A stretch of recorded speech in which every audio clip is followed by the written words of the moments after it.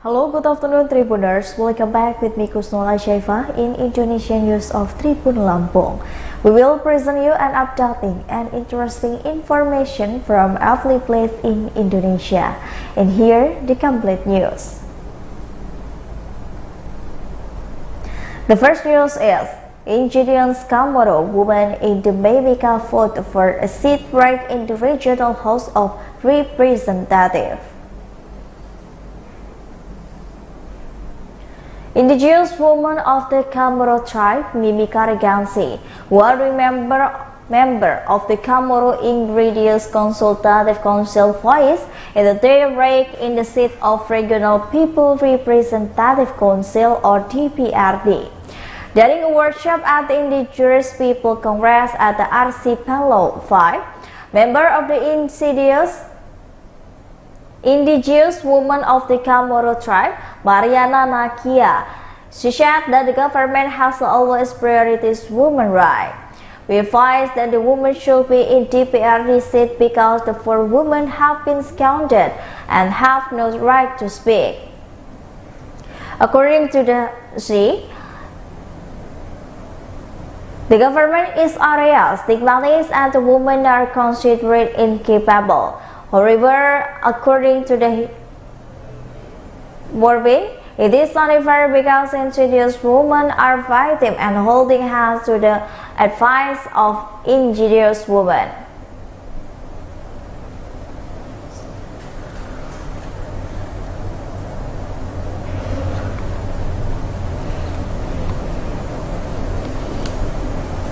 Even though we are part of the tribe, when we talk on Papua women rights, we support each other. She said like that. Mariana admitted that the organization had not been legally recording because of lack of the fund. However, her party was also embraced by the Mimika indigenous women in solidarity and still struggling to get a deed from a notary. She continued that indigenous women have some right as an state and special autonomy law. Women in Kamoro tribe earn income for the sale of sago crab, shrimp, and fish. Also garden products such as coconut, rambutan, and banana.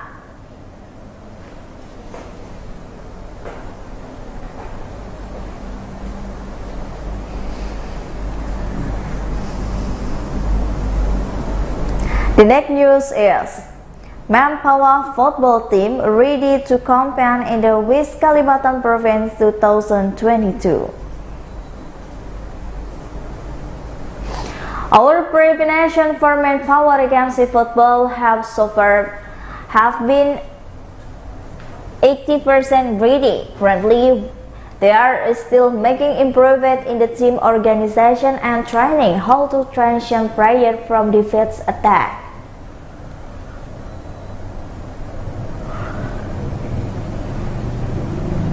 As for the physical player, they can say that 90% have been formed and they are very ready to next this purpose. Coach Didin emphasized that currently the Manpower football team is focused on the growing or TC which is an every hot afternoon from Monday to Thursday. Coach Didin also emphasized to all players to be disciplined in following the TC because at the time Coach Didin was fairly and complained to right of the players for being disciplined. Coach Didin hoped that all players can be follow the existing rules.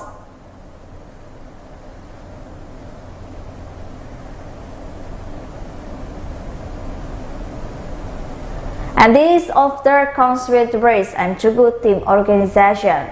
So many players are ready to carry the Manpower name in the pre-proof event must be disciplined, follow the rules made and do not rule out on the possibility that they will be cruised again if these players are still undisciplined, because it is the undisciplined players who will destroy harmony later team. Coach Didin hoped that the players were still retired. The coaching team will be no follow in the footsteps of their friend who have been explained from the team. Khurjudin hoped that the foster children during the TC will not participate in Tercam competition because are currently still training camp staff. It is hoped no one to prayer will be paid in Tercam competition if there are still those who choose to play Tercam and do not participate in the training camp. They will be strictly expelled from the team.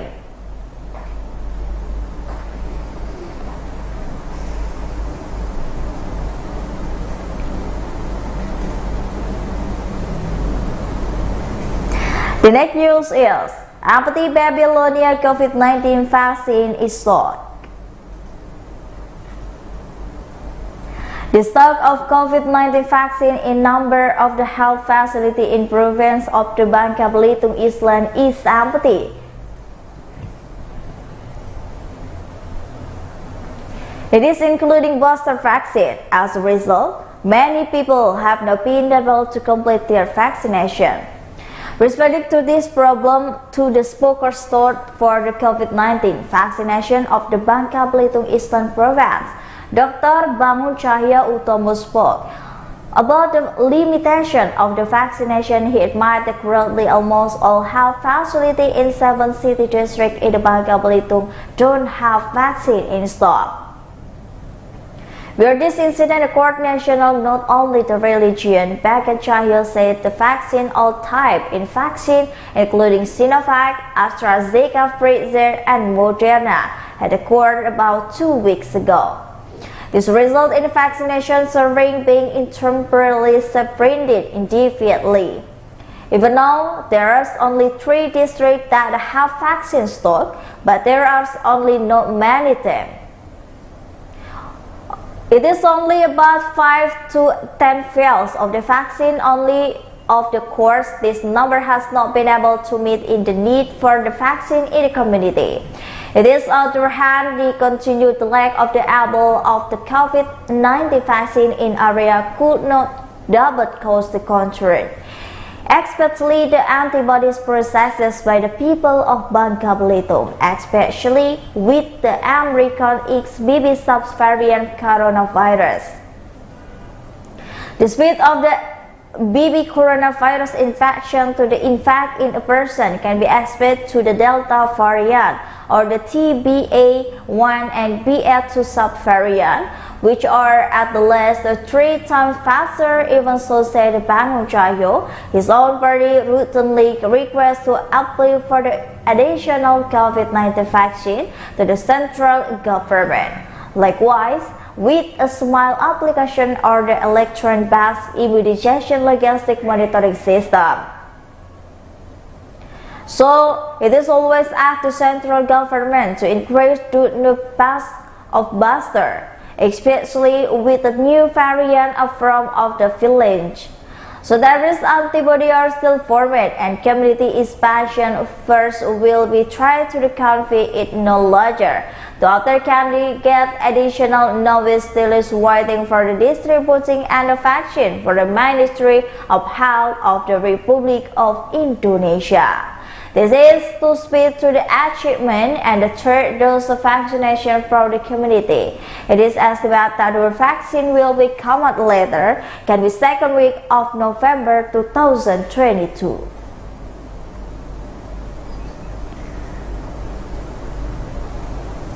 The next news is, dozens of journalists are just regal region to remove the head of Education and Culture Office with threatened to break journalist bonus.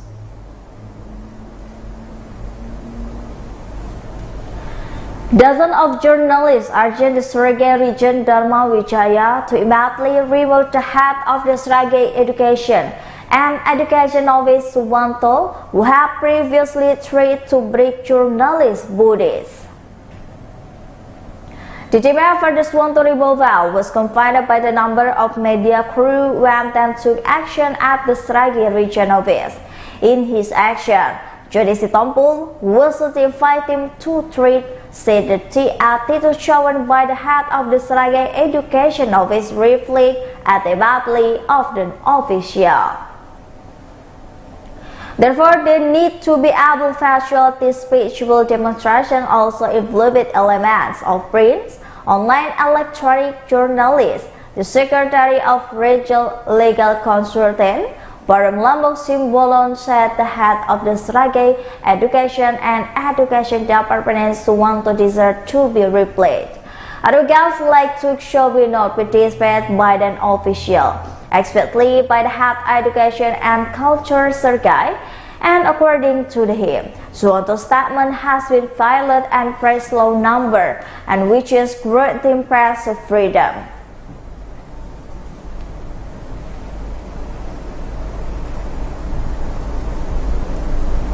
The next news is demonstration again cast in the coal mining.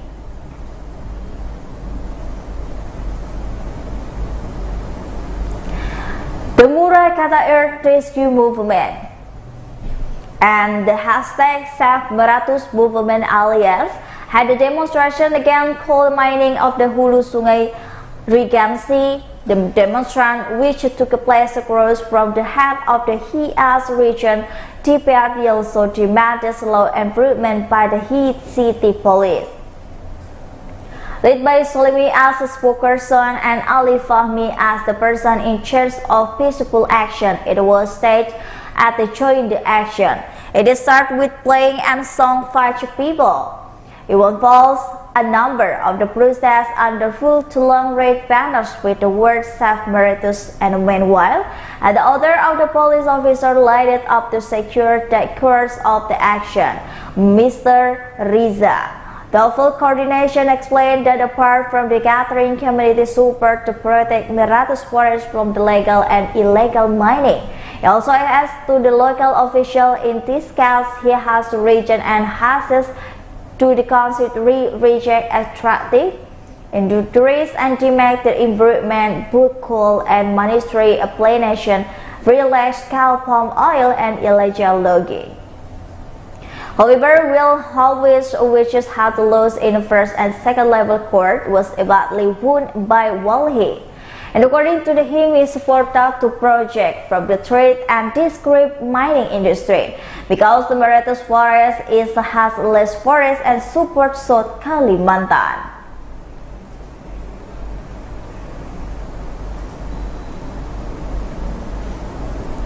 The next news is resident North Pakuli village Ligi threatened by the flood evacuate cut water supply.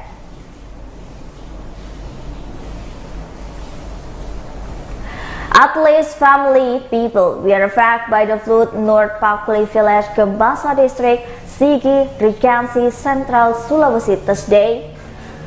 Secretary of North Pakuli village, Sulfan, said the fighting attacked by the flood took a review and relief harm and rescues.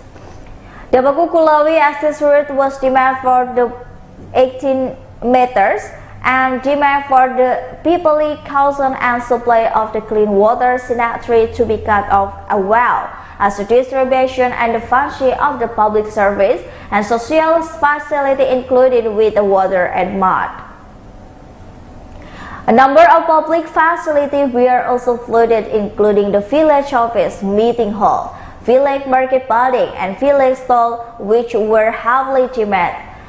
Elementary 1 Pakuli houses of worship 2 unit and the BK office of the sub-district level. Until now, number have equipment to the river banks to build the dams.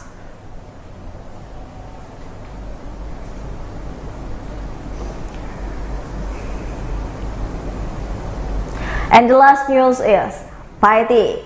It's been 4 years since the student of the junior high school startup Asia Baraka and Krang were forced to study in improvement-less building. A number of students of junior high school startup Asia Baraka were forced to study in narrow and unlit building because their social building lacked classroom. In a junior high school age startup Baraka is located in the Uru Hamlet Leiden village, Buntu Batu district and Nengkrang Regency, South Sulawesi. It was said the deputy of presidential of the Junior High School age Satap Baraka Haryanto. He said that the create of teaching learning process for the 4-year which poor condition. Even where it's raining, students get rained on because the tin roof and building is leaking. Also, when the sun is hot, students have not reached the hat, and furthermore, the well of waiting measuring square meter of studying math to board and window mat the iron frames. The English teacher explained that the damaged building actually belonging to another school, and however, because it was not used to was finally transferred and the school with the help of non-governmental organization. The school building is cruised by the 18th graders. In addition, there is still 2 other classes that had transformed to the library room. The number of students at the junior high school Satap H. Baraka is 97 plus 23 teachers. So, he hoped that the school can be repaired immediately by the district government.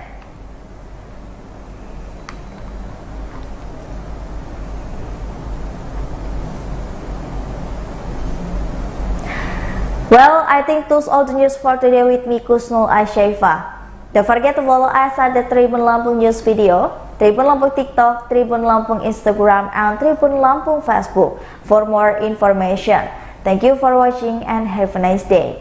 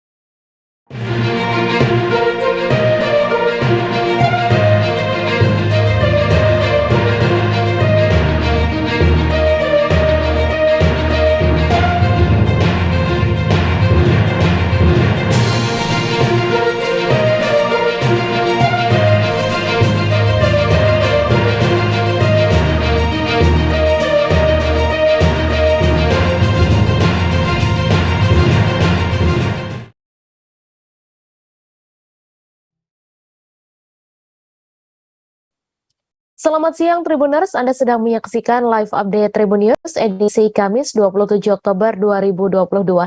Siang ini akan kami sajikan informasi teraktual dan menarik yang dilaporkan secara langsung oleh reporter lapangan kami.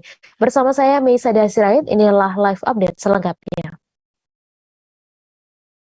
Usai dirawat selama 24 hari di Rumah Sakit Saiful Anwar atau RSSA Malang, Muhammad Afrizal, bocah kelas 5 SD yang menjadi korban luka tragedi Kanjuruhan diperbolehkan pulang pada Rabu 26 Oktober. Dokter spesialis bedah plastik RSSA Dr. Yudi Siswanto mengatakan Muhammad Afrizal diperbolehkan pulang dan melanjutkan rawat jalan karena kondisinya sudah baik dan stabil. Ia menjelaskan selama menjalani perawatan, Afrizal sempat berada di ruang ICU selama 7 hari. Informasi selengkapnya akan disampaikan langsung oleh wartawan Tribun Jatim, Kukuh Kurniawan, yang kini sudah terhubung bersama kami. Silakan rekan Kukuh.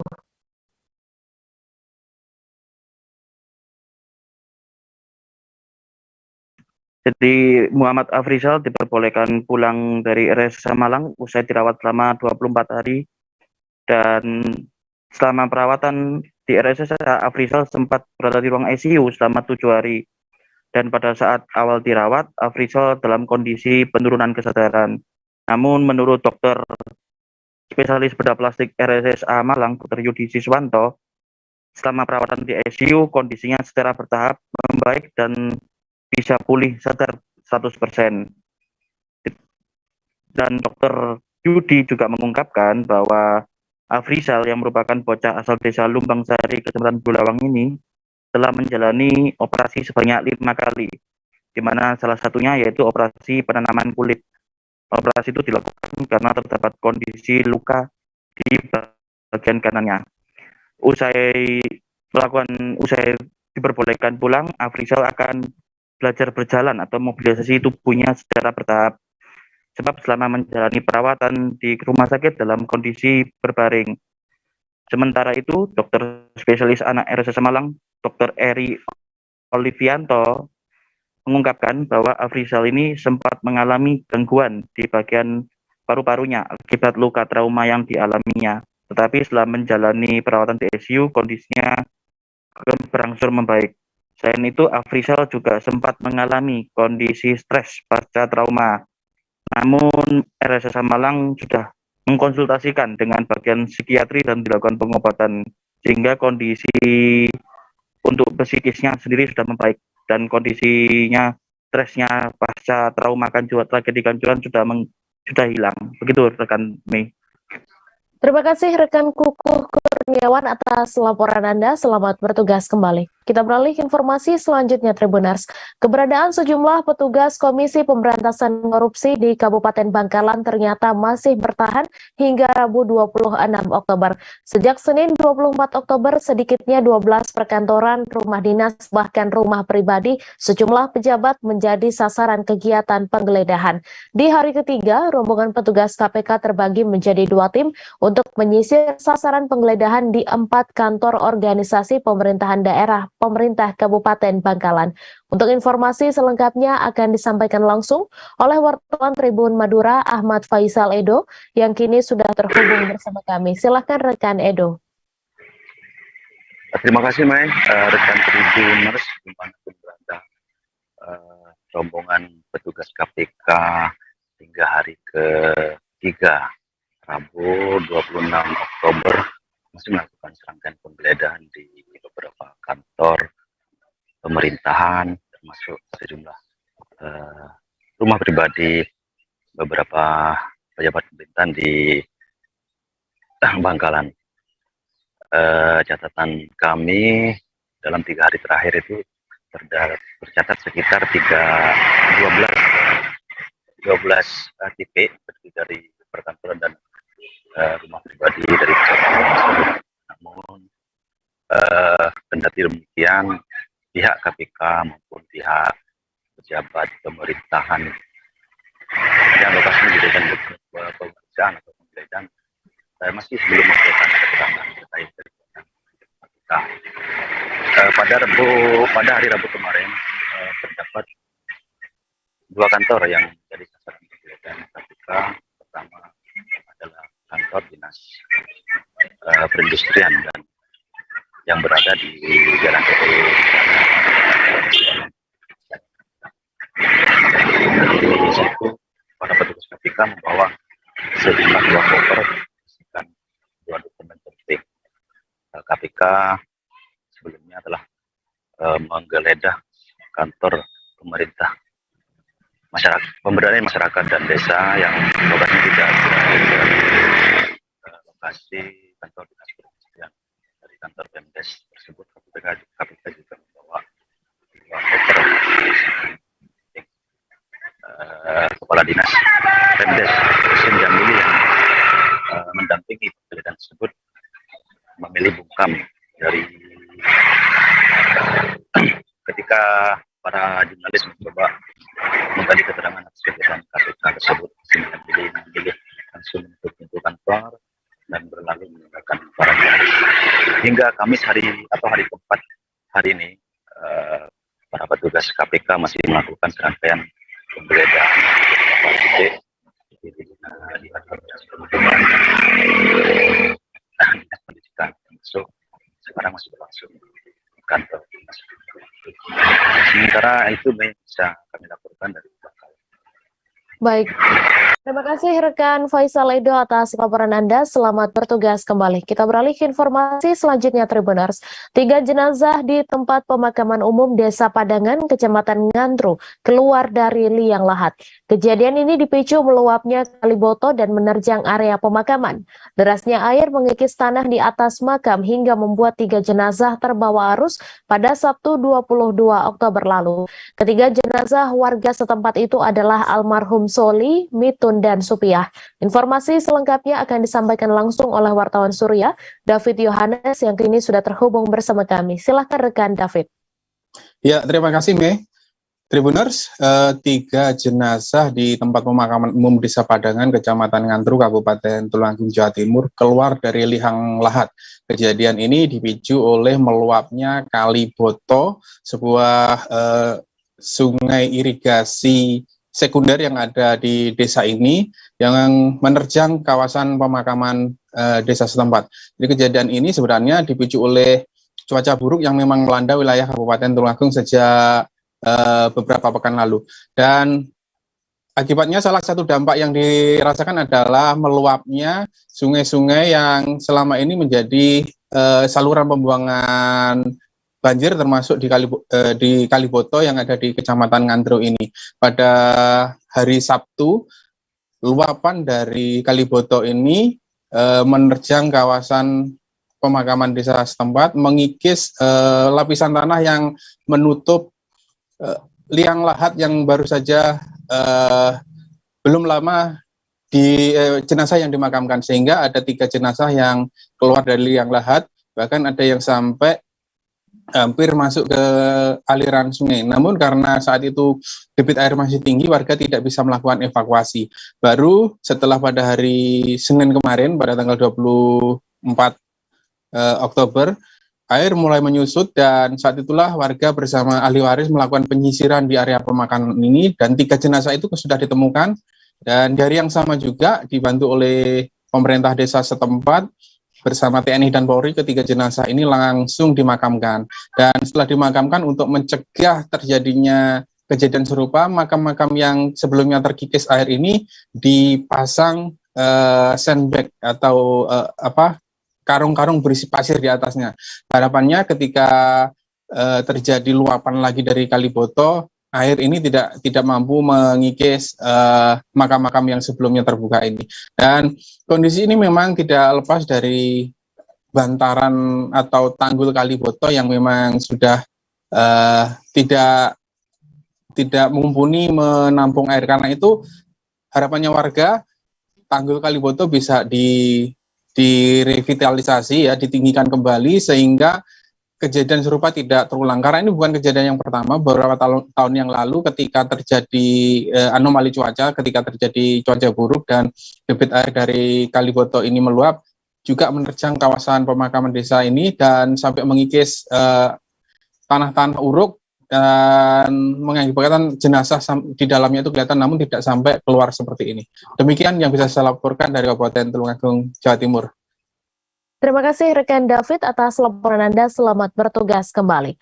Seorang ayah berinisial FCH tega meruda paksa anaknya sendiri. Perbuatan bejat tersebut dilakukannya di rumah yang ada di kawasan Kecamatan Banjarsari, Kota Solo. Kejadian bermula dari FCH pulang ke rumah selepas bekerja pada Jumat 8 Juli. Di rumah itu ia mendapati hanya ada anak tirinya dan pacarnya. Ia kemudian mengusir pacar anak tirinya dan melakukan ruda paksa. Informasi selengkapnya akan disampaikan langsung oleh wartawan Tribun Solo, Adi Surya, yang kini sudah terhubung bersama kami. Silakan rekan Adi. Iya, baik rekan Mei, seperti yang dikabarkan bahwa ada seorang ayah tiri yang tega menyetubui anak tirinya di Solo, dan kejadiannya itu bermula dari ayah tiri itu yang berinisial FTH itu pulang dari kerja. Dan setibanya di rumah yang ada di kawasan Kecamatan Banjarsari, Kota Solo, beliau mendapati bahwa anak tirinya sedang bersama dengan pacarnya sedang menonton TV di ruang tamu. Dan pada saat itu pelaku sendiri kemudian seperti dari informasi yang diterima Tribun Solo bahwa pelaku sendiri langsung marah dan mengusir pacar dari anak tirinya itu keluar dari rumahnya. Dan setelah mengusir pacar dari anak tirinya tersebut, pelaku kemudian coba mencercar dari korban sejumlah pertanyaan yang bersifat privasi, dan salah satunya bahwa pelaku sendiri sempat menanyakan kepada korban terkait apakah pernah atau tidak korban itu melakukan hubungan seksual dengan pacarnya.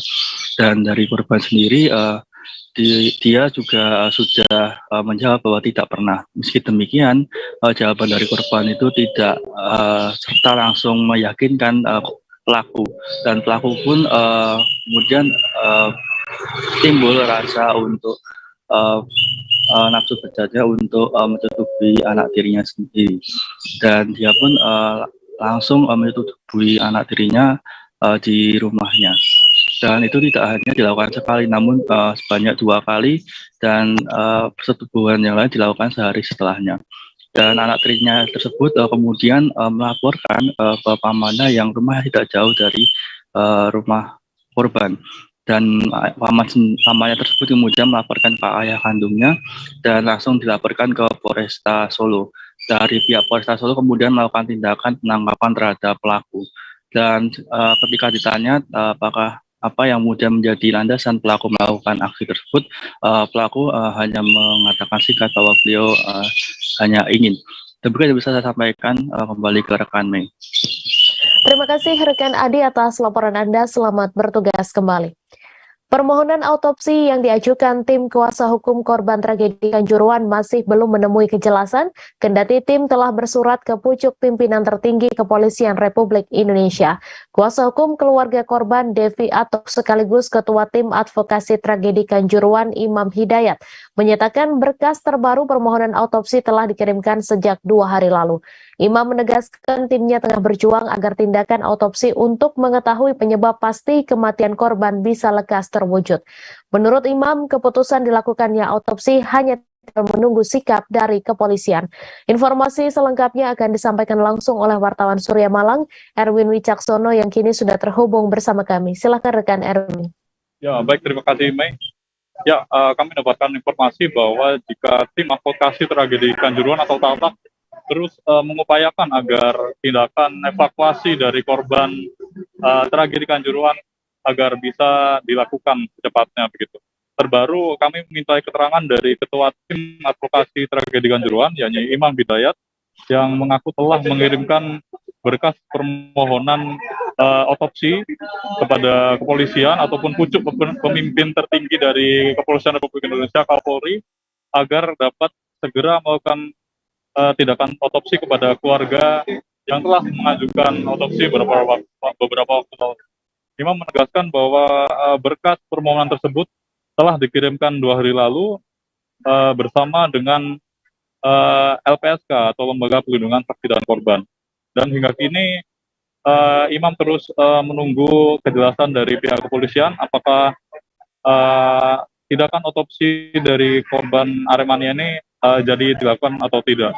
Namun ia terus berharap dan memperjuangkan agar tindakan otopsi bisa dilakukan untuk mengetahui fakta empiris mengenai penyebab kematian dari korban Aremania pada tragedi Kanjuruhan tersebut.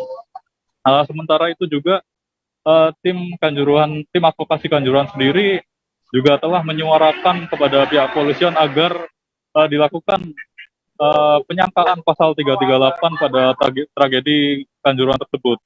Alasannya adalah Imam menerangkan bahwa perlunya pembuktian empiris mengenai pihak-pihak yang terlibat di tataran bawah, yang khususnya dalam menembakkan gas air mata juga, agar ikut turut bertanggung jawab atas kejadian yang merenggut ratusan nyawa tersebut. Dan untuk menyuarakan hal tersebut pula, Imam bersama timnya telah mengajukan ataupun mengirimkan berkas kepada Presiden Menko Polhukam agar dapat mengusut tuntas kasus tragedi Kanjuruhan yang merenggut ratusan nyawa tersebut. Dan hingga kini kami terus mencari informasi terbaru mengenai kepastian dilakukannya otopsi dari pihak kepolisian, dan kemudian kapan nantinya akan dilakukan otopsi tersebut. Imam menerangkan bahwa saat ini tinggal menunggu keputusan dan sikap dari kepolisian sendiri. Begitu, Mei. Baik, terima kasih rekan Erwin atas informasi Anda, dan Tribuners, wartawan kami juga telah menghimpun wawancara dengan Ketua Tim Advokasi Tragedi Kanjuruhan. Berikut tayangannya untuk Anda. Ya, kita kan sudah ke depan ini sudah kita lakukan ya 2 langkah ya. Yang pertama mengenai otopsi itu melalui LPSK itu sudah disampaikan ke Kapolri menurut infonya Mas Riris ya. Kita berharap sebelum perkara itu P21 itu sudah bisa dieksekusi ya. Itu artinya kita memang menunggu respon cepat dari pihak kepolisian supaya kesediaan kita untuk diotopsi segera ditanggapi dan dilakukan otopsi. Itu Mas, yang pertama ya. Kemudian yang kedua, kita juga sudah berkirim surat dan hari ini oleh rekan kita Haris Azhar disampaikan ke Presiden, Menko Polhukam, Kapolri, juga ke Jaksa Agung untuk penetapan pasal 338 menjadi pasal utama dalam perkara 6 tersangka ini dan nanti berkembang ke tersangka yang lain. Hari ini sudah kita layangkan, Bang Haris menghantarkan hari ini, dan mudah-mudahan itu bisa menjadi petunjuk P19 oleh Kejaksaan untuk kemudian menetapkan pasal 338, Junya 359, 360 itu terserah baik, tapi Hari pertama mendekam di tahanan rutan kelas 2B Serang, Nikita Mirzani alami sembelit dan tidak nafsu makan. Manajer Nikita Mirzani, Dea Hanifah, menyampaikan rasa sembelit yang dialami Nikita sudah dirasakan sejak 1 minggu lalu. Dea Hanifah mengatakan jika Nikita Mirzani juga tidak mau makan. Untuk informasi selengkapnya akan disampaikan langsung oleh wartawan Tribun Banten, Milda Niati, yang kini sudah terhubung bersama kami. Silakan rekan Milda. Ya, halo rekan Mei dan Tribuners, dimanapun Anda berada, dapat melaporkan reporter tribunbanten.com bahwa hari pertama menjalani masa tahanan di rutan kelas 2B Serang, manajer Nikita Mirzani, Dea Hanifah, menyampaikan bahwa Nikita tidak memiliki nafsu makan serta dia mengalami sembelit. Dia menyampaikan bahwa sembelit yang dialami oleh Nikita Mirzani tersebut sudah terjadi sebelum dirinya ditahan di rutan kelas 2B Serang atau tercatat sejak 1 minggu yang lalu. Sementara itu, Kepala Rutan kelas 2B Serang, Dodi Nafsabani, menyampaikan bahwa aktivitas Nikita Mirzani selama 1 hari ditahan di rutan kelas 2B Serang. Dia menyampaikan jika Nikita Mirzani bersikap kooperatif dan juga mudah bersosialisasi dengan para WBP lainnya. Sementara itu, kemarin aktivitas Nikita Mirzani, beliau melaksanakan sholat duha bersama dengan para warga binaan kemasyarakatan perempuan lainnya yang ada di rutan, serta dia juga melaksanakan aktivitas merajut untuk membuat kerajinan kotak tisu, asbak, dan lain sebagainya. Begitu rekan Mei yang dapat dilaporkan oleh reporter tribunbanten.com. Kembali ke studio. Terima kasih rekan Milda atas laporan Anda. Selamat bertugas kembali. Kita beralih ke informasi selanjutnya, Tribuners. Rumah kayu lapuk beratap seng milik Basir, warga desa Pulau Balai, Kecamatan Pulau Banyak, Kabupaten Aceh Singkil, rusak akibat diterjang angin puyuh pada Rabu 26 Oktober pagi. Beruntung tidak ada korban jiwa dalam musibah tersebut, namun penghuni rumah yang berjumlah 7 orang harus mengungsi ke tempat saudaranya. Informasi selengkapnya akan disampaikan langsung oleh Dede Rosa, wartawan Serambi News, yang kini sudah terhubung bersama kami. Silakan rekan Dede. Ya, Mei, dapat saya laporkan bahwa angin puyuh menerjang rumah penduduk Pulau Balai, Kecamatan Pulau Banyak, Kabupaten Aceh Singkil, Provinsi Aceh pada hari kemarin pagi. Angin puyuh tersebut menyebabkan rumah berkonstruksi kayu dengan atap seng dan sebagian menggunakan rumbia terbang. Kuatnya angin itu menyebabkan terbangnya atap seng cukup jauh hingga puluhan meter dari lokasi. Namun dalam kejadian tersebut tidak ada korban jiwa. Basir beserta istri dan 5 anaknya berhasil selamat dan saat ini keluarga tersebut masih mengungsi di rumah sanak saudaranya. Pihak kepala desa dari Pulau Balai menyampaikan bahwa perlu penanganan segera untuk memperbaiki rumah korban karena korban jumlahnya cukup banyak, tidak memungkinkan terlalu lama menumpang di rumah saudaranya. Namun sayangnya korban merupakan keluarga tidak mampu sehingga kesulitan untuk merenovasi rumahnya. Dan menggunakan dana desa juga, menurut informasi dari Kepala Desa, tidak memungkinkan karena saat ini sudah dilakukan perubahan anggaran dana desa, sehingga harapan satu-satunya adalah menggunakan dana tanggap darurat dari pemerintah Kabupaten Aceh Singkil. Jadi pihak Kepala Desa memang sangat berharap agar pemerintah Kabupaten Aceh Singkil dapat segera membantu korban, terutama untuk renovasi rumahnya. Karena memang rumah tidak bisa ditempati karena bagian atapnya sebagian besar itu sudah terbang. Kemudian juga saat kejadian sampai saat ini juga hujan terus mengguyur wilayah Kabupaten Aceh Singkil termasuk di lokasi kejadian yang ada di Kepulauan Banyak. Memang Mei dapat saya laporkan bahwa angin kencang sering terjadi di wilayah Kabupaten Aceh Singkil terutama di Kepulauan Banyak. Catatan saya sudah berkali-kali angin kencang itu menyebabkan rumah penduduk mengalami kerusakan akibat terterjang angin kencang. Dan juga akibat angin yang sering datang cukup kencang ini dalam akhir-akhir ini juga menimbulkan gelombang tinggi yang cukup besar, dan kadang gelombang tinggi itu juga menyebabkan rumah penduduk yang ada di sekitar pantai yang ada di sana itu menjadi rusak karena memang tidak dilindungi oleh pengaman pantai. Demikian, Mei. Terima kasih rekan Dede atas laporan Anda. Selamat bertugas kembali. Kita beralih ke informasi selanjutnya, Tribuners. Julaidan, nelayan Desa Kundi, Kecamatan Simpang Teritip, Kabupaten Bangka Barat yang sebelumnya hilang usai diterjang angin kencang, akhirnya ditemukan sudah tak bernyawa pada Rabu 26 Oktober. Jenazah Julaidan ditemukan dalam posisi terapung oleh nelayan setempat di sekitar perairan Semanan, Jalur 3, Provinsi Sumatera Selatan. Sebelum korban Julaidan hilang, pada Rabu 26 Oktober dini hari, bagan tempat mereka melaut roboh usai diterjang badai. Informasi selengkapnya akan disampaikan langsung oleh wartawan Bangka Pos Yuranda yang kini sudah terhubung bersama kami. Silakan rekan Yuranda. Baik, Mei dan Tribuners, bisa saya sampaikan pada hari Rabu kemarin, Julaidan, 50 tahun, nelayan asal Kundi, Kecamatan Simpang Teritip, Kabupaten Bangka Barat, Provinsi Kepulauan Bangka Belitung, mengalami insiden hilang pada awalnya. Pada awalnya dilaporkan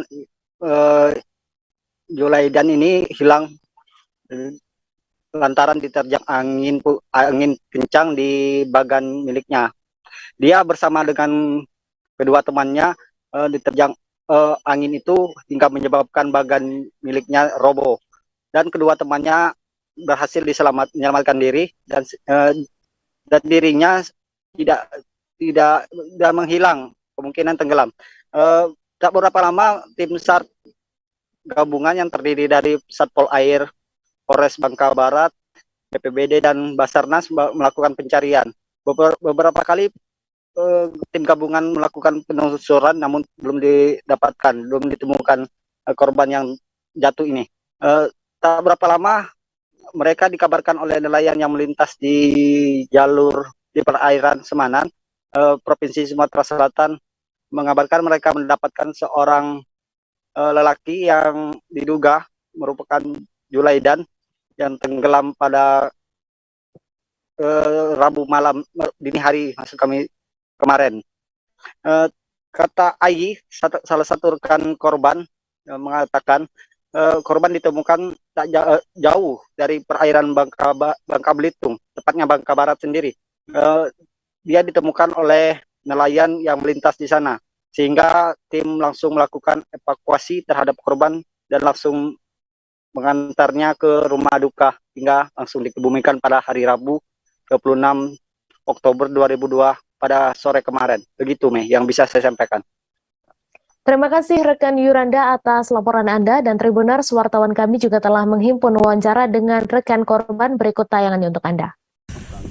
Pertama-tama kan sekitar jam 1:30 posisinya itu baru nggak ada sih bentuk angin datang tuh, cuman gerimis. Tiba-tiba langsung hujan deras, badai. Langsung datang badai itu angin tuh. Bagannya tadi rubuh? Belum waktu itu belum rubuh.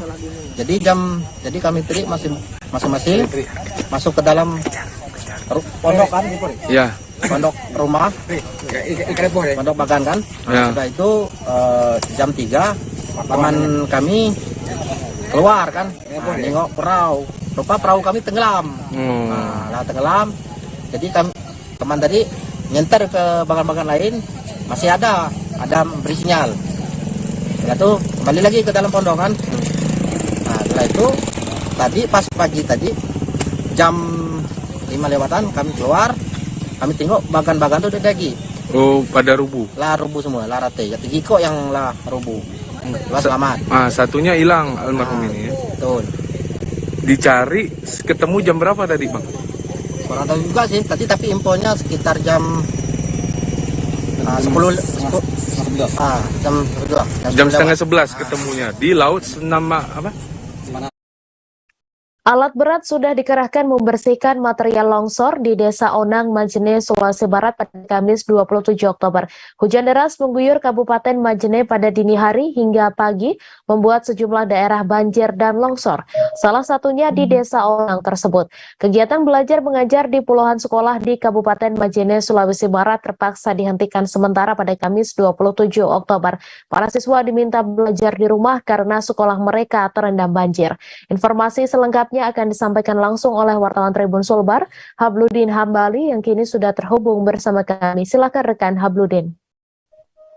Ya, betul sekali rekan Mei dan Tribuners dimanapun Anda berada, bahwa Kota Mamuju yang merupakan kota pendidikan di Provinsi Sulawesi Barat ini terendam banjir di beberapa titik lokasi di Kota Majene ini, dan ada beberapa kendaraan yang juga ikut terbawa air yang derasnya, aliran air sungai yang masuk di pemukiman warga sampai di Jalan Trans Sulawesi yang menghubungkan Sulawesi Selatan, Sulawesi Tengah, dan Sulawesi Barat ini. Dan sampai saat ini terdapat juga ada longsor terjadi di Desa Onang, Kabupaten Majene yang merupakan Trans Sulawesi, yang dimana sementara ada 2 alat berat yang dikerahkan untuk membersihkan material longsor ini. Dan sampai saat ini dari hasil pantauan di lapangan bahwa pihak terkait baik itu dari kepolisian, TNI, Polri, dan personel BPBD daerah telah melakukan pembersihan sisa-sisa material longsor, begitupun membantu masyarakat yang terdampak banjir di Kota Majene ini. Dan informasi terupdate tadi yang sempat kami konfirmasi ke pihak BPBD bahwa ada ratusan rumah yang terdampak banjir di Kota Majene ini, dan beberapa kendaraan juga yang terendam banjir, baik itu kendaraan motor maupun kendaraan mobil. Dan ada satu mobil yang terbawa arus sungai air yang pada saat banjir terjadi. Dan diketahui bahwa kronologis banjir ini terjadi pada saat hujan lebat turun pada dini hari dan sekitar pukul 2 WITA, dan pada subuhnya itu sudah mulai air meluap di air sungai ini dan masuk di pemukiman warga dan jalan nasional maupun jalan kabupaten. Demikian rekan Mei. Terima kasih rekan Hablu atas laporan Anda. Selamat bertugas kembali. Polres Belitung terus menyelidiki kasus penikaman seorang perempuan berinisial IP oleh pelaku bernama Muhammad Tommy di kos Jalan Telek Dalam, Desa Ai Ketekok, Kecamatan Tanjung Pandan, Kabupaten Belitung. Hasil penyelidikan sementara, berdasarkan keterangan korban dan pelaku, keduanya saling mengenal melalui aplikasi micet. Polisi mengatakan pelaku bukan hanya melakukan tindak pidana penusukan terhadap korban, tetapi juga melakukan pencurian. Informasi selengkapnya akan disampaikan langsung oleh wartawan Pos Belitung, Disa Ariandi, yang kini sudah terhubung bersama kami. Silakan rekan Disa. Baik, betul sekali rekan Mei bahwa untuk pelaku tindak pidana penusukan dan pencurian di Kabupaten Belitung oleh Satreskrim Polres Belitung sudah berhasil dilakukan pengamanan untuk pelakunya.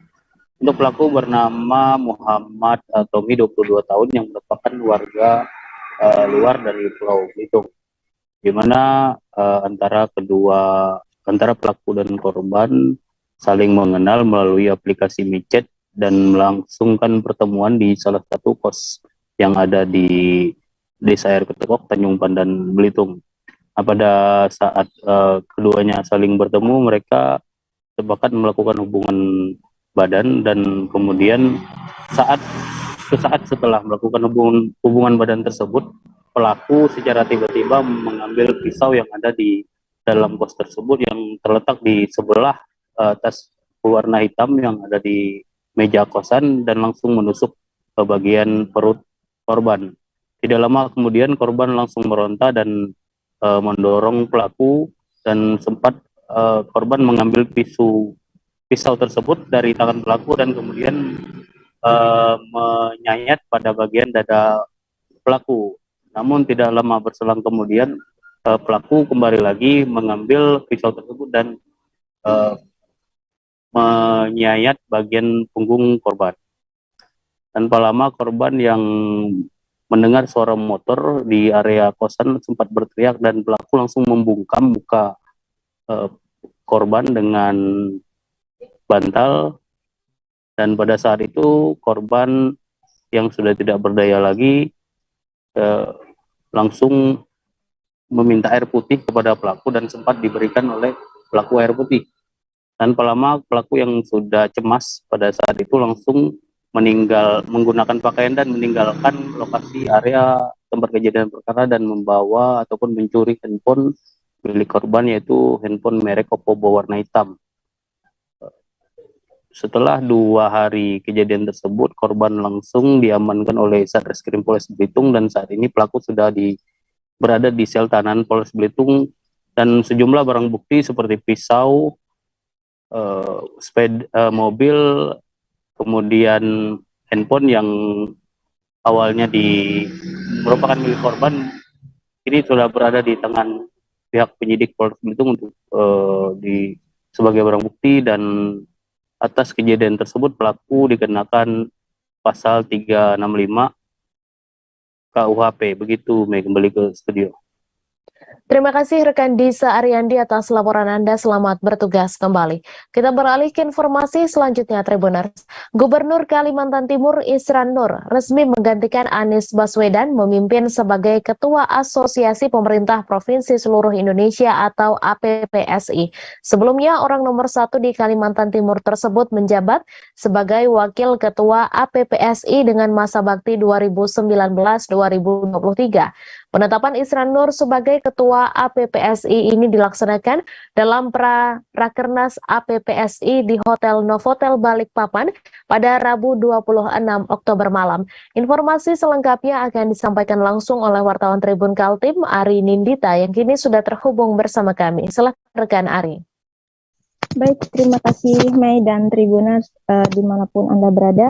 Gubernur Kalimantan Timur Isran Nur resmi menggantikan Anies Baswedan memimpin sebagai Ketua Asosiasi Pemerintah Provinsi Seluruh Indonesia atau APPSI. Penetapan Isran Nur sebagai Ketua APPSI ini dilaksanakan dalam Rapat Kerja Nasional atau Rakernas APPSI di Hotel Novotel Balikpapan pada Rabu 26 Oktober 2022. Proses pergantian jabatan ketua tersebut ditandai dengan penyerahan bendera Pataka berlambang APPSI, dilanjutkan dengan penekanan tombol sirine oleh Isran Nur yang didampingi Anies Baswedan. Tunainya masa jabatan Anies Baswedan sebagai Ketua Umum APPSI ini beriringan dengan berakhirnya masa jabatan sebagai Gubernur DKI Jakarta. Sesuai dengan AD/ART dengan habisnya masa jabatan yang digantikan oleh Wakil Ketua APPSI yang sebelumnya orang nomor 1 di Kalimantan Timur tersebut menjabat sebagai Wakil Ketua APPSI dengan masa bakti 2019 hingga 2023. Dalam kesempatan tersebut, Isran Nur menguraikan pentingnya dalam melaksanakan program serta kebijakan yang akan diteruskan. Sangat banyak bermanfaat bagi anggota APPSI sendiri, maupun dampak-dampak yang berpengaruh pada kebaikan program-program pembangunan yang ada di seluruh Indonesia. Demikian, Mei, terima kasih. Terima kasih rekan Ari Nindita atas laporan Anda. Selamat bertugas kembali. Setelah sekian lama wacana pengembangan kota Palembang antara Palembang Ulu dan Palembang Ilir yang dibelah Sungai Musi dan dihubungkan Jembatan Ampera, akhirnya didaulat Presidium Pemekaran Palembang Ulu pada deklarasi DOB Palembang Ulu di Gedung DPD RI Jakabaring pada Jumat 21 Oktober. Awal pembentukan Palembang Ulu ini sebetulnya telah mengemuka saat Palembang dipimpin oleh Wali Kota Palembang almarhum R.A. Rifai Cekyat. Pasca deklarasi, Presidium menyusun komposisi lengkap susunan Presidium. Untuk informasi selengkapnya akan disampaikan langsung oleh wartawan Sriwijaya Pos Abdul Hafiz yang kini sudah terhubung bersama kami. Silakan rekan Hafiz. Oke rekan Mai, terima kasih. Ya, pekan lalu ini ada deklarasi untuk pembentukan daerah otonomi baru (DOB) untuk pengembangan dari Kota Palembang menjadi Palembang Ulu. Deklarasi ini sebagai wujud bentuk keseriusan untuk meneruskan rencana dari pemekaran wilayah Kota Palembang yang telah diinisiasi oleh tokoh masyarakat Seberang Ulu sejak tahun 2004. Tepatnya saat itu adalah Pekan Olahraga Nasional PON ke-16 tahun 2004. Di situ bahwa Palembang Ulu ini sudah ada pengembangan semacam dari kota untuk olahraga, pusat dari fasilitas olahraga, ya, ini Jakabaring Sport City. Dan kemudian gagasan utama untuk menjadikan Palembang Ulu ini sendiri sebagai pemerataan pembangunan supaya masyarakat setempat ini yang tergolong menempati pinggiran ini dapat berkembang dan lebih sejahtera. Kemudian proses realisasi atas gagasan dari para inisiator yang sudah tertunda belasan tahun ini nampaknya sudah siap untuk dilanjutkan kembali secara serius dan bertahap. Ketua Presidium dari pembentukan daerah otonomi baru Palembang Ulu, Ahmad Aman Ramli Astrani, membutuhkan dukungan semua pihak untuk merealisasikannya. Adapun yang harus disiapkan antara lain yakni pemenuhan berkas-berkas administrasi, hukum, cakupan wilayah, dan sebagainya hingga mendapatkan rekomendasi dari DPRD dan pemerintah Provinsi Sumatera Selatan untuk mendapatkan tersebut. Dan setelah semuanya rampung, proses berlanjut pada pelaporan ke Kemendagri supaya Palembang Ulu yang diidam-idamkan tadinya merupakan Palembang Ulu yang pinggiran ini bangkit menuju Palembang Ulu yang maju dan makmur. Untuk diketahui juga bahwa Palembang Ulu ini memiliki 30 kelurahan dan 6 kecamatan meliputi Pelaju, Kertapati, Jakabaring, Seberang Ulu 1 yang luasnya 154,11 km persegi dari 400,61 km persegi seluruh cakupan wilayah Palembang, dan penduduknya jumlahnya berkisar 500.000 jiwa. Demikian rekan Mei. Terima kasih rekan Abdul Hafiz atas laporan Anda. Selamat bertugas kembali, dan Tribuners, wartawan kami juga telah menghimpun wawancara dengan Presidium Pemekaran Palembang Ulu. Berikut tayangan untuk Anda. Kajian-kajian akademik itu juga kita nanti dengan pihak pemerintahan juga akan bicara. Persiapan itu akan kita laksanakan. Mengenai ibu kotanya pun nanti tentunya bukan kita yang menentukan. Melalui kajian itulah ditentukan di mana yang cocok. Jadi saya berpikir kita belum bisa masuk membahas tentang itu karena memang itu salah satu tugas pokok dari dibentuknya presidium ini untuk mempersiapkan kajian akademik tadi. Saya jawab kalau mengenai alat politik ini ibarat mata koin, susah kita memisahkannya. Memang dalam konteks itu pun saya lontarkan, tapi segala sesuatunya tidak lepas dari masalah politik di dunia ini. Saya pun sebagai pengusaha terjun ke dunia politik adalah satu konsekuensi bahwa memang politik itu kita butuhkan untuk kekuatan, untuk bargaining kita, untuk juga kita bisa memperjuangkan aspirasi baik kelompok maupun yang lebih luas.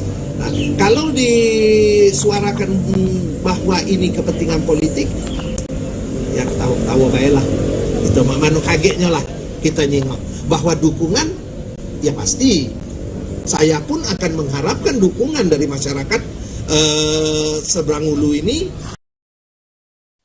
Menjelang perhelatan akbar F1 H2O di Toba pada tanggal 24 hingga 26 Februari 2023 mendatang, pihak pemerintah Kabupaten Toba mempersiapkan diri. Bupati Toba Pol Taksitorus menjelaskan pihaknya kini sedang mempersiapkan dua hal, yakni lokasi dan sumber daya manusia. Selanjutnya ia mengutarakan perihal kelebihan Danau Toba sebagai danau super vulkanik terbesar di dunia.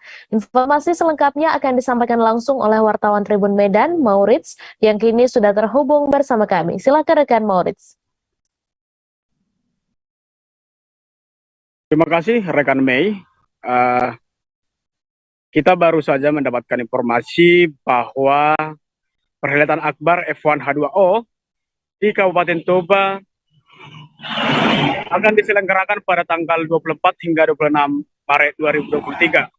Hal ini tentu akan membawa dampak positif bagi masyarakat Kabupaten Toba yang melalui penyampaian Bupati Toba Poltak Sitorus. Pertama, mereka sekarang kini tengah mempersiapkan soal lokasi clean and clearing, dan yang berikut mereka juga telah mempersiapkan atau tengah mempersiapkan sumber daya manusia untuk menyambut tamu-tamu yang bakal datang yang diperkirakan ratusan ribu dari seluruh penjuru dunia. Dan acara ini tentunya menjadi acara yang pertama sekali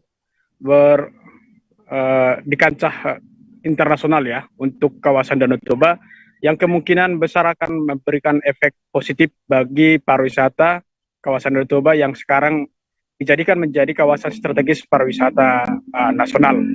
Demikian rekan Mei. Terima kasih rekan Maurits atas laporan Anda, dan Tribuners, wartawan kami juga telah menghimpun wawancara dengan Bupati Toba. Berikut tayangannya untuk Anda.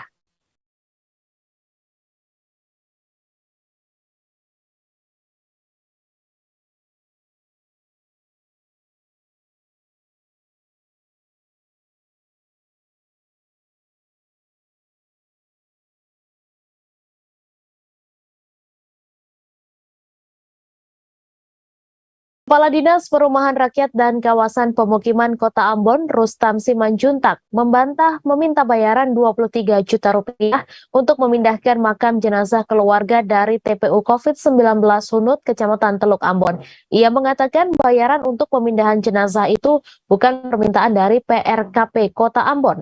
Simanjuntak menyarankan untuk menanyakan perihal pembayaran tersebut ke dokter spesialis forensik di RSUD Haulusi Ambon, Yuli Sialana.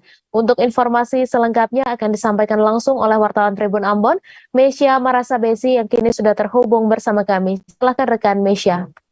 Baik, halo Mei dan juga Tribuners, saya Mesya Marasabesi, jurnalis tribunambon.com, akan melaporkan terkait dengan salah satu warga kota Ambon, Francesca Matulesi, yang ingin memindahkan makam jenazah ibunya dari TPU COVID-19 ke pekarangan rumahnya di kawasan Karangpanjang, Ambon.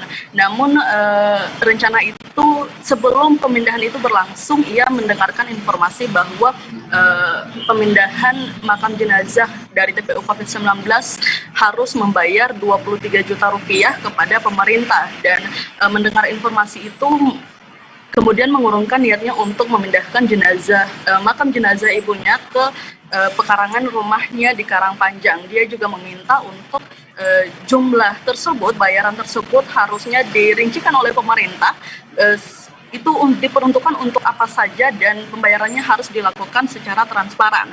Dan Mei dan juga Tribuners, Mesya juga sudah melakukan wawancara dengan Kepala Dinas Perumahan Rakyat dan Kawasan Permukiman atau PRKP Kota Ambon, Rustam Simanjuntak, dan beliau membantah terkait dengan pembayaran tersebut ya, Tribuners, yang pembayaran 23 juta itu. Menurutnya dari PRKP atau pemerintah kota tidak pernah meminta bayaran tersebut, dan ia menyarankan untuk menanyakan perihal itu ke dokter ahli forensik RSUD Haulusi, Willy Sialana.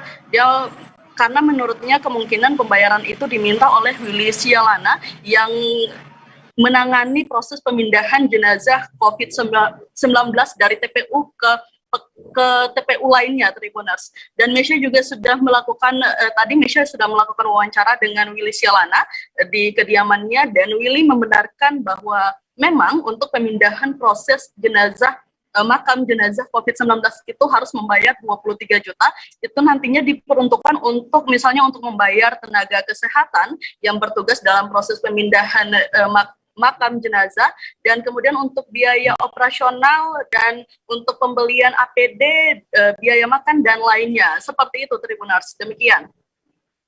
Terima kasih rekan Mesya atas laporan Anda, dan Tribuners, wartawan kami juga telah menghimpun wawancara dengan Kepala Dinas PRKP Kota Ambon. Berikut tayangannya untuk Anda. Kantor sing ngurusakan. Oh, jadi Dokter Yulisialan. kalau dari PRKP saya tahu soal hal itu, Pak. Sing ada, tadi kita baru bilang Purwadi bahwa kalau ada media tanya arahkan ke Dokter Yulisialan RSU. Angin puting beliung menerjang rumah warga di Kota Padang, Sumatera Barat. Insiden itu terjadi di kawasan Banda Bakali, Kelurahan Jati, Kecamatan Padang Timur. Beberapa rumah milik warga rusak, bahkan salah satu rumah atapnya tersangkut di pohon setelah dibawa angin.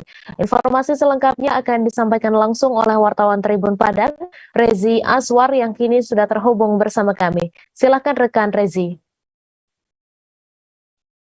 Iya, Mei, ini terjadi bencana angin puting beliung yang dimana terjadi pada malam hari, pada hari Rabu tadi malam, hingga menyebabkan rusaknya bagian atap rumah yang ada di kawasan RT 1 dan RT 04 RW 10 Kelurahan Jati, Kecamatan Padang Timur, Kota Padang, Provinsi Sumatera Barat.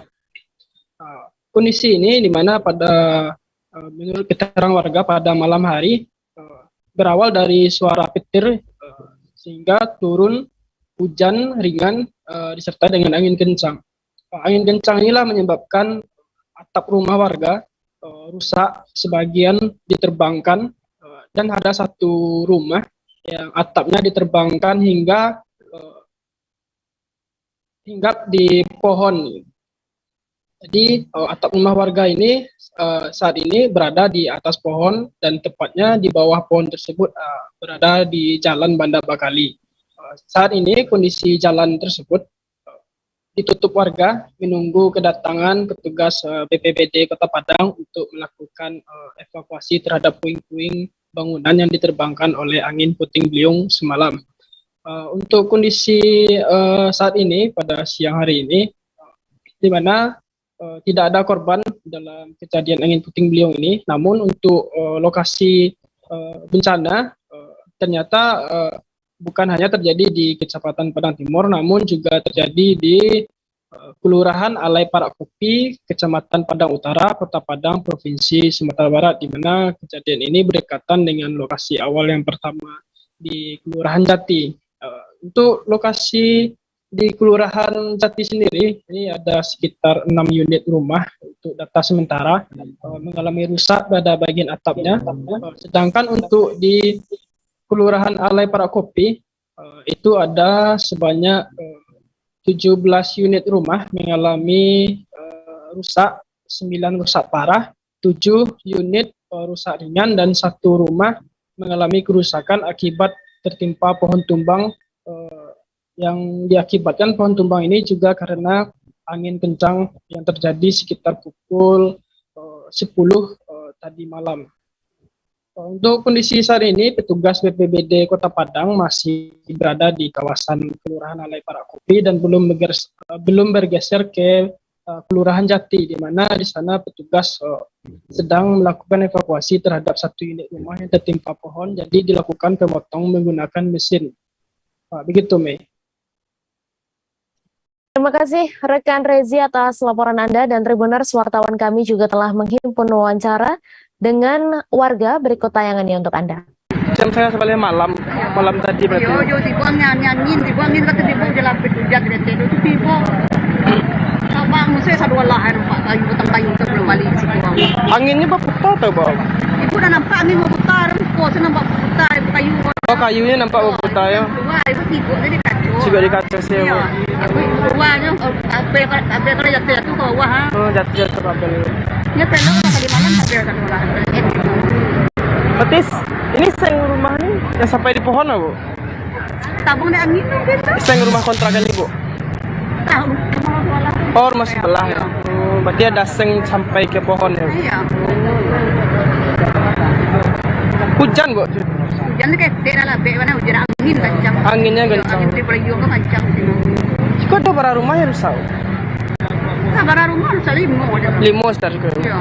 Ya nampak sebaru ya, Bu? Iya. Kalau rumah Ibu apa sih yang rusak?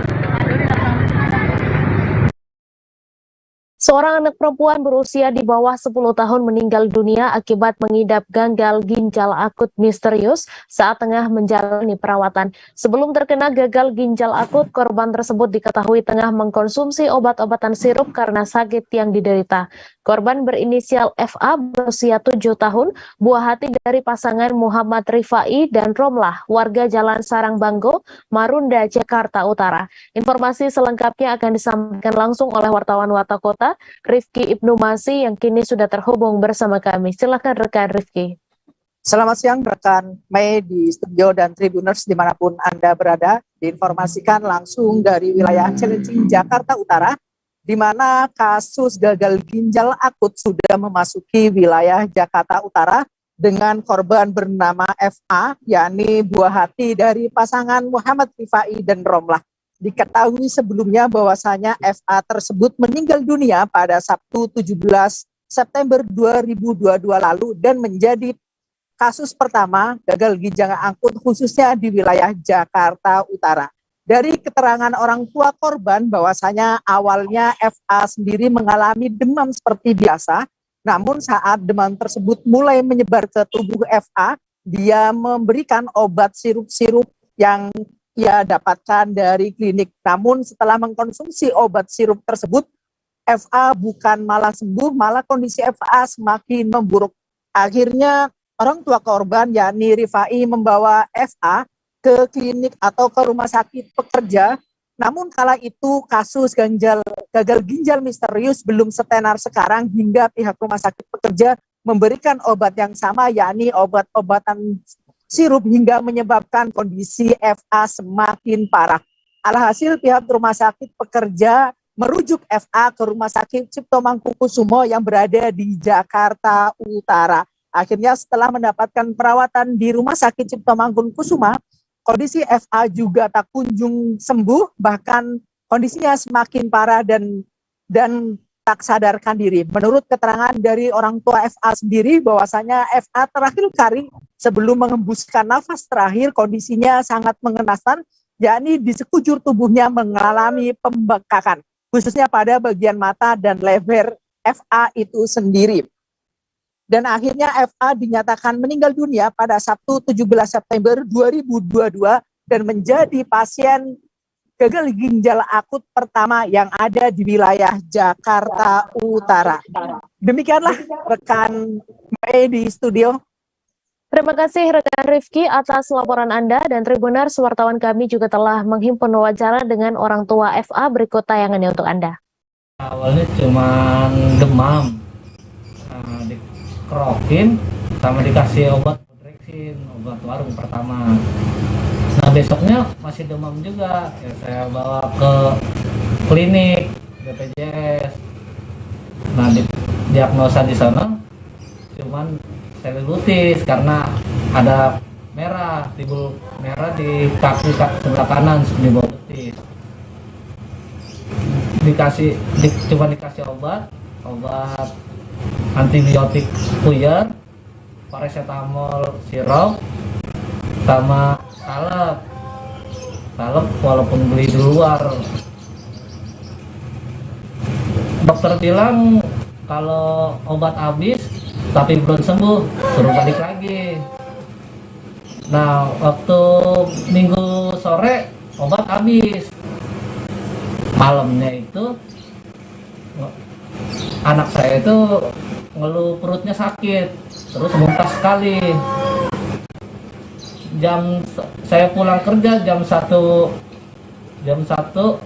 hampir jam 1 saya bawa ke IGD RSUD Cilincing. Nah diperiksa perutnya juga nggak kenapa-napa katanya, cuma dikasih obat. Seekor buaya ditemukan warga sedang berada di tepi Kali Payeti, tepatnya di wilayah Asam 2, Kelurahan Kamala Putih, Kota Waingapu, Sumba Timur, pada Senin 24 Oktober. Buaya berukuran panjang lebih dari 2 meter itu ditemukan oleh seorang warga sekitar pukul 9 waktu Indonesia Tengah. Saat ditemukan, buaya itu tampak sedang berjemur di bahu sungai dengan bagian tubuh hingga ekor jelas terlihat, sementara bagian kepala terhalang rerumputan dan dedaunan. Informasi selengkapnya akan akan disampaikan langsung oleh wartawan Pos Kupang, Rian Nong, yang kini sudah terhubung bersama kami. Silahkan rekan Rian. Baik, Mei dan Tribuners, dapat saya laporkan dari Waingapu, Kabupaten Sumba Timur. Warga kembali menemukan seekor buaya yang sedang berjemur di bahu Kali Payeti, tepatnya di wilayah Kamala Putih, atau lebih tepatnya di wilayah Asam 2. Wilayah tersebut berjarak hanya 300 meter daripada jembatan, daripada muara, dan berdasarkan keterangan daripada warga yang menemukan buaya tersebut, yakni Bapak Domulai Dorama, buaya tersebut ditemukan pada hari Senin pagi saat dirinya akan mengambil air atau menuju kali tempat mereka biasa mengambil air dan mandi.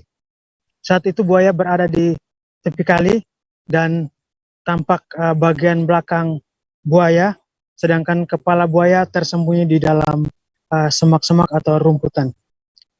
Pada saat itu warga tersebut atau Domulai Dorama langsung melaporkan kepada pihak kelurahan, dan pihak kelurahan langsung menghubungi Balai Taman Nasional.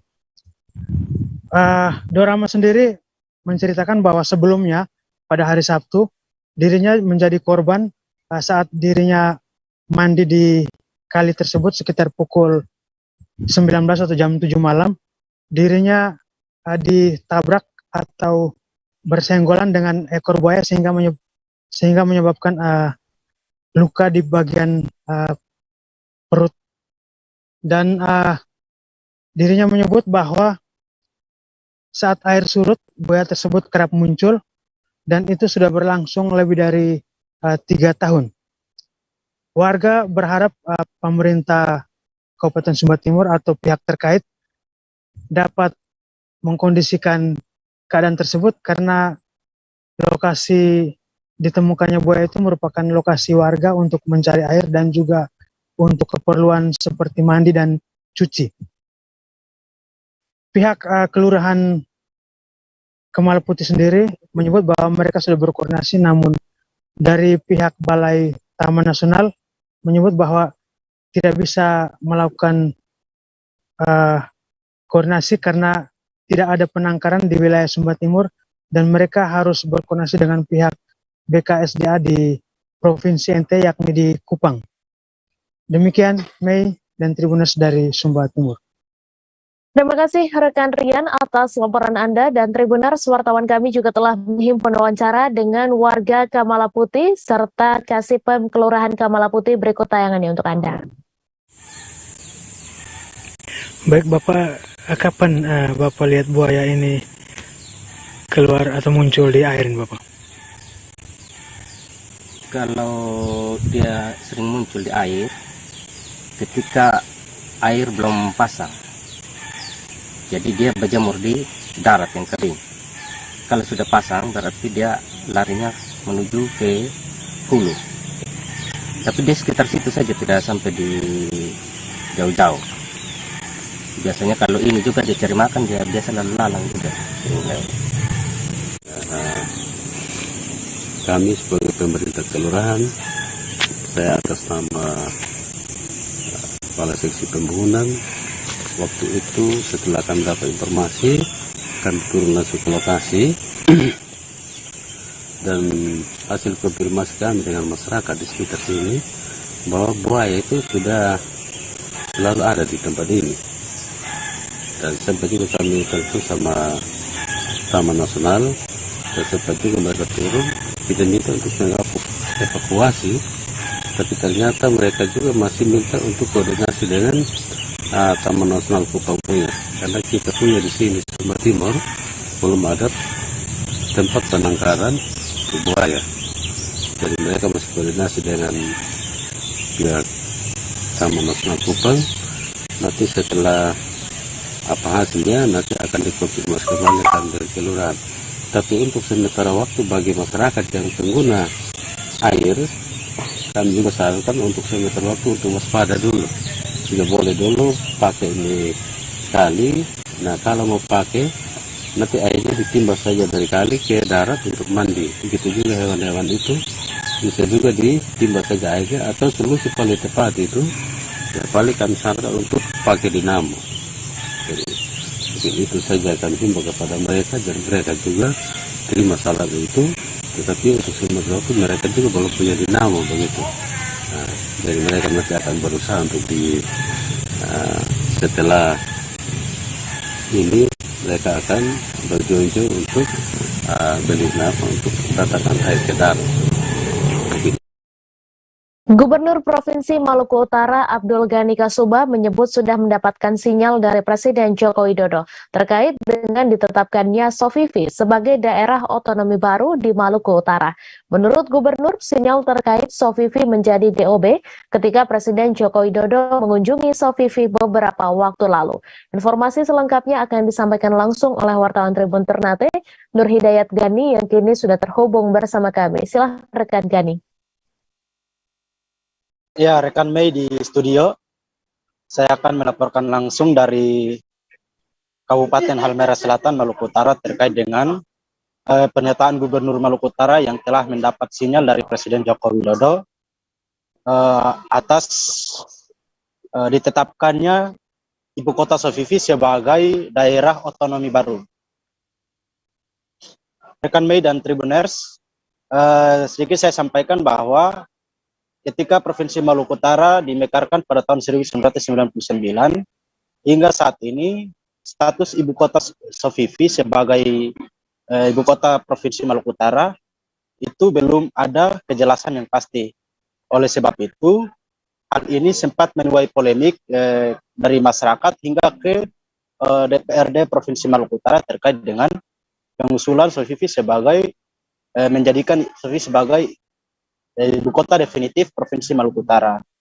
Nah, Gubernur Maluku Utara sendiri satu hari sebelum Presiden Joko Widodo berkunjung ke Maluku Utara, salah satunya ke Kota Sofifi, sempat menyampaikan bahwa akan berbicara langsung dengan Presiden Joko Widodo terkait dengan masalah-masalah yang ada di Maluku Utara, termasuk masalah Sofifi. Nah, Gubernur menegaskan akan menyampaikan terkait dengan status Ibu Kota Sofifi kepada Menteri Presiden Joko Widodo. Nah, kemarin juga saat acara wisuda sebuah kampus swasta di Halmahera Selatan, Gubernur yang juga sebagai ketua yayasan kampus tersebut hadir dalam acara itu. Ketika diwawancara dan ditanyakan terkait dengan status atau upaya perjuangan menjadikan Sofifi sebagai daerah otonomi baru, ia menyebutkan bahwa sekarang ini Presiden Joko Widodo telah memberikan sinyal terhadap itu. Nah, sinyal tersebut ketika Presiden mengunjungi Maluku Utara beberapa waktu lalu. Nah, ia menegaskan bahwa proses perjuangan Sofifi sebagai daerah otonomi baru tetap akan dilakukan. Hanya saja untuk waktu yang akan ditetapkan pemerintah pusat terkait dengan Sofifi sebagai Ibu Kota definitif Provinsi Maluku Utara itu belum dipastikan secara langsung. Namun Gubernur berjanji akan terus berupaya untuk memperjuangkan daerah otonomi baru itu. Dia juga meminta dukungan dari setiap masyarakat agar bagaimana proses perjuangan ini hingga bisa disetujui oleh pemerintah pusat melalui Presiden maupun Menteri Dalam Negeri, sehingga Sofifi yang sebagai Ibu Kota Provinsi Maluku Utara bisa ditetapkan menjadi daerah otonomi baru. Demikian rekan Mei di studio, saya kembalikan. Terima kasih rekan Gani atas laporan Anda. Selamat bertugas kembali. Kita beralih ke informasi selanjutnya, Tribuners. Dinas Kesehatan Nunukan menemukan 2 jenis obat sirup yang ditarik BPOM masih berada di etalase apotek, toko obat, dan swalayan. BPOM telah menarik 5 jenis obat sirup lantaran mengandung etilen glikol. Apoteker ahli muda Dinas Kesehatan Kabupaten Nunukan Suparman mengatakan 2 hari belakangan ini pihaknya didampingi kepolisian melakukan pemeriksaan 5 jenis obat sirup yang telah ditarik BPOM. BPOM telah menarik 5 jenis obat sirup lantaran mengandung etilen glikol, diantaranya Thermorex, Flurin DMT sirup, Unibaby cough sirup, Unibaby demam sirup, dan Unibaby demam drops. Pemeriksaan dilakukan di sejumlah swalayan, toko obat, dan apotek yang ada di Pulau Nunukan. Suparman menyebut 2 jenis obat sirup yang masih banyak disimpan di etalase toko obat, swalayan, dan apotek Pulau Nunukan, yakni Unibebikov, sirup, dan Thermorex. Sampai hari ini, Dinkes Nunukan telah melakukan pemeriksaan sediaan obat sirup di 13 apotek, 1 toko obat, dan 7 swalayan. Pemeriksaan tersebut akan dilanjutkan esok di Pulau Sebatik. Ia membeberkan temuan lain Dinas Kesehatan Nunukan, yaitu sebuah swalayan yang menjual obat bebas dan bebas terbatas padahal tidak berizin.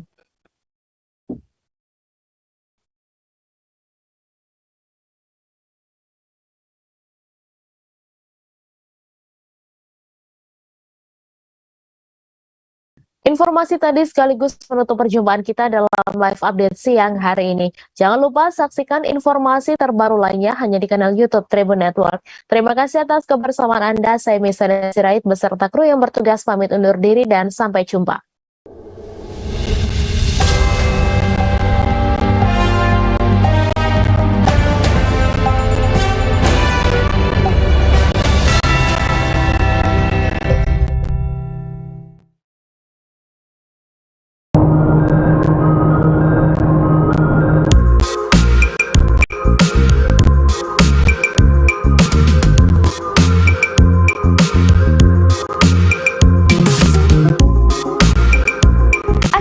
Kami tiba di Pulau Pasir, Timbul, Raja Ampat, Papua Barat. Hamparan pasir tersebut memang benar berada agak ke tengah lautan. Kami semua turun dan berlarian. Bahkan seorang wanita tampak asyik berjoget dan sang suami merekam aksinya menggunakan ponsel. Semua wisatawan sibuk mengabadikan momen menggunakan ponsel, kamera, dan drone. Kami tiba sekira pukul 15 waktu Indonesia Timur, waktu di mana air surut dan pasir putih ini benar-benar seperti muncul. Menurut pemandu wisata kami, Randy, Pulau Pasir Timbul muncul 3 kali dalam 1 hari, yaitu pukul 6 waktu Indonesia Timur, 11 waktu Indonesia Timur, dan 15 waktu Indonesia Timur, masing-masing sekitar 30 menit. Tepatnya saat air laut surut. Yang lebih menarik lagi, di ujung Pulau Pasir Timbul ini terdapat pulau kecil menyerupai roti hingga disebut Pulau Roti. Sebelum ke Pulau Pasir Timbul, kami sempat ke lokasi wisata lain di Raja Ampat yang juga tak kalah indah, yakni Pieng Nemo, Telaga Bintang, Arbore, dan Sawandareng. Kami memulai perjalanan dari kota Sorong menggunakan speedboat sejak pukul 8 waktu Indonesia Timur. Pulau Pasir Timbul menjadi destinasi terakhir kami dalam trip seharian di Pulau Raja Ampat.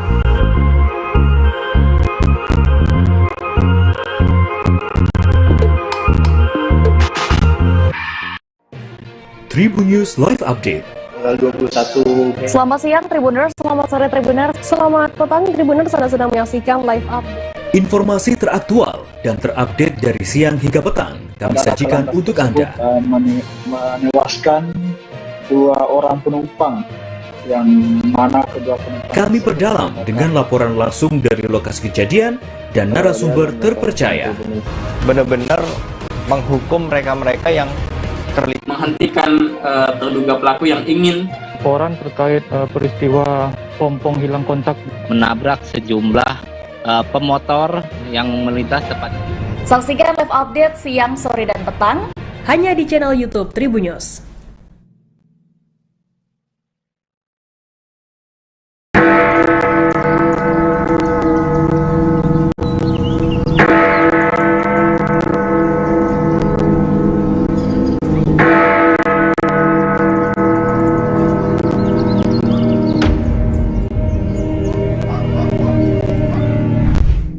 Berkunjung ke Jam Gadang di Kota Bukit Tinggi, Provinsi Sumatera Barat menjadi impian banyak orang.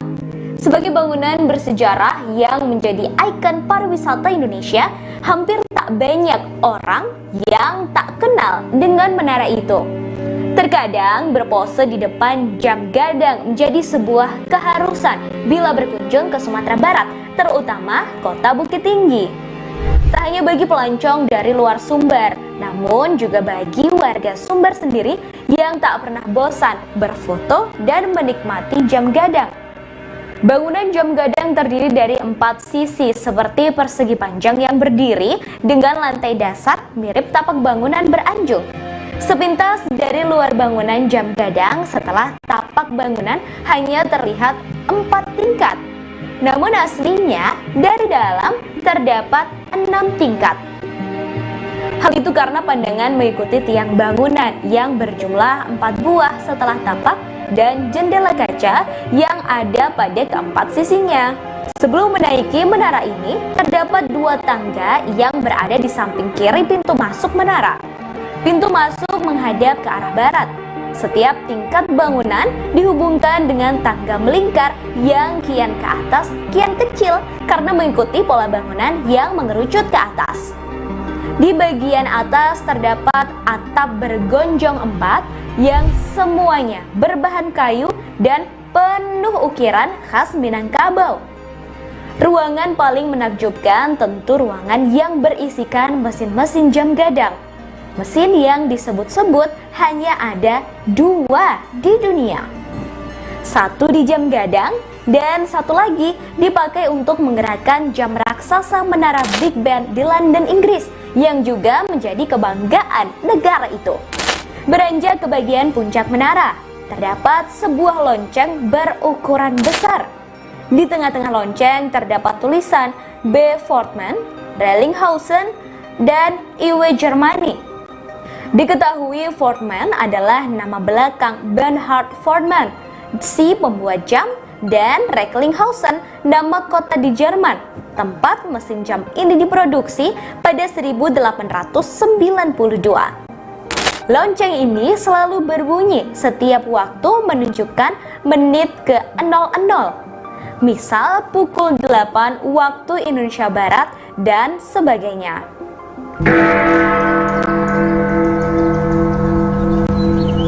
Tak hanya lonceng, di bagian puncak juga terdapat sebuah serambi melingkar yang bisa melihat kota Bukit Tinggi dari berbagai sisi. Dari puncak ini tentu bisa melihat bagaimana keramaian pengunjung di pelataran jam gadang serta padatnya rumah penduduk di kota Bukit Tinggi. Dari sini juga bisa melihat dengan jelas Gunung Marapi dan Singgalang yang mengapit kota Bukit Tinggi. Yang menjadi generator kota ini adalah jam gadang. Oke, jam gadang. Wali Kota Bukit Tinggi Erman Safar mengatakan bangunan jam gadang ini didirikan pada 1926 dan selesai pada 1927 pada masa kolonial Belanda. Pembangunannya diprakarsai oleh Hendrik Roelof Roekmaker yang ketika itu menjabat sebagai sekretaris di Fort de Kock atau yang kini Bukit Tinggi. Sementara bangunan didesain oleh seorang arsitek asal Koto Gadang Agam bernama Yasid Raijo Mangkuto.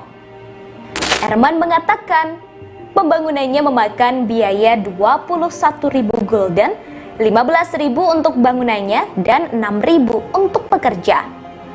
Orang nomor 1 di Bukit Tinggi itu menyebut menara jam gadang ini dibangun tanpa menggunakan besi sebagai penyangga. Sama halnya dengan menara masjid tua di Minangkabau, bangunannya dibangun hanya menggunakan bata merah dengan kapur putih bercampur pasir sebagai perekat. Diketahui mesin jam gadangnya didatangkan dari Jerman oleh Ratu Belanda Wilhelmina sebagai hadiah karena berhasil merebut Fort de Kock ketika itu.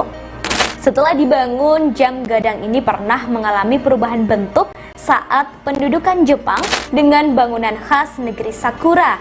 Pasca kemerdekaan, bangunannya juga mengalami perubahan ke bentuk yang sekarang ini. Hingga berdiri kokoh saat ini, bangunan jam gadang sudah melewati berbagai perbaikan dan renovasi. Berdasarkan catatan yang ada pada gempa darat 2007, bangunan jam gadang pernah mengalami kerusakan cukup parah. Bandul di dalam mesin raksasa patah yang membuat jam terhenti. Dampak gempa juga membuat bangunan miring 2 derajat dan retak kecil di beberapa bagian. Otoritas setempat melakukan perbaikan serius untuk menanganinya hingga pulih.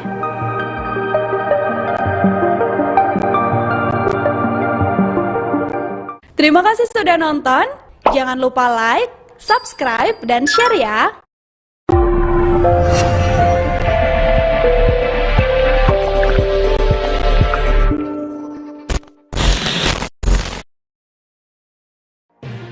Tribun News Live Update. Tanggal 21. Selamat siang Tribuners, selamat sore Tribuners, selamat petang Tribuners, Anda sedang menyaksikan live update. Informasi teraktual dan terupdate dari siang hingga petang kami sajikan untuk Anda.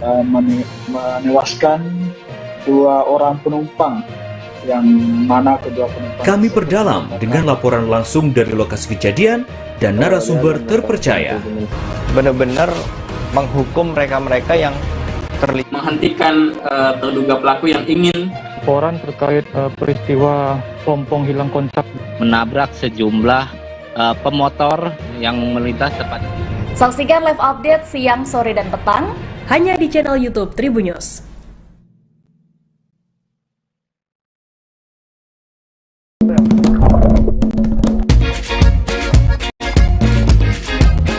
Selamat datang di Akuarium Raja Ampat, Pulau Sawandarek.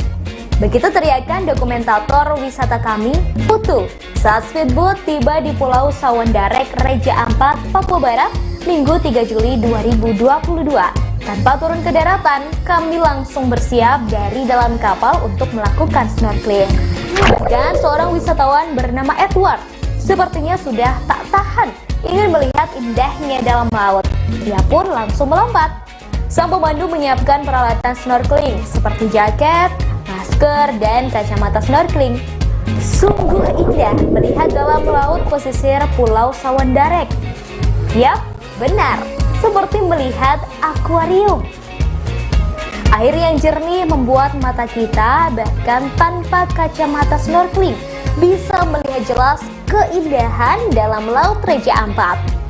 Warna-warni ikan dengan beragam jenis, batu karang bermacam bentuk dan unik, dan berbagai biota laut lain yang sangat memanjakan mata.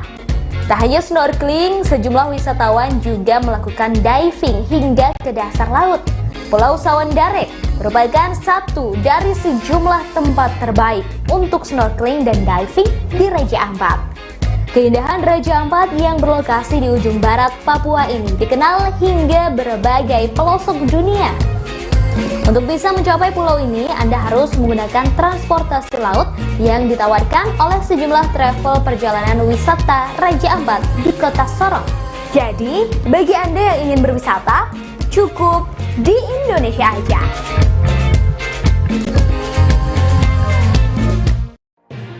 Tribun News Live Update. Tanggal 21. Selamat siang Tribuners, selamat sore Tribuners, selamat petang Tribuners, Anda sedang menyaksikan live update. Informasi teraktual dan terupdate dari siang hingga petang kami sajikan untuk Anda. Menewaskan 2 orang penumpang, yang mana kedua penumpang Kami perdalam dengan laporan langsung dari lokasi kejadian dan narasumber terpercaya. Benar-benar menghukum mereka-mereka yang terlibat menghentikan terduga pelaku yang ingin Laporan terkait peristiwa pompong hilang kontak menabrak sejumlah pemotor yang melintas tepat.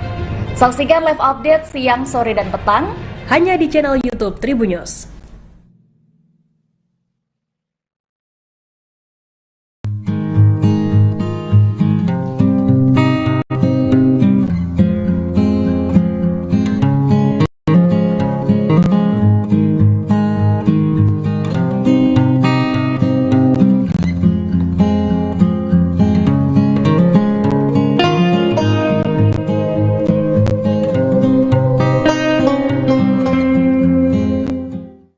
Padang memiliki destinasi wisata yang menarik untuk dijelajahi, dari wisata alam, budaya, hingga kuliner. Mengunjungi Kota Padang belum lengkap rasanya kalau belum datang ke Jembatan Siti Nurbaya.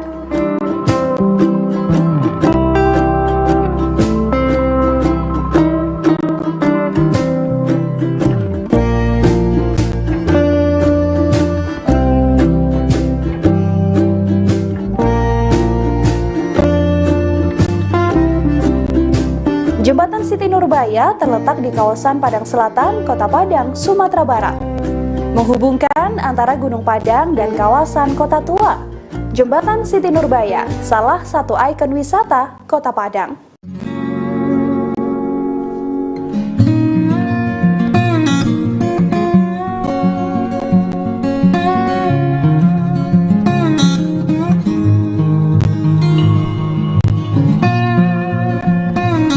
Nama jembatan ini diambil dari satu legenda Minang, yakni Siti Nurbaya.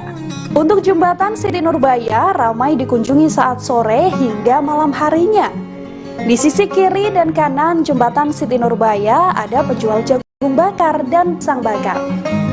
Dari jembatan Siti Nurbaya, pengunjung dapat melihat pemandangan ke arah Muaro Padang dan kapal-kapal nelayan yang berada di Batang Arau.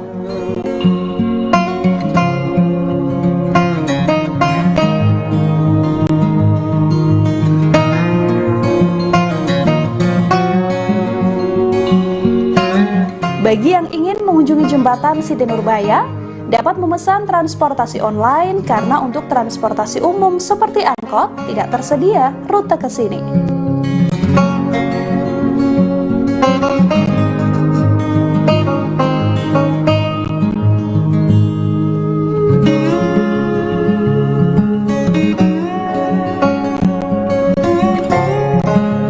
Untuk jarak jembatan Siti Nurbaya dari Pantai Padang tidaklah jauh, hanya berkisar kurang lebih 1 km.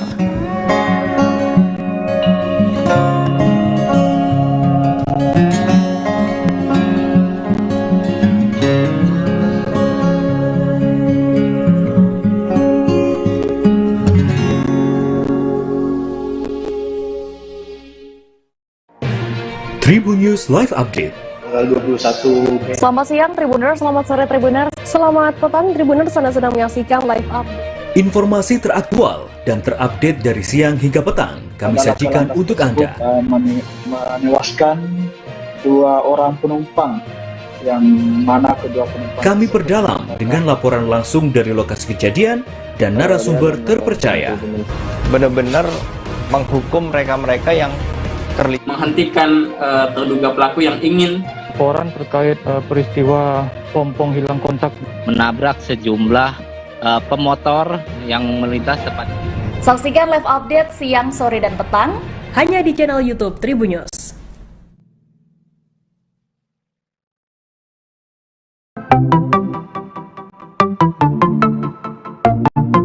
Halo Tribuners, waktu sudah menunjukkan pukul 8 waktu Indonesia Timur. Langit tampak mendung dan tak lama kemudian hujan pun turun. Satu persatu dari kami menaiki speedboat dari Pelabuhan Usaha Mina, Sorong, Papua Barat. Yap, pagi itu Minggu 3 Juli 2022, kami akan berkeliling seharian di Raja Ampat, pulau yang berada di ujung barat Papua. Perjalanan kali ini akan dipandu oleh pemandu wisata kami bernama Randy. Keseluruhan bersama awak kapal berjumlah 14 orang. Mereka berasal dari berbagai daerah seperti Jakarta, Solo, Jawa Barat, Sumatera Utara, juga mereka dari Papua. Sebelum perjalanan, pemandu rombongan mengingatkan untuk tidak membuang sampah sembarangan.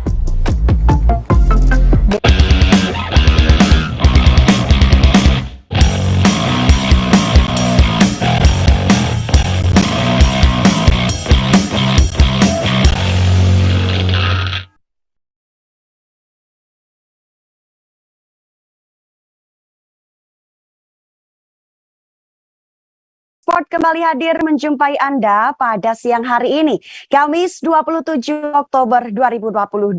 Dalam beberapa waktu ke depan ada sejumlah berita olahraga terkini yang akan kami sampaikan untuk Anda. Bersama saya, Yasi Winata, kita jelang live update sport selengkapnya.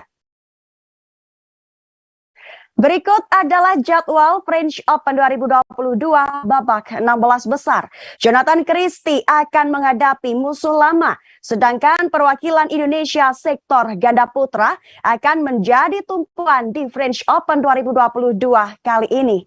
Ada 9 wakil Indonesia yang akan kembali berlaga sesuai jadwal 16 besar French Open 2022 yang akan digelar Kamis 27 Oktober 2022. Tunggal putra Indonesia Jonathan Christie akan menghadapi salah satu musuh lamanya yaitu Eng Kalong Angus dari Hong Kong. Kedua pemain telah bertemu sebanyak 7 kali di berbagai ajang. Menilik rekor pertemuan, Jojo harus berjuang keras. Pasalnya, ia kalah 5 kali dalam 7 pertemuan melawan Eng Kalong. Perwakilan Indonesia di sektor lainnya, kali ini ganda putra akan menjadi tumpuan di French Open 2022. Sektor ganda putra, Fajar Alfian Muhammad Rian Ardianto akan berhadapan dengan Ben Lane Sean Fendi Inggris. Sedangkan Leo Rolly Karnando Daniel Martin berhadapan dengan Ong Yusin Taiyeyi Malaysia. Bagas Maulana Muhammad Soibul Fikri akan tampil melawan Go Seife Nur Izzuddin yang juga pasangan Malaysia. Dan berikut adalah jadwal 16 besar French Open 2022 dari sektor tunggal putra. Pukul 20 waktu Indonesia Barat ada Cesar Hiren Rustavito versus Kodai Naraoka. Pukul 21 waktu Indonesia Barat, Jonathan Christie versus Eng Kalong Angus. Dari sektor ganda putra, pukul 19.20 waktu Indonesia Barat, Leo Rolly Karnando Daniel Martin versus Ong Yesin Teueyi. Pukul 20 waktu Indonesia Barat, Fajar Alfian Rian Ardianto versus Ben Lane Sean Fendi. Pukul 22.20 waktu Indonesia Barat, Bagas Maulana Muhammad Soibul Fikri versus Go Seife Nur Izzuddin. Dari sektor ganda putri, pukul 19.20 waktu Indonesia Barat, ada Febriana Dwi Puji Kusuma, Amalia Cahaya Pratiwi versus Perlitan Tinah Mura Litaran.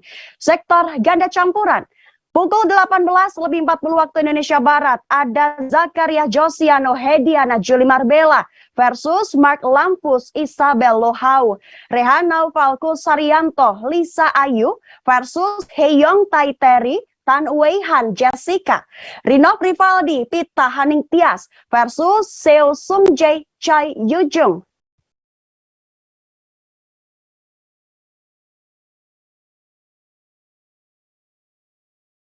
Bagas Maulana Muhammad Soibul Fikri berhasil menumbangkan wakil Malaysia Tan Kiang Meng Tan Wei Kiong di babak pertama French Open 2022. Tampil di Stade de Coubertin Rabu 26 Oktober 2022, Bagas Fikri berhasil taklukkan lawannya tersebut secara straight game. Bertanding di babak pertama French Open 2022, hanya butuh 40 menit saja Bagas Fikri menang dengan skor 21-19 dan 21-12. Dengan hasil kemenangan tersebut, Bagas Fikri berhak melaju ke babak 16 besar French Open 2022. Menuju jalannya pertandingan secara singkat, Bagas Fikri mengawali pertandingan dengan kurang begitu baik. Bagas Fikri harus tertinggal lebih dulu dari Tantan, tetapi respon Bagas Fikri cukup baik hingga bisa membalikkan keadaan. Upaya Bagas Fikri membuahkan hasil apik setelah memberondong 5 poin beruntun hingga jeda interval bisa unggul 11-9. Lanjut setelah interval game pertama, Bagas Fikri tidak mengendurkan serangan dan tempo permainan. Bagas Fikri tetap bermain cepat dan unggul dari pasangan Malaysia hingga mereka sukses menutup game pertama dengan kemenangan skor 21-19. Lanjut game kedua, Bagas Fikri tampil agresif tanpa ampun memberikan serangan-serangan yang mematikan. Di jeda interval game kedua, Bagas Fikri unggul 11-6 dan selepas jeda interval, Bagas Fikri tidak memberikan celah untuk pasangan Malaysia sedikit pun. Bagas Fikri berhasil meraih 5 poin beruntun hingga akhirnya bisa unggul 16-6. Sampai pada akhirnya Bagas Fikri memenangkan game kedua dengan skor 21-12.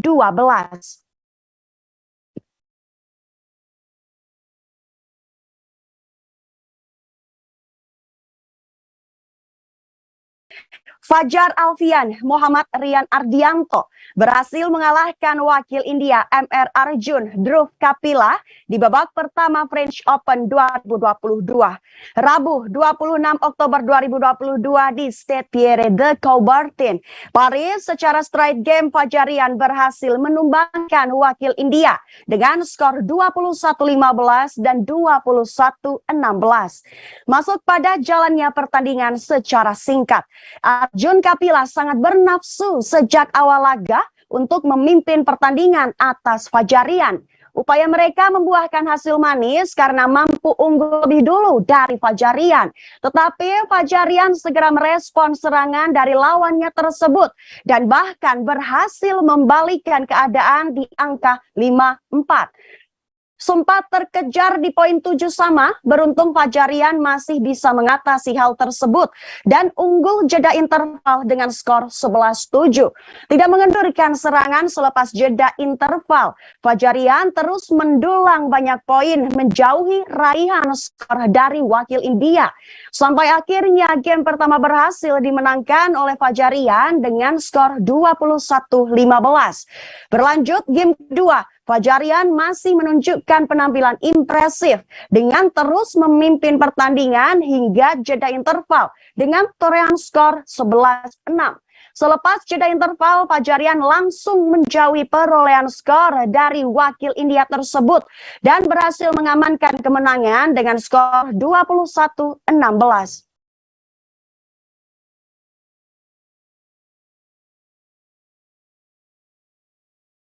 Bulu tangkis tunggal putra Indonesia Cesar Hirendrus Tavito berhasil mengalahkan wakil dari Malaysia Lee Zijia di babak pertama French Open 2022. Cesar Hirendrus Tavito sering dipanggil dengan nama Vito, sukses mengamankan tiket ke babak 16 besar French Open 2022 pada Rabu 26 Oktober 2022. Dalam duel yang berlangsung di Stade Pierre de Coubertin selama 44 menit, Vito menang secara straight game dengan skor 21-19 dan 21-18. Cesar Hirendrus Tavito pun membeberkan bahwa fokus adalah kunci kemenangannya di laga French Open 2022. Vito menjelaskan bahwa kunci kemenangan saat poin sangat ketat, diperlukan fokus serta disiplin di atas lapangan. Vito hanya bermain nothing to lose dengan berusaha tidak memikirkan hasil, hanya fokus poin demi poin. Menurutnya, dari game pertama hingga kedua, laga berlangsung dengan sangat ketat. Lee Zijia juga bermain sangat bagus. Sebisa mungkin Vito melakukan defense dengan baik mengingat Lee Zijia memiliki serangan yang mematikan. Dengan hasil tersebut, rekor pertemuan kedua pebulu tangkis kembali dipegang oleh Vito setelah tadinya imbang 4-sama. Pada partai selanjutnya di babak kedua French Open 2022, Vito sudah ditunggu wakil dari Jepang Kodai Naraoka. Ia pun mengatakan bahwa persiapannya sudah cukup bagus dan Vito akan berusaha bermain lebih baik ke depannya daripada hari ini.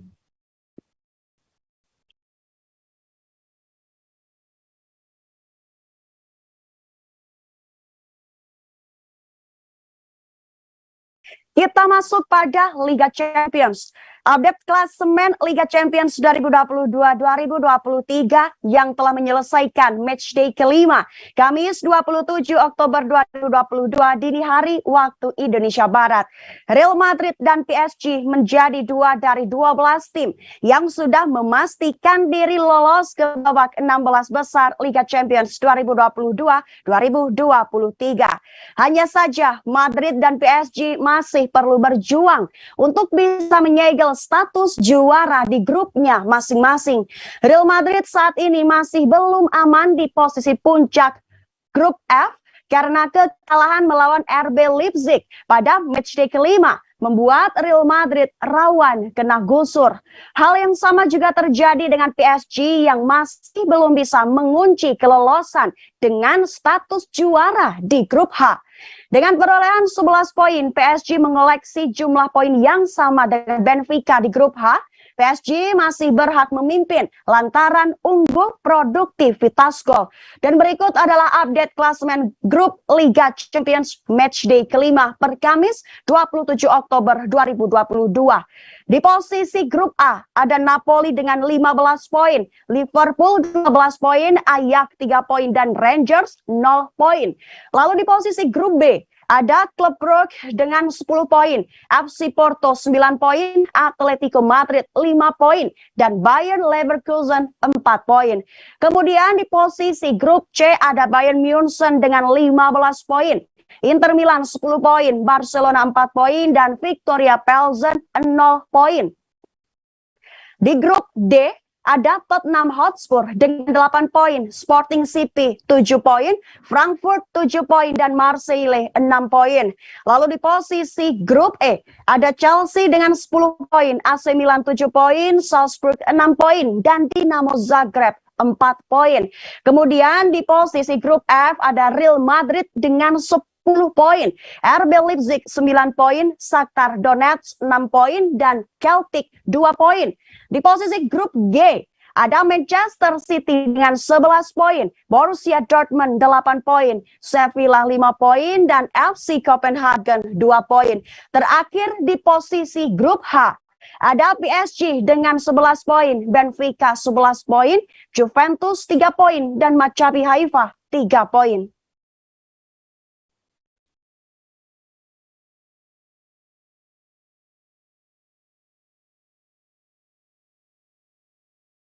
Berakhirnya matchday kelima pada Kamis 27 Oktober 2022 turut mempengaruhi persaingan di bursa top skor Liga Champions 2022-2023.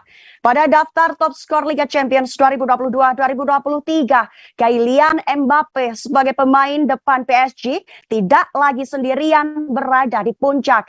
Kini Kylian Mbappe memiliki pesaing dari penyerang Liverpool Mohamed Salah yang kini sama-sama mengantongi 6 gol dari timnya masing-masing.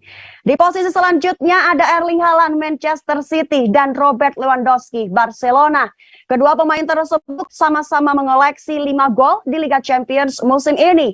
Dan di peringkat 5 besar ditutup oleh Lionel Messi yang mencetak 4 gol untuk PSG. Dan berikut adalah daftar bursa top skor Liga Champions musim 2022-2023. Posisi pertama ada Kylian Mbappe PSG dengan 6 gol. Mohamed Salah Liverpool di posisi kedua dengan 6 gol. Di posisi ketiga ada Erling Haaland Manchester City 5 gol.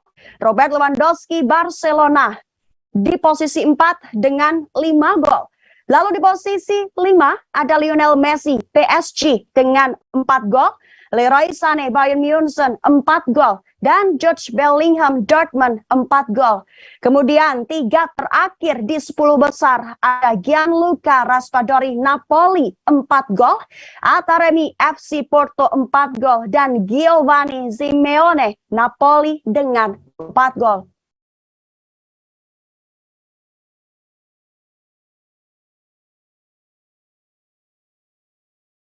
Ada fakta unik yang menghiasi hasil Liga Champions Matchday kelima yang telah digelar pada Selasa 25 Oktober 2022 sampai dengan Kamis 27 Oktober 2022 dini hari. Beberapa fakta unik tersebut meliputi rekor mewah yang diukir oleh beberapa pemain maupun pelatih dalam sejarah Liga Champions. Lionel Messi PSG, Mohamed Salah Liverpool, dan Julian Nagelsmann Bayern Munchen menjadi 3 sosok yang mengukir rekor anyar di Liga Champions pekan ini. Messi mengukir rekor mewah berupa pemain tertua yang mencetak 2 gol dan 2 assist dalam satu laga. Tepat pada usia 35 tahun lebih 123 hari. Messi mengukir rekor mewah itu saat membantu PSG membungkam perlawanan Maccabi Haifa Rabu 26 Oktober 2022 kemarin. Messi berkontribusi dalam 4 dari 7 gol yang dilesakkan PSG ke gawang Maccabi Haifa pada matchday kelima Liga Champions. Kini Messi telah mencetak 11 gol dan 12 assist dari 16 penampilan bersama PSG pada musim ini. Rekor mewah juga diukir Mohamed Salah setelah berkontribusi membantu Liverpool mengalahkan Ajax pada Kamis 27 Oktober dini hari. Mo Salah sukses mencetak 1 gol dan 1 assist dalam laga yang berakhir dengan kedudukan 3 gol tanpa balas untuk kemenangan Liverpool. Mo Salah kini telah mengumpulkan 39 gol dan 12 assist selama berpartisipasi di Liga Champions. Catatan istimewa yang diukir Mo Salah seakan membuktikan kualitas hebat yang dimilikinya di ajang Liga Champions. Rekor mewah terakhir yang terukir pada matchday kelima pekan ini ditorehkan oleh pelatih Bayern Munchen, Julian Nagelsmann. Nagelsmann mengukir rekor istimewa setelah membantu Bayern Munchen mempermalukan Barcelona dengan skor 3-0 di Stadion Camp Nou. Kemenangan telak itu membuat Bayern Munchen mengalahkan Barcelona dalam 6 pertemuan terakhir di Liga Champions. Uniknya, 4 dari 6 pertemuan terakhir tersebut didapatkan saat Bayern Munchen dilatih Nagelsmann. Artinya Nagelsmann telah memenangkan 4 pertemuan langsung saat mendampingi Bayern Munchen berjumpa Barcelona. Kini Nagelsmann menjadi pelatih pertama dalam sejarah Liga Champions yang memenangkan 4 pertandingan melawan Barcelona, mengungguli Jose Mourinho dengan 3 kemenangannya.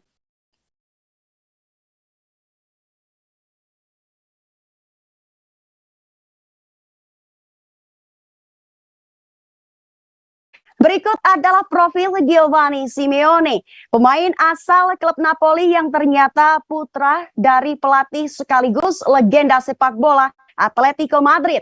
Giovanni Simeone adalah putra dari legenda sekaligus pelatih di Atletico Madrid saat ini, Diego Simeone. Memiliki nama lengkap Giovanni Pablo Simeone Baldini, lahir 5 Juli 1995 di Buenos Aires, Argentina. Saat ini Giovanni Simeone berusia 27 tahun dan berposisi sebagai penyerang di klub Napoli mulai Agustus 2022 lalu dan memiliki tinggi badan 180 cm. Giovanni Simeone sukses mencetak 2 gol di laga Napoli versus Rangers dalam lanjutan Liga Champions yang berlangsung pada Kamis 27 Oktober 2022 dini hari tadi. Gol pertama Giovanni Simeone tercipta pada menit ke-11 dengan memanfaatkan umpan dari Di Lorenzo. 5 menit berselang, Giovanni Simeone sukses mencetak gol kedua melalui umpan dari Mario Rui. Berkat 2 gol yang dilesakkan oleh Giovanni Simeone ke gawang Rangers, Napoli sukses meraih kemenangan skor 3-1. Berikut adalah karir klub Giovanni Simeone. 2015-2016 River Plate, 2015-2016 Banfield, 2016-2017 Genoa, 2017-2019 Fiorentina, 2019-2020 Cagliari, dan 2020 Fiorentina. Lalu musim 2020-2021 Cagliari, 2021-2022 Hellas Verona, Cagliari, Hellas Verona, dan sekarang 2022 Napoli. Dan ada juga karir timnas dari Giovanni Simeone, 2015 Argentina U20, 2016 Argentina U23, dan 2018 timnas Argentina.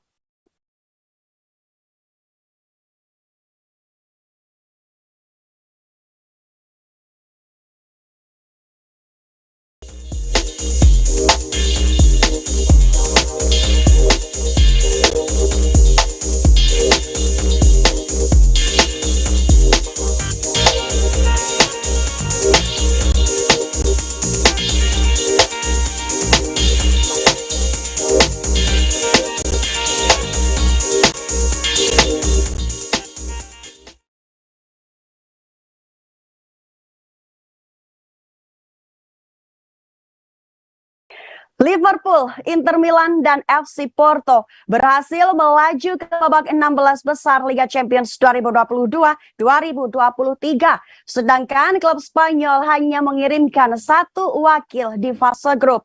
Matchday kelima babak penyisihan grup Liga Champions 2022-2023 akhirnya selesai digelar pada Kamis 27 Oktober 2022 dini hari. Ketiga tim tersebut bisa dibilang lolos dengan relatif mudah setelah menang besar saat bertanding dengan lawannya masing-masing.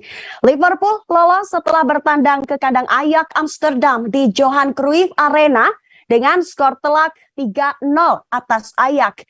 3 gol Liverpool dalam laga itu masing-masing dicetak oleh Mohamed Salah pada menit ke-42, Darwin Núñez menit ke-49, dan Harvey Elliott menit ke-52. Dengan kemenangan tersebut, Liverpool secara resmi dinyatakan lolos ke babak 16 besar Liga Champions 2022-2023 menemani Napoli. Tetapi Liverpool belum dipastikan lolos sebagai juara atau runner-up grup A karena masih harus bertanding melawan Napoli dalam matchday terakhir. Sementara Inter Milan juga berhasil lolos setelah berpesta di Stadion Giuseppe Meazza atas lawannya Victoria Pilsen dengan skor 4-0. Edin Dzeko mencetak brace dalam laga tersebut, sementara 2 gol masing-masing dicetak oleh Henrik Mkhitaryan dan Romelu Lukaku. Kemenangan Inter Milan tersebut sekaligus memastikan Barcelona gagal lolos ke babak 16 besar Liga Champions karena Barcelona harus menelan kekalahan memalukan 0-3 dari Bayern Munchen di Stadion Camp Nou. Kemudian ada FC Porto yang juga berhasil lolos ke babak 16 besar Liga Champions 2022-2023 setelah memberikan kekalahan perdana bagi klub Brugge. Walaupun bertindak sebagai tim tamu, FC Porto mampu melibas klub Brugge dengan skor telak 4-0. 4 gol FC Porto itu masing-masing tercipta melalui brace Mehdi Taremi dan 1 gol dari Evan Nilsson serta Stephen Ustaqui. Dengan hasil itu FC Porto mendampingi klub Brugge yang lebih dulu lolos ke babak 16 besar Liga Champions. Kemenangan FC Porto juga membuat Atletico Madrid gagal lolos ke babak 16 besar, hanya bermain imbang 2-2 melawan Bayer Leverkusen. Dengan tersingkirnya Barcelona dan Atletico Madrid dini hari tadi, Spanyol hanya akan memiliki 1 wakil di babak 16 besar, yaitu Real Madrid.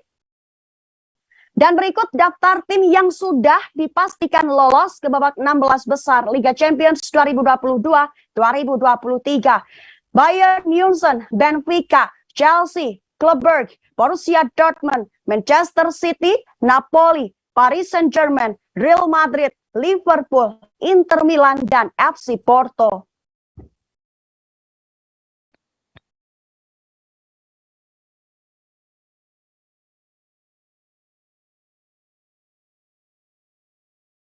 Mengubur impian tampil di babak 16 besar Liga Champions 2022-2023 karena kalah dari Inter Milan 0-4 membuat Barcelona harus gigit jari. Bayern Munchen dan Inter Milan lah yang berhak melaju ke babak 16 besar Liga Champions 2022-2023. Sedangkan Barcelona harus kembali terlempar menuju kasta kedua kompetisi Eropa, Europe League. Di musim lalu Barcelona juga mengalami nasib yang sama, yaitu hanya bertengger di peringkat ketiga babak penyisihan grup Liga Champions. Bak terkena kutukan, Barcelona seperti tidak selalu berjodoh dengan kompetisi Liga Champions.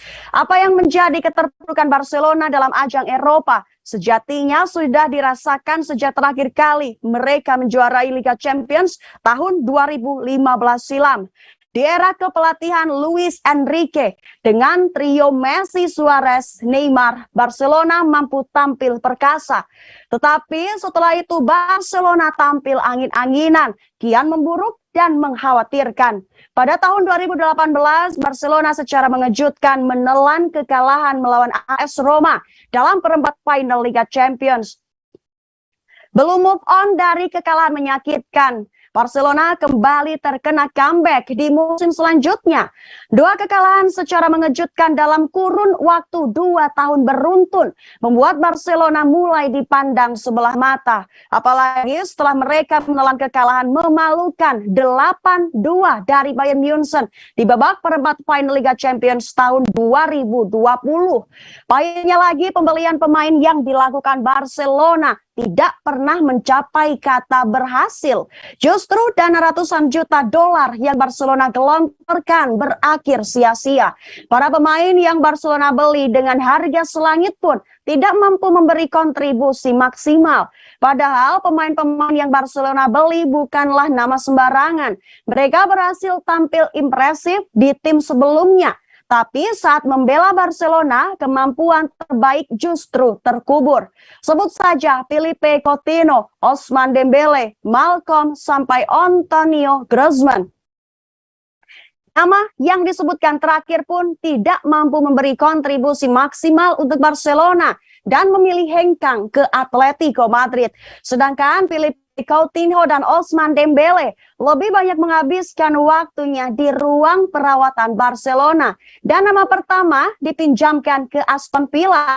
Sedangkan Dembele yang meminta gaji tinggi gagal dijual Barcelona di bursa transfer lalu. Akhirnya situasi klub yang kian memburuk memaksa Josep Bartomeu untuk mundur dari jabatannya sebagai presiden Barcelona. Dengan warisan buruk yang ditinggalkan Bartomeu, Barcelona dipaksa bertahan di keadaan yang tiap harinya semakin mengkhawatirkan. Joan Laporta yang kemudian terpilih sebagai presiden selanjutnya berusaha untuk membersihkan kekacauan yang ditinggalkan. Laporta dipilih karena ia berpengalaman menjadi presiden Barcelona dan sukses berjaya dari tahun ke tahun. Dan Laporta adalah orang yang menunjuk Pep Guardiola melatih Barcelona pada musim 2008-2009. Keadaan buruk Barcelona pun sedikit menemui titik terang sesaat Laporta kembali menjabat sebagai presiden di Barcelona musim ini. Namun alih-alih ingin bangkit dari keterpurukan, Barcelona harus menerima kenyataan ditinggal oleh mega bintang mereka, Lionel Messi. Mau tidak mau Messi harus angkat kaki dari Barcelona karena keadaan klub yang memburuk serta peraturan finansial La Liga. Tidak hanya itu, Barcelona juga harus memangkas gaji skuad mereka karena finansial klub yang melemah dan untuk memenuhi aturan finansial La Liga.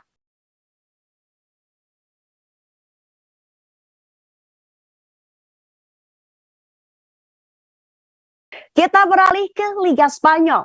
Berikut adalah jadwal Liga Spanyol pekan 12 2022-2023. Barcelona dan Real Madrid memiliki beban yang berbeda kali ini. Pasalnya Barcelona akan menjalani laga sulit di jadwal pekan ke-12 Liga Spanyol. Valencia versus Barcelona dan Real Madrid versus Girona akan menjadi fokus di Liga Spanyol 2022-2023 pekan ini. Pertandingan antara Barcelona versus Valencia akan digelar pada Minggu 30 Oktober 2022 pukul 2 dini hari waktu Indonesia Barat di Mestalla.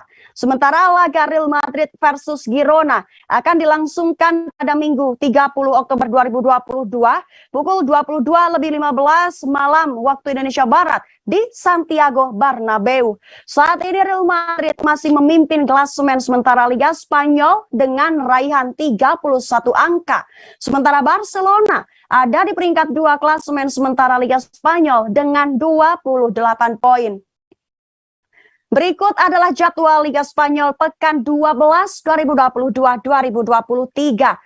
Sabtu 29 Oktober 2022 pukul 2 dini hari Mallorca versus Espanyol. Pukul 19 waktu Indonesia Barat Almeria versus Celta Vigo. Pukul 21:15 waktu Indonesia Barat Cadiz versus Atletico Madrid. Pukul 23:30 waktu Indonesia Barat Sevilla versus Rayo Vallecano.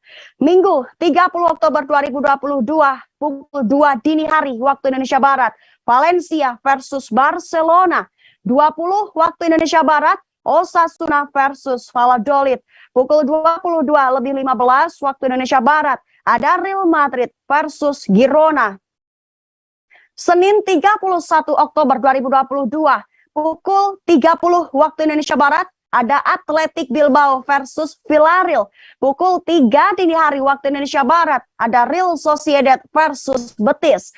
Selasa 1 November 2022, pukul 3 dini hari waktu Indonesia Barat, ada Elche versus Getafe.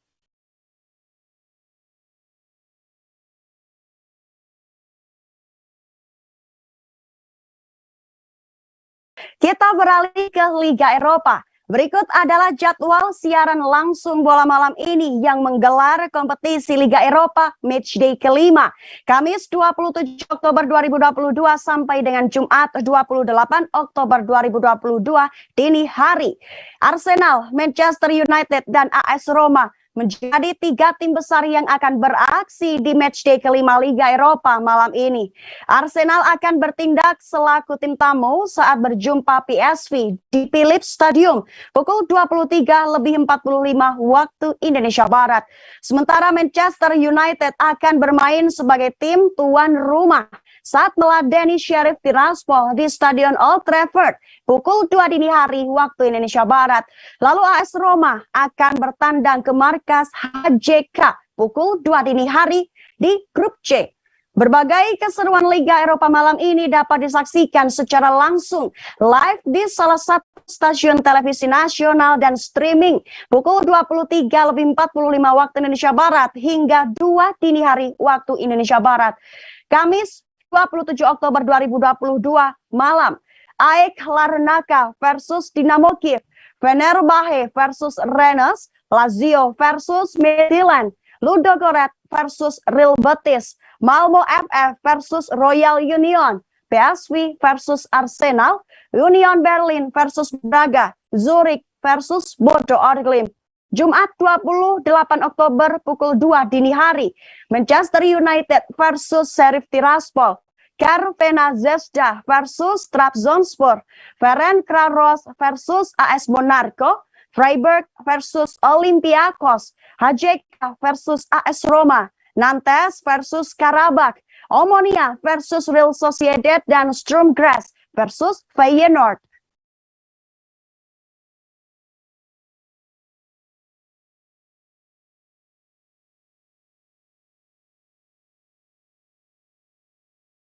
Kita beralih ke Piala Dunia 2022.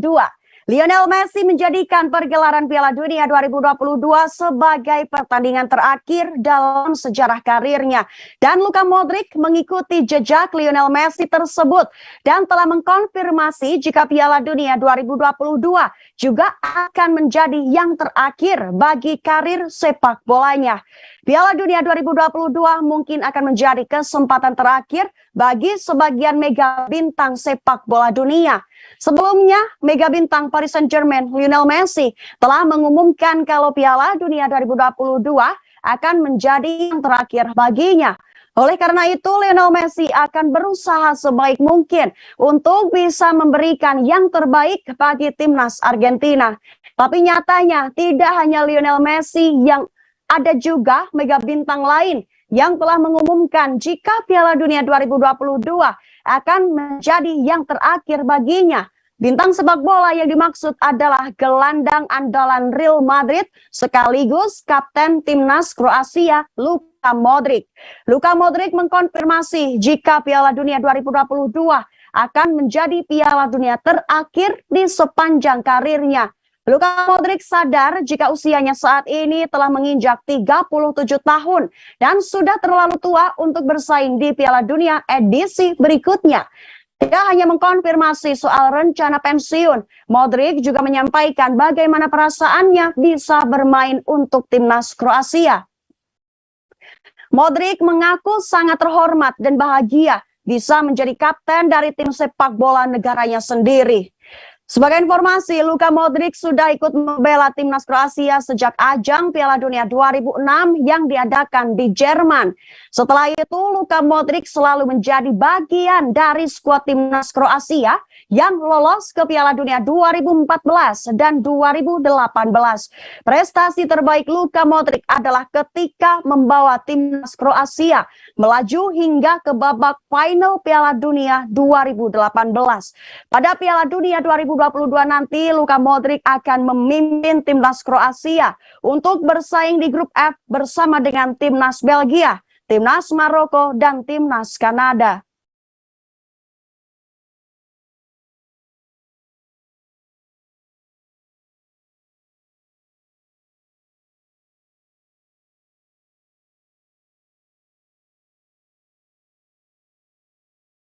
Ruben Loftus-Cheek wajib mencetak banyak gol jika ingin mendapatkan satu tempat di tim nasional Inggris untuk Piala Dunia 2022. Ruben Loftus-Cheek sudah tampil 15 kali di lintas kompetisi bersama Chelsea pada musim 2022-2023 dan mencetak 1 gol. Pelatih The Blues, Graham Potter pun terkesan dengan penampilan Ruben Loftus-Cheek yang menilai etos kerja Loftus-Cheek bisa membuatnya dilirik pelatih Inggris Gareth Southgate dan masuk pertimbangan untuk diangkut ke Piala Dunia 2022. Loftus-Cheek mengantongi 10 penampilan bersama timnas Inggris, tetapi penampilan terakhirnya terjadi pada 15 November 2018 silam. Kala itu ia bermain 20 menit saat Inggris menang 3-0 atas Amerika Serikat pada laga uji coba.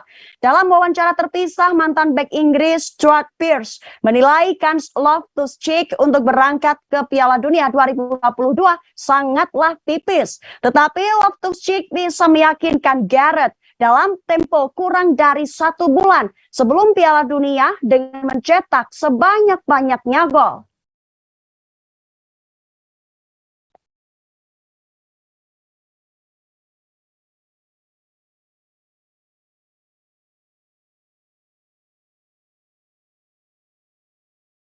Indonesia Basketball League akan menggelar turnamen pramusim dengan bertajuk IBL Indonesia Cup 2022.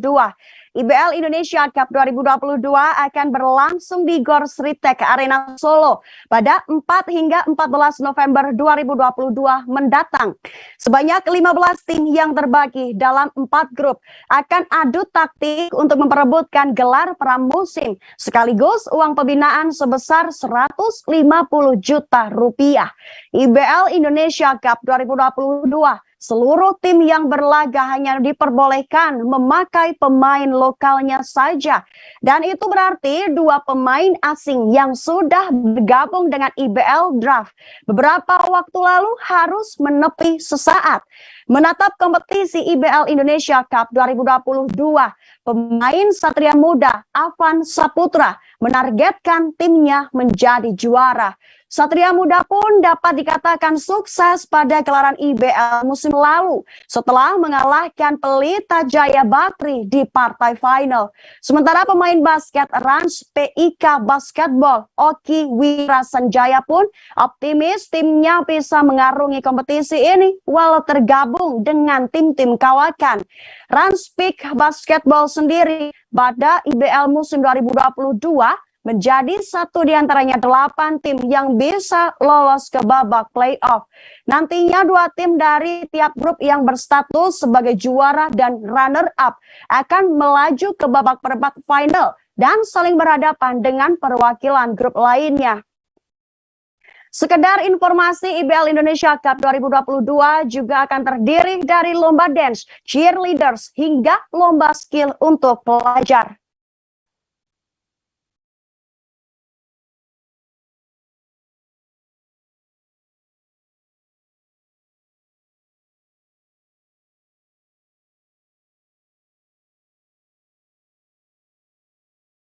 Kabar tadi sekaligus menjadi penutup jumpa kita hari ini dalam Live Update Sport.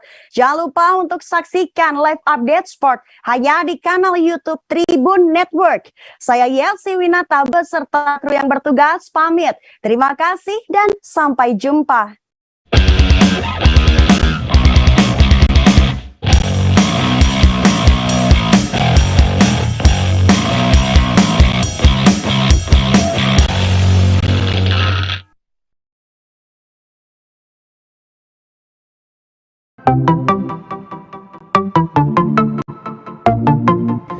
Tribuners, waktu sudah menunjukkan pukul 8 waktu Indonesia Timur. Langit tampak mendung dan tak lama kemudian hujan pun turun. Satu persatu dari kami menaiki speedboat dari Pelabuhan Usaha Mina, Sorong, Papua Barat. Yap, pagi itu Minggu 3 Juli 2022, kami akan berkeliling seharian di Raja Ampat, pulau yang berada di ujung barat Papua. Perjalanan kali ini akan dipandu oleh pemandu wisata kami bernama Randy. Keseluruhan bersama awak kapal berjumlah 14 orang. Mereka berasal dari berbagai daerah seperti Jakarta, Solo, Jawa Barat, Sumatera Utara, juga mereka dari Papua. Sebelum perjalanan, pemandu rombongan mengingatkan untuk tidak membuang sampah sembarangan. Deru suara mesin speedboat terdengar cukup kencang. Sampai-sampai kami harus mengeraskan suara ketika berbincang agar terdengar satu sama lain. Setelah menempuh perjalanan sekira 2,5 jam, akhirnya kami sampai di lokasi pertama, Piai Nemo. Tempat ini menjadi favorit banyak orang dalam mengabadikan momen. Gerimis tidak menyurutkan kami untuk menaiki tangga berbahan kayu hingga sampai di puncak spot berfoto yang sudah disediakan. Sesampainya di puncak, saya langsung menghela napas dalam-dalam. Takjub melihat betapa indahnya deretan batu karang yang tingginya hingga beberapa meter di atas permukaan air. Batu karang tersebut seperti membentuk pulau-pulau kecil dan indah. Pemandangan yang sangat eksotis ini tersohor hingga penjuru dunia loh Tribuners. Piai Nemo sebenarnya sangat akrab dengan masyarakat Indonesia karena pemandangan deretan karang berbentuk pulau ini ada di uang kertas Rp100.000. Sayangnya tiba-tiba hujan turun cukup lebat. Kami pun bergantian turun mencari tempat berteduh di beberapa simpang tangga yang sudah disediakan seperti gazebo. Di tengah hujan, kami beristirahat di shelter sambil menikmati air kelapa. Sejumlah warga pulau sekitar tampak berjualan seperti kelapa muda, pernak-pernik, ikan-ikan kering, kopi, dan lainnya.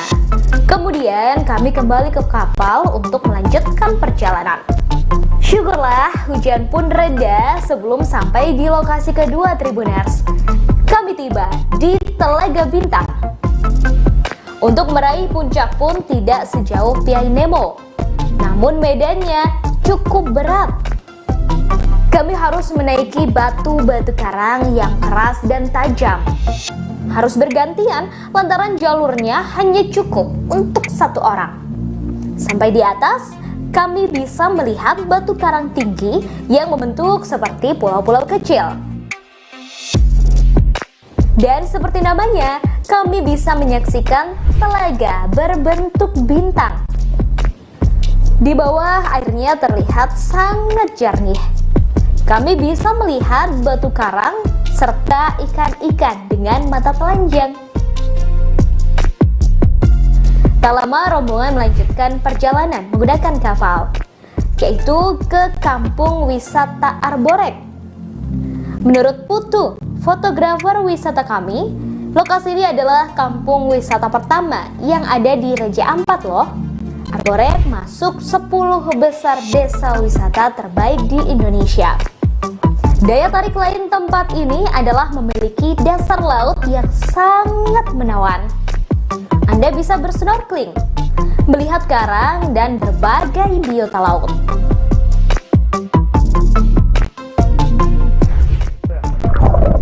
Selamat datang di Akuarium Raja Ampat. Yap, inilah Pulau Sawandarek. Pemandu rombongan mengajak untuk langsung bersnorkeling. Peralatan sudah disiapkan, seperti kacamata hingga masker snorkeling. Para wisatawan langsung melompat dari kapal untuk bersnorkeling. Di bawah terlihat ikan-ikan berparas cantik, biota laut, dan berbagai rupa batu karang. Tempat tempat terakhir yang kami kunjungi tak kalah indah, yakni Pulau Pasir Timbul. Seperti namanya, pulau ini muncul 3 kali dalam satu hari. Pukul 6 waktu Indonesia Timur, pukul 11 waktu Indonesia Timur, dan 15 waktu Indonesia Timur. Masing-masing sekitar 30 menit. Tepatnya saat air laut surut. Kapal kami menepi di sekitar pasir putih pulau ini yang berada bukan di pinggir daratan, tetapi lebih menjorok seolah muncul pasir di laut. Wisatawan tampak berfoto di pulau ini berlatar pulau roti yang memang bentuknya menyerupai roti. Anak-anak pun terlihat senang bermain pasir putih.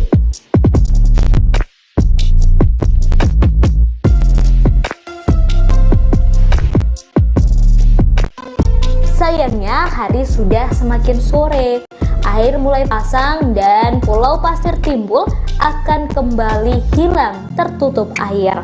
Kami bergegas naik ke kapal dan menuju arah pulang. Lokasi ini adalah destinasi terakhir kami di Raja Ampat.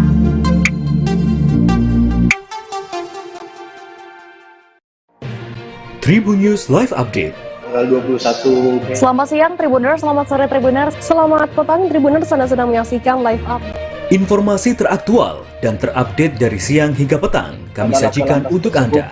Menewaskan 2 orang penumpang, yang mana kedua penumpang kami perdalam dengan laporan langsung dari lokasi kejadian dan narasumber terpercaya. Benar-benar menghukum mereka-mereka yang terlibat, menghentikan terduga pelaku yang ingin Laporan terkait peristiwa pompong hilang kontak menabrak sejumlah pemotor yang melintas tepat. Saksikan live update siang, sore, dan petang hanya di channel YouTube Tribun News.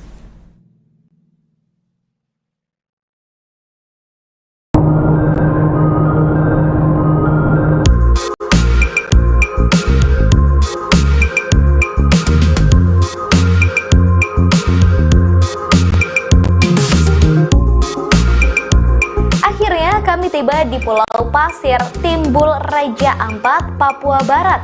Hamparan pasir tersebut memang benar berada agak ke tengah lautan. Kami semua turun dan berlarian.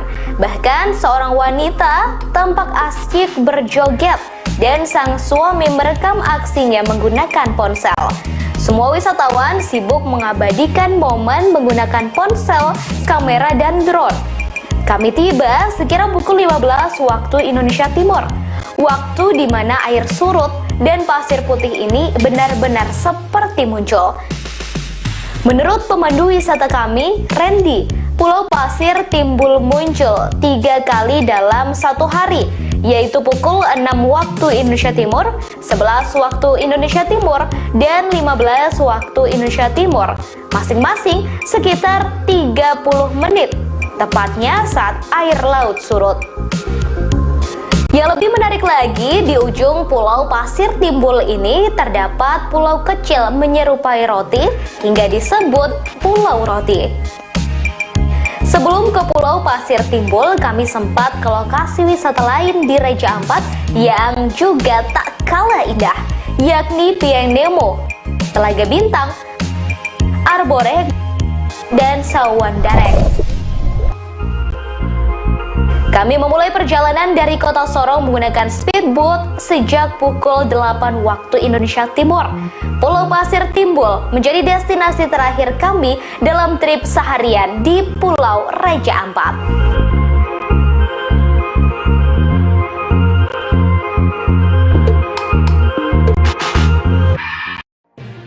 Tribun News Live Update.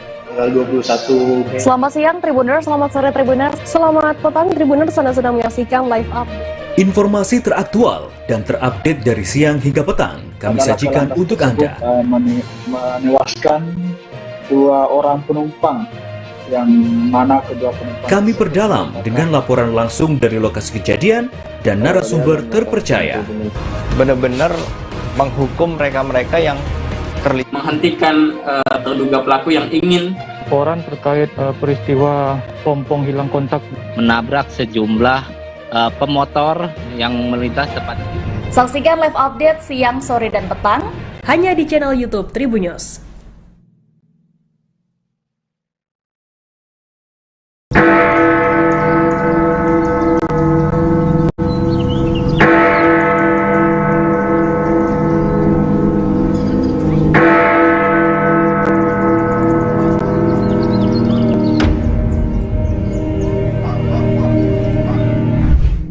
Berkunjung ke Jam Gadang di Kota Bukit Tinggi, Provinsi Sumatera Barat menjadi impian banyak orang. Sebagai bangunan bersejarah yang menjadi ikon pariwisata Indonesia, hampir tak banyak orang yang tak kenal dengan menara itu. Terkadang berpose di depan Jam Gadang menjadi sebuah keharusan bila berkunjung ke Sumatera Barat, terutama Kota Bukit Tinggi. Tak hanya bagi pelancong dari luar Sumber, namun juga bagi warga Sumber sendiri yang tak pernah bosan berfoto dan menikmati Jam Gadang. Bangunan Jam Gadang terdiri dari 4 sisi seperti persegi panjang yang berdiri dengan lantai dasar mirip tapak bangunan beranjung. Sepintas dari luar bangunan Jam Gadang, setelah tapak bangunan hanya terlihat 4 tingkat. Namun aslinya dari dalam terdapat 6 tingkat. Hal itu karena pandangan mengikuti tiang bangunan yang berjumlah 4 buah setelah tapak dan jendela kaca yang ada pada keempat sisinya. Sebelum menaiki menara ini, terdapat 2 tangga yang berada di samping kiri pintu masuk menara. Pintu masuk menghadap ke arah barat. Setiap tingkat bangunan dihubungkan dengan tangga melingkar yang kian ke atas, kian kecil karena mengikuti pola bangunan yang mengerucut ke atas. Di bagian atas terdapat atap bergonjong 4 yang semuanya berbahan kayu dan penuh ukiran khas Minangkabau. Ruangan paling menakjubkan tentu ruangan yang berisikan mesin-mesin Jam Gadang. Mesin yang disebut-sebut hanya ada 2 di dunia. 1 di Jam Gadang dan 1 lagi dipakai untuk menggerakkan jam raksasa menara Big Ben di London, Inggris, yang juga menjadi kebanggaan negara itu. Beranjak ke bagian puncak menara, terdapat sebuah lonceng berukuran besar. Di tengah-tengah lonceng terdapat tulisan B. Fortman, Rellinghausen, dan Iwe Germany. Diketahui Fortman adalah nama belakang Bernhard Fortman, si pembuat jam, dan Recklinghausen nama kota di Jerman, tempat mesin jam ini diproduksi pada 1892. Lonceng ini selalu berbunyi setiap waktu menunjukkan menit ke 00. Misal pukul 8 waktu Indonesia Barat dan sebagainya.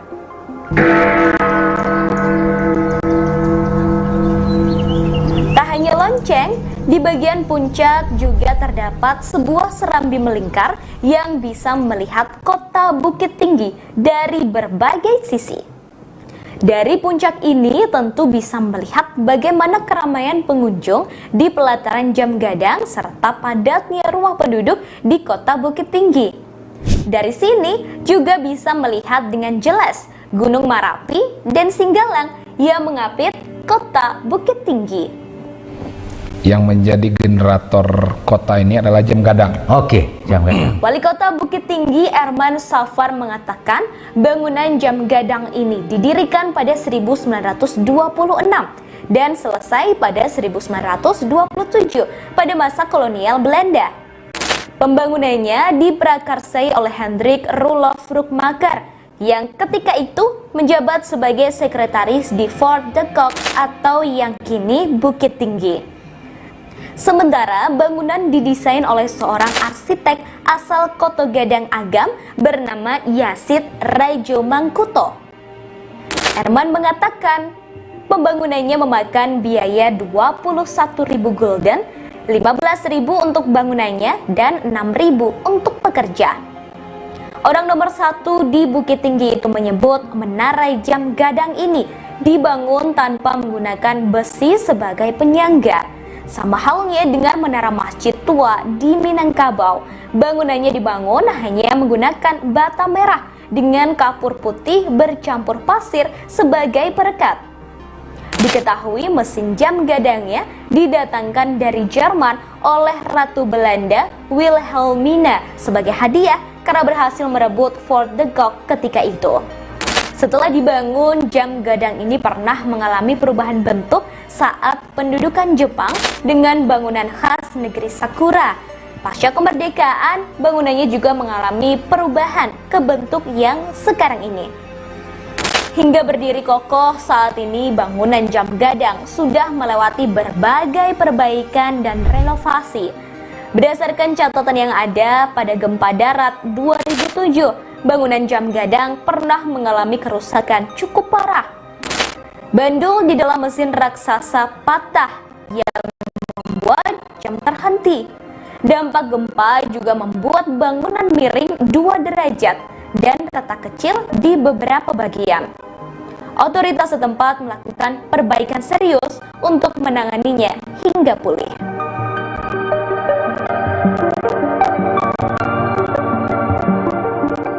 Terima kasih sudah nonton. Jangan lupa like, subscribe, dan share ya.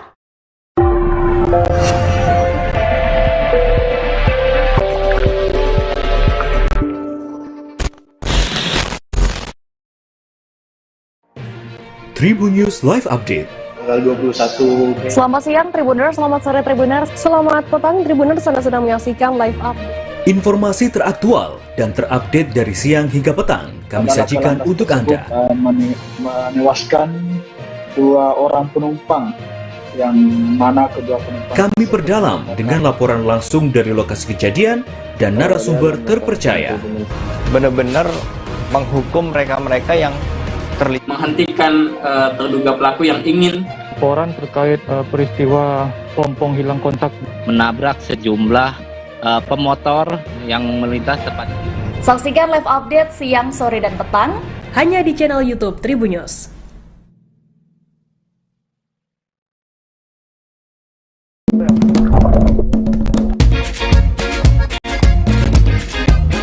Selamat datang di Akuarium Raja Ampat, Pulau Sawandarek.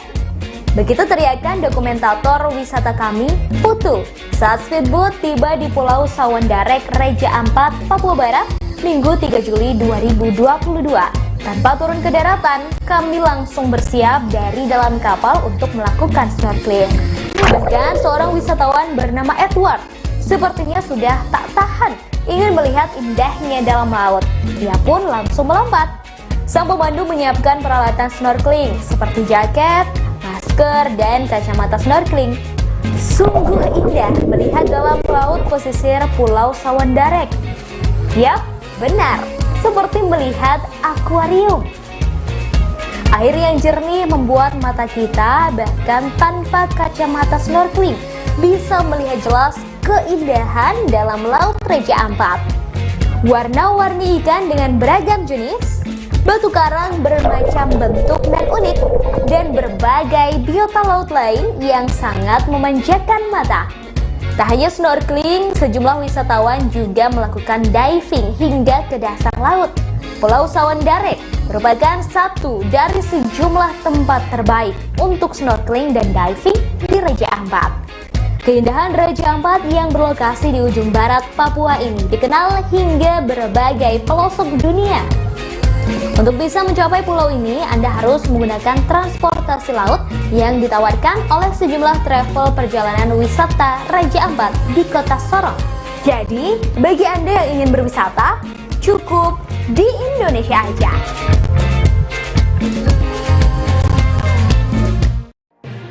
Tribun News Live Update. Tanggal 21. Selamat siang Tribuners, selamat sore Tribuners, selamat petang Tribuners, Anda sedang menyaksikan live update. Informasi teraktual dan terupdate dari siang hingga petang kami sajikan untuk Anda. Menewaskan 2 orang penumpang, yang mana kedua penumpang kami perdalam dengan laporan langsung dari lokasi kejadian dan narasumber terpercaya. Benar-benar menghukum mereka-mereka yang menghentikan terduga pelaku yang ingin Laporan terkait peristiwa pompong hilang kontak menabrak sejumlah pemotor yang melintas tepat. Saksikan live update siang, sore, dan petang hanya di channel YouTube Tribun News.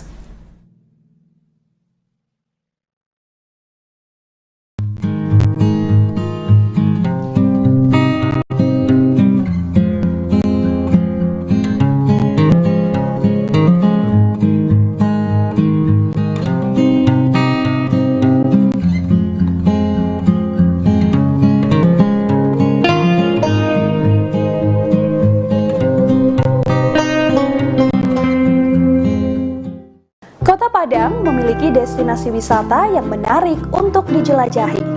Dari wisata alam, budaya, hingga kuliner. Mengunjungi Kota Padang belum lengkap rasanya kalau belum datang ke Jembatan Siti Nurbaya.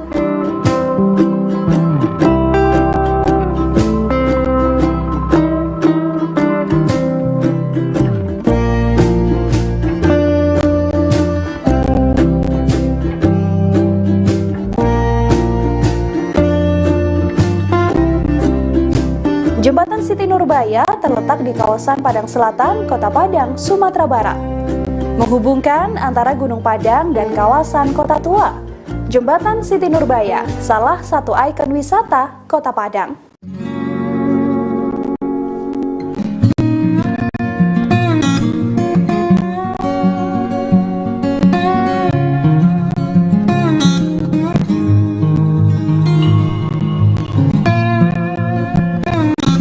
Nama jembatan ini diambil dari satu legenda Minang, yakni Siti Nurbaya. Untuk jembatan Siti Nurbaya ramai dikunjungi saat sore hingga malam harinya. Di sisi kiri dan kanan jembatan Siti Nurbaya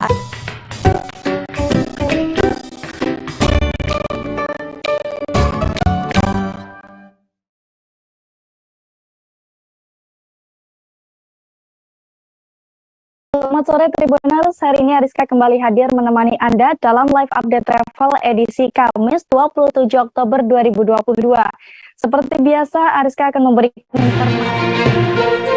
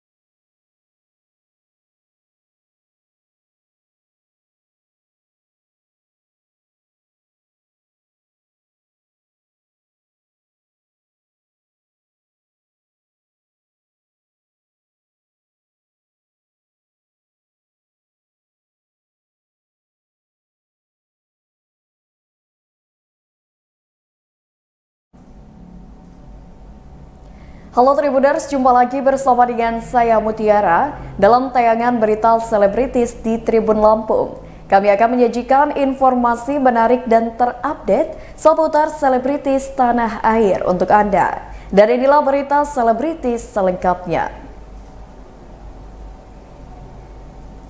Berita pertama datang dari Nagita Slavina. Fakta dibalik gaya pakaian Nagita Slavina. Artis Nagita Slavina selalu tampil cantik dengan pakaian dan make up-nya.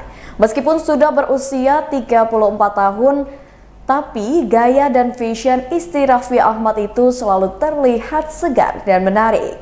Namun Nagita justru mengaku tak memilih pakaian tertentu demi terlihat awet muda. Wanita yang akrab disapa Gigi itu mengaku selalu mengutamakan kenyamanan dalam memilih pakaian. Tak lupa ia menyesuaikan pula dengan kebutuhan dan aktivitasnya. Adapun mengenai selera, ibu dua anak itu lebih menyukai pakaian yang warna-warni. Namun sesekali tak menutup kemungkinan Nagita mengenakan pakaian hitam putih yang dikreasikan sesuai kebutuhan. Berikut wawancara dengan Nagita Slavina. Kedua, tergantung kita nyamannya kayak gimana. Namanya kalau liburan kan mainnya nyaman gitu. Berapa kali pengalaman aku pribadi juga, kalau aku pribadi memang cari pasti yang nyaman, karena kalau misalnya kita mau cari gaya doang pasti ribet gitu. Itu sih. Padu padannya gimana tuh kalau pagi?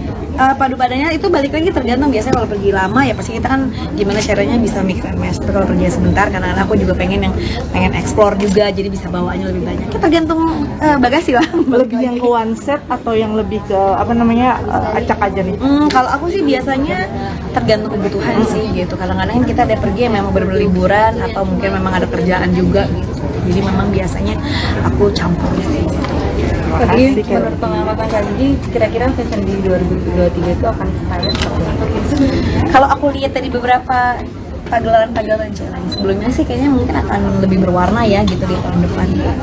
Yang nggak jauh-jauh ke Palestina, kita saat ini juga banyak banget. Kalau warna Kak Gigi sendiri apa sih lebih ke belakangan ini? Gitu? Aku sih memang dari dulu suka warnanya yang warna-warni gitu, yang bold gitu. Jadi aku kebanyakan mungkin di lemari aku tuh pasti ada warnanya, walaupun ya yang hitam putih juga tetap ada sih, monokrom gitu. Kalau Gigi kan terkenal awet muda nih, meskipun awalnya udah ibu dua anak gitu. Trik padu padan tuh kelihatan kayak anak remaja gitu kali ya. Ada tipsnya nggak sih gimana tuh?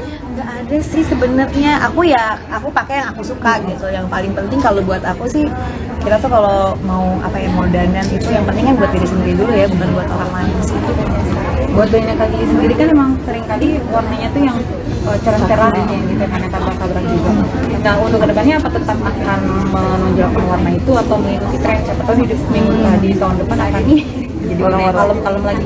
Nggak menutup kemungkinan kita sebagai brand kan biasanya harus beradaptasi ya. Cuman kan yang namanya DNA itu tetap ada gitu. Jadi ya itu sih pasti ada adaptasi, pasti ada sesuai dengan kebutuhan masyarakat, kebutuhan orang, mungkin juga fashion trend, tapi pasti akan ada sesuatu dari aku yang beda dari tadi. Thank you. Aku mau bicara sebentar boleh ya? Boleh foto dulu nggak bentar? Aku mau dapet. Bentar ya.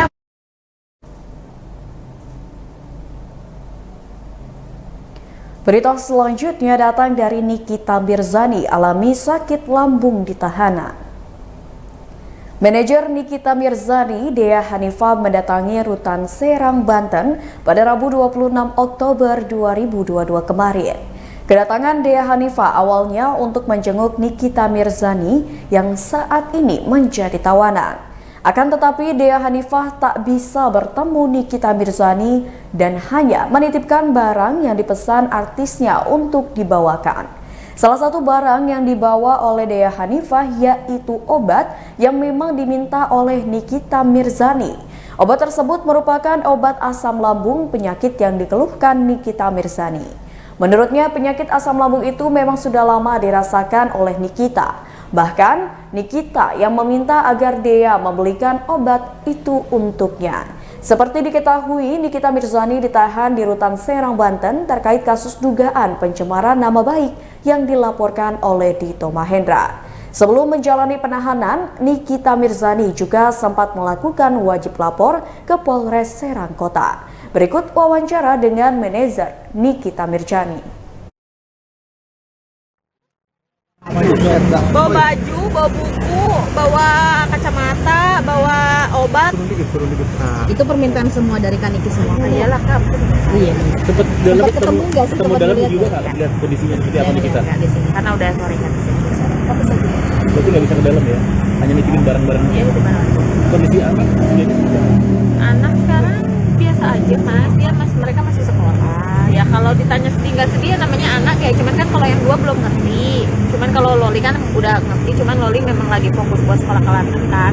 Jadi dia lagi fokus bimbel, fokus sekolah gitu. Tapi nyariin nggak? Nyariin di kita ya?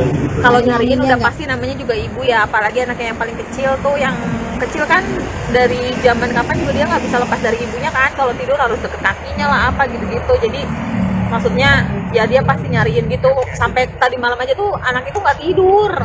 Jadi rewel. Menjawabnya apa Mbak? Ya kalau kita bilangnya lagi kerja pasti. Dan dia udah paham. Dan dia udah mengerti lah. Ya cuman yang ditanyain karena kalau biasa kerja kan dia bisa video call. Kalau sekarang kan nggak bisa kan. Karena kan nggak bisa buat juga. Jadi dia nggak bisa. Dia hari ini besok mau datang lagi atau bagaimana? Rencananya ya kalau saya pasti setiap hari ya datang sebisa mungkin. Kalau saya ada waktu dia bisa datang. Tapi saya pasti ngeluangin waktu setiap hari. Kaget nggak sih Kak Dea dengan kejadian semalam? Kalau ditanya kaget. Ditanya kaget sih sebenarnya kaget nggak kaget ya, karena kan sebenarnya kita juga sebelumnya udah tahu. Terus udah gitu juga apa namanya, kemarin saya juga sempat bilang sama Niki mau ditemenin atau enggak. Terus kayak dia nggak usah, enggak, maksudnya dia lebih kuat lah. Gue yakin banget dia kuat gitu. Oke. Thank you. Bye, sampai ketemu guys. See you besok. Besok aku balik lagi Kak. Dia balik lagi, cuma dia tetap aja masuk nganterin baju, nganterin makan. Terus apa lagi ada request lagi nggak? Ya biasanya kalau tiap harinya pasti ada request. Kalau ada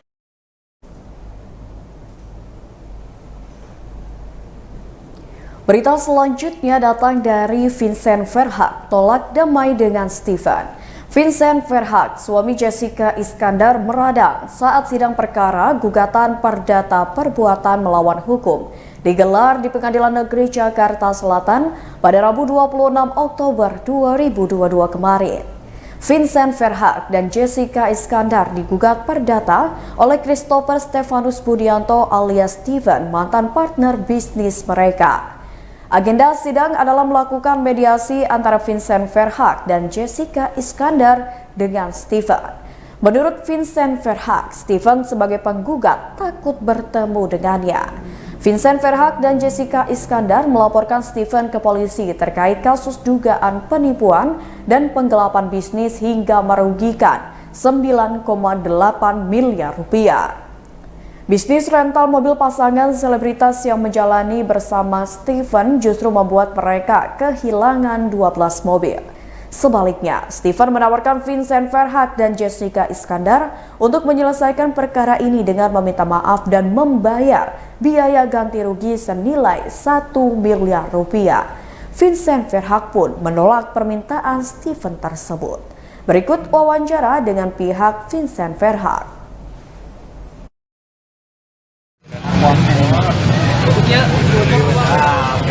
Aman? Ya. Di dalam mediasi itu esensinya adalah menemukan prinsipal. Jadi sebenarnya kuasa hukum di dalam mediasi itu mengupayakan prinsipalnya untuk hadir, bertemu dengan prinsipal lawan. Pertanyaan sekarang begini, ada nggak prinsipal atas nama Christopher itu mendaftar? Kan begitu kan? Kalau terus kuasa hukumnya yang mewakili, dan ini kembali lagi ke Perma 1 tahun 2016. Kan jelas, pasal 6 itu disebutkan di situ. Dengan atau tanpa kuasa hukum, wajib prinsipal tersebut hadir di dalam mediasi. Kemudian kalau diwakilkan, kira-kira saya tanya, akan menemukan nggak jalan perdamaiannya bagaimana? Kan begitu. Disitulah isu hukum yang harus dikaji juga, konsep hukumnya seperti apa. Kan begitu. Tadi katanya juga si Steve tidak wajib hadir sama sekali. Itu pernyataan dari siapa saya tanya. Kita kembali lagi peraturan Mahkamah Agungnya. Gini deh, saya bukakan peraturan Mahkamah Agung ya, yang mengenai mediasi. Peraturan Mahkamah Agung nomor 1 tahun 2016, prosedur mediasi di pengadilan. Ya, di sini di pasal 6 saya bukakan. Kita terbuka aja, lihat pasalnya. Jadi supaya jangan sampai kesesatan, fallacy of law itu bisa mengacaukan proses hukum, soalnya kesesatan hukum itu. Nah ini ya pasal 6. Para pihak wajib menghadiri secara langsung pertemuan mediasi dengan atau tanpa didampingi oleh kuasa hukum. Jadi dengan atau tanpa dia wajib hadir. Kalau ada pernyataan itu bisa diwakili, dia berlawanan dong dengan peraturan Mahkamah Agung. Kan di sini kan, ini kan konsep. Ini yang sudah diundangkan, kan begitu. Ini sudah dilebarkan. Kita kembali lagi ke aturannya. Tapi sendiri kecewa nggak sih sidang ditunda lagi dalam artian belum? Kecewa. Dari kemarin ditunda terus. Kalau memang pihak sebelah tengah bersalah, ya sudah sini hadir, gitu loh. Kalau mau mediasi, ya sudah sini hadir. Ngapain nggak hadir kayak gitu? Itu kan cuma bikin ribet aja. Sekarang dia gimana, tapi dia sendiri bikin ribet. Prinsipalnya mana? Nggak ada. Saya ada kok. Itu kan. Tadi juga sempat dikatakan bahwa akan mencabut gugatan ya. Bukan, win-win solution ya Bang. Dia memberikan win-win solution dalam somasi. Enggak, pihak sana dalam somasi gitu. Jadi bukan somasi, dalam mediasi. Maksudnya bisa menemukan titik tengah. Kalau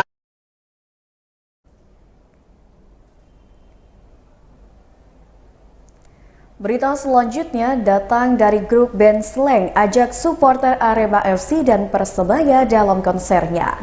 Slank akan mengajak supporter Arema FC dan Persebaya saat menggelar konser Beautiful Smile Indonesia Tour. Konser tersebut menandai 39 tahun Slank berkarya di industri musik Indonesia. Slank akan beraksi di 5 kota untuk gelaran konser tersebut. Supporter Aremania milik Arema FC dan bonek yang dikenal sebagai pendukung Persebaya ini akan diundang Slank saat manggung di Candi Prambanan, Sleman, Yogyakarta. Niat tersebut adalah salah satu upaya Slank sebagai bentuk perdamaian antar supporter sepak bola di Indonesia.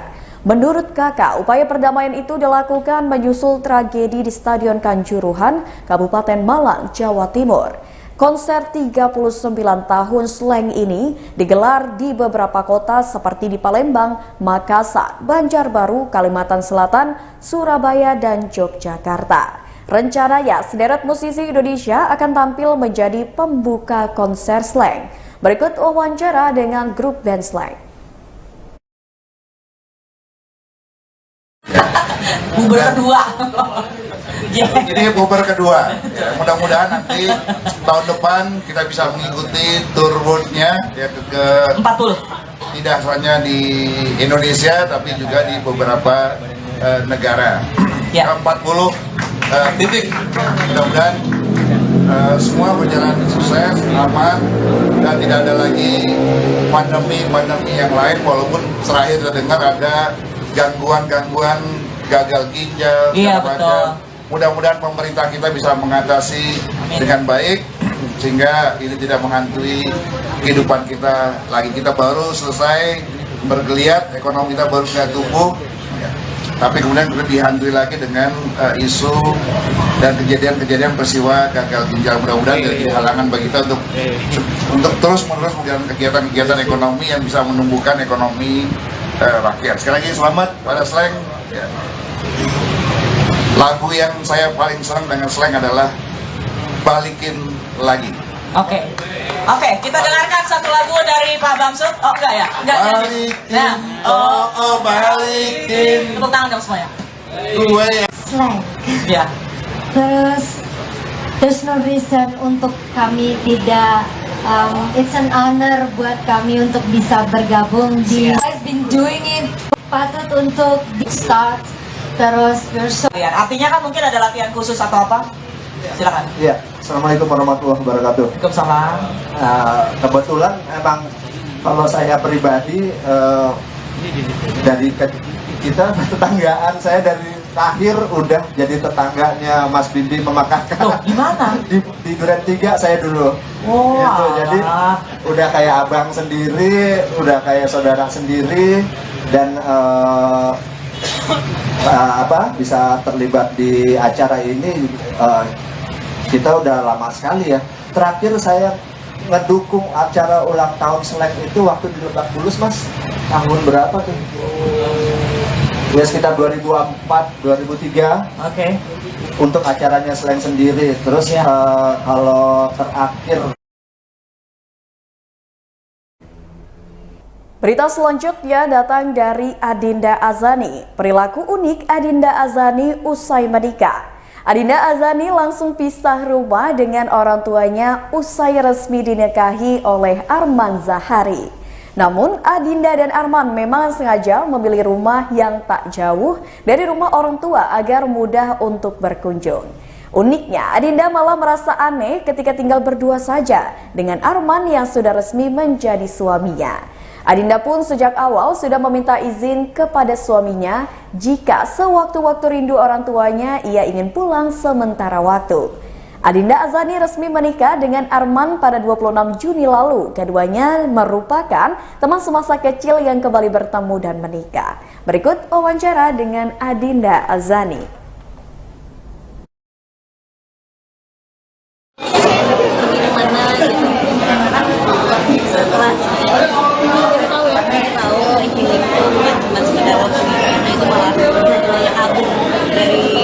Dari sesuatu yang pengen hindarin tapi dari kehidupan pribadi sebenarnya agak kaget juga sih sama ini jadi oh ya aku belajar memang ini kan wajib banget ditonton apalagi untuk zaman sekarang ya banyak banget yang suka tahu soal musik sedikit mungkin apa sih yang bisa diambil kayak soal banyak sih yang bisa diambil contohnya kayak misalnya dari yang aku bilang itu bisa bikin kita tuh berdamai dengan masalah. Mungkin ada hal-hal yang nggak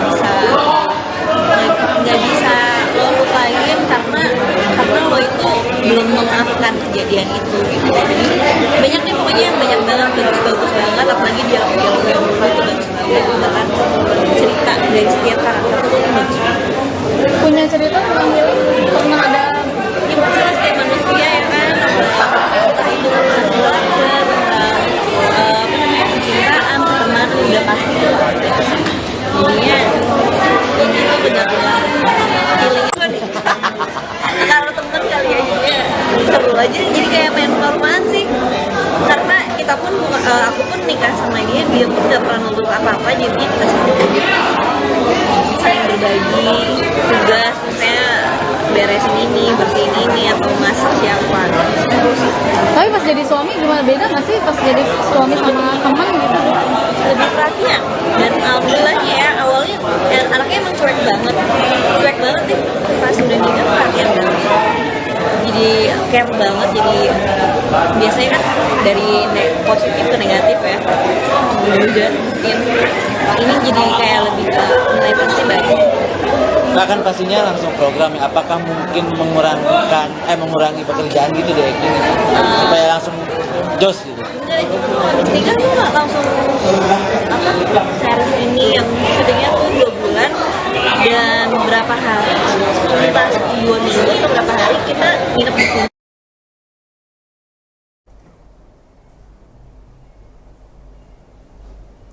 Baiklah Tribuners, itulah berita selebritis bersama dengan saya Mutiara. Jangan lupa untuk terus saksikan YouTube Tribun Lampung News Video, Facebook Tribun Lampung, Instagram @tribunlampung, dan TikTok @tribunlampung untuk informasi terupdate lainnya. Selamat sore dan sampai jumpa.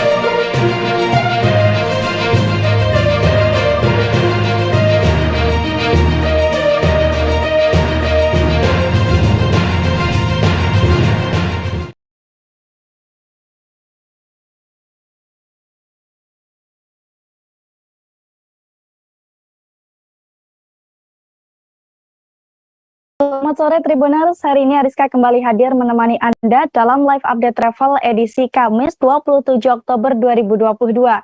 Seperti biasa, Ariska akan memberikan informasi terkait sejumlah wisata dan kuliner untuk Anda. Tentunya akan disampaikan secara langsung bersama sejumlah reporter kami yang ada di berbagai daerah. Inilah live update travel selengkapnya.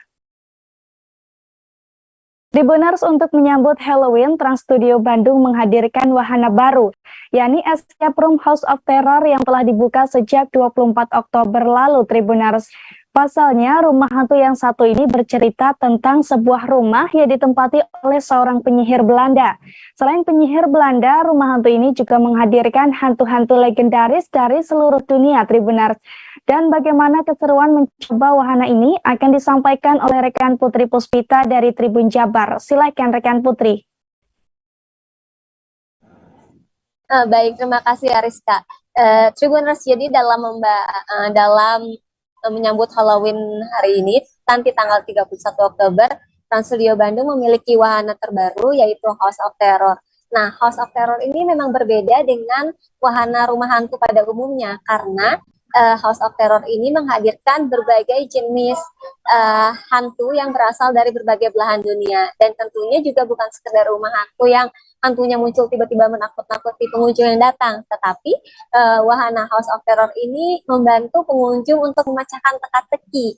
Nah, teka-tekinya ini adalah ketika kita mau masuki wahana rumah hantu ini, nanti pengunjung bisa menemukan 5 pintu rahasia, dan pintu rahasia itu kalian harus bisa masuk ke dalamnya dan memecahkan teka-teki di setiap pintu lainnya.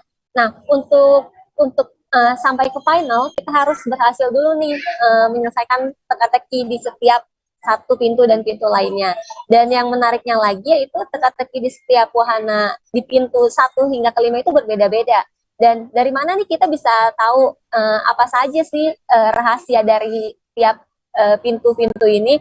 Nah, nantinya itu kalian akan bertemu dengan sosok-sosok yang di luar dugaan kalian nih. Seperti salah satunya, kalau saya kasih bocoran, ada vampir, ada kayak badut yang biasanya suka ada di film-film thriller gitu.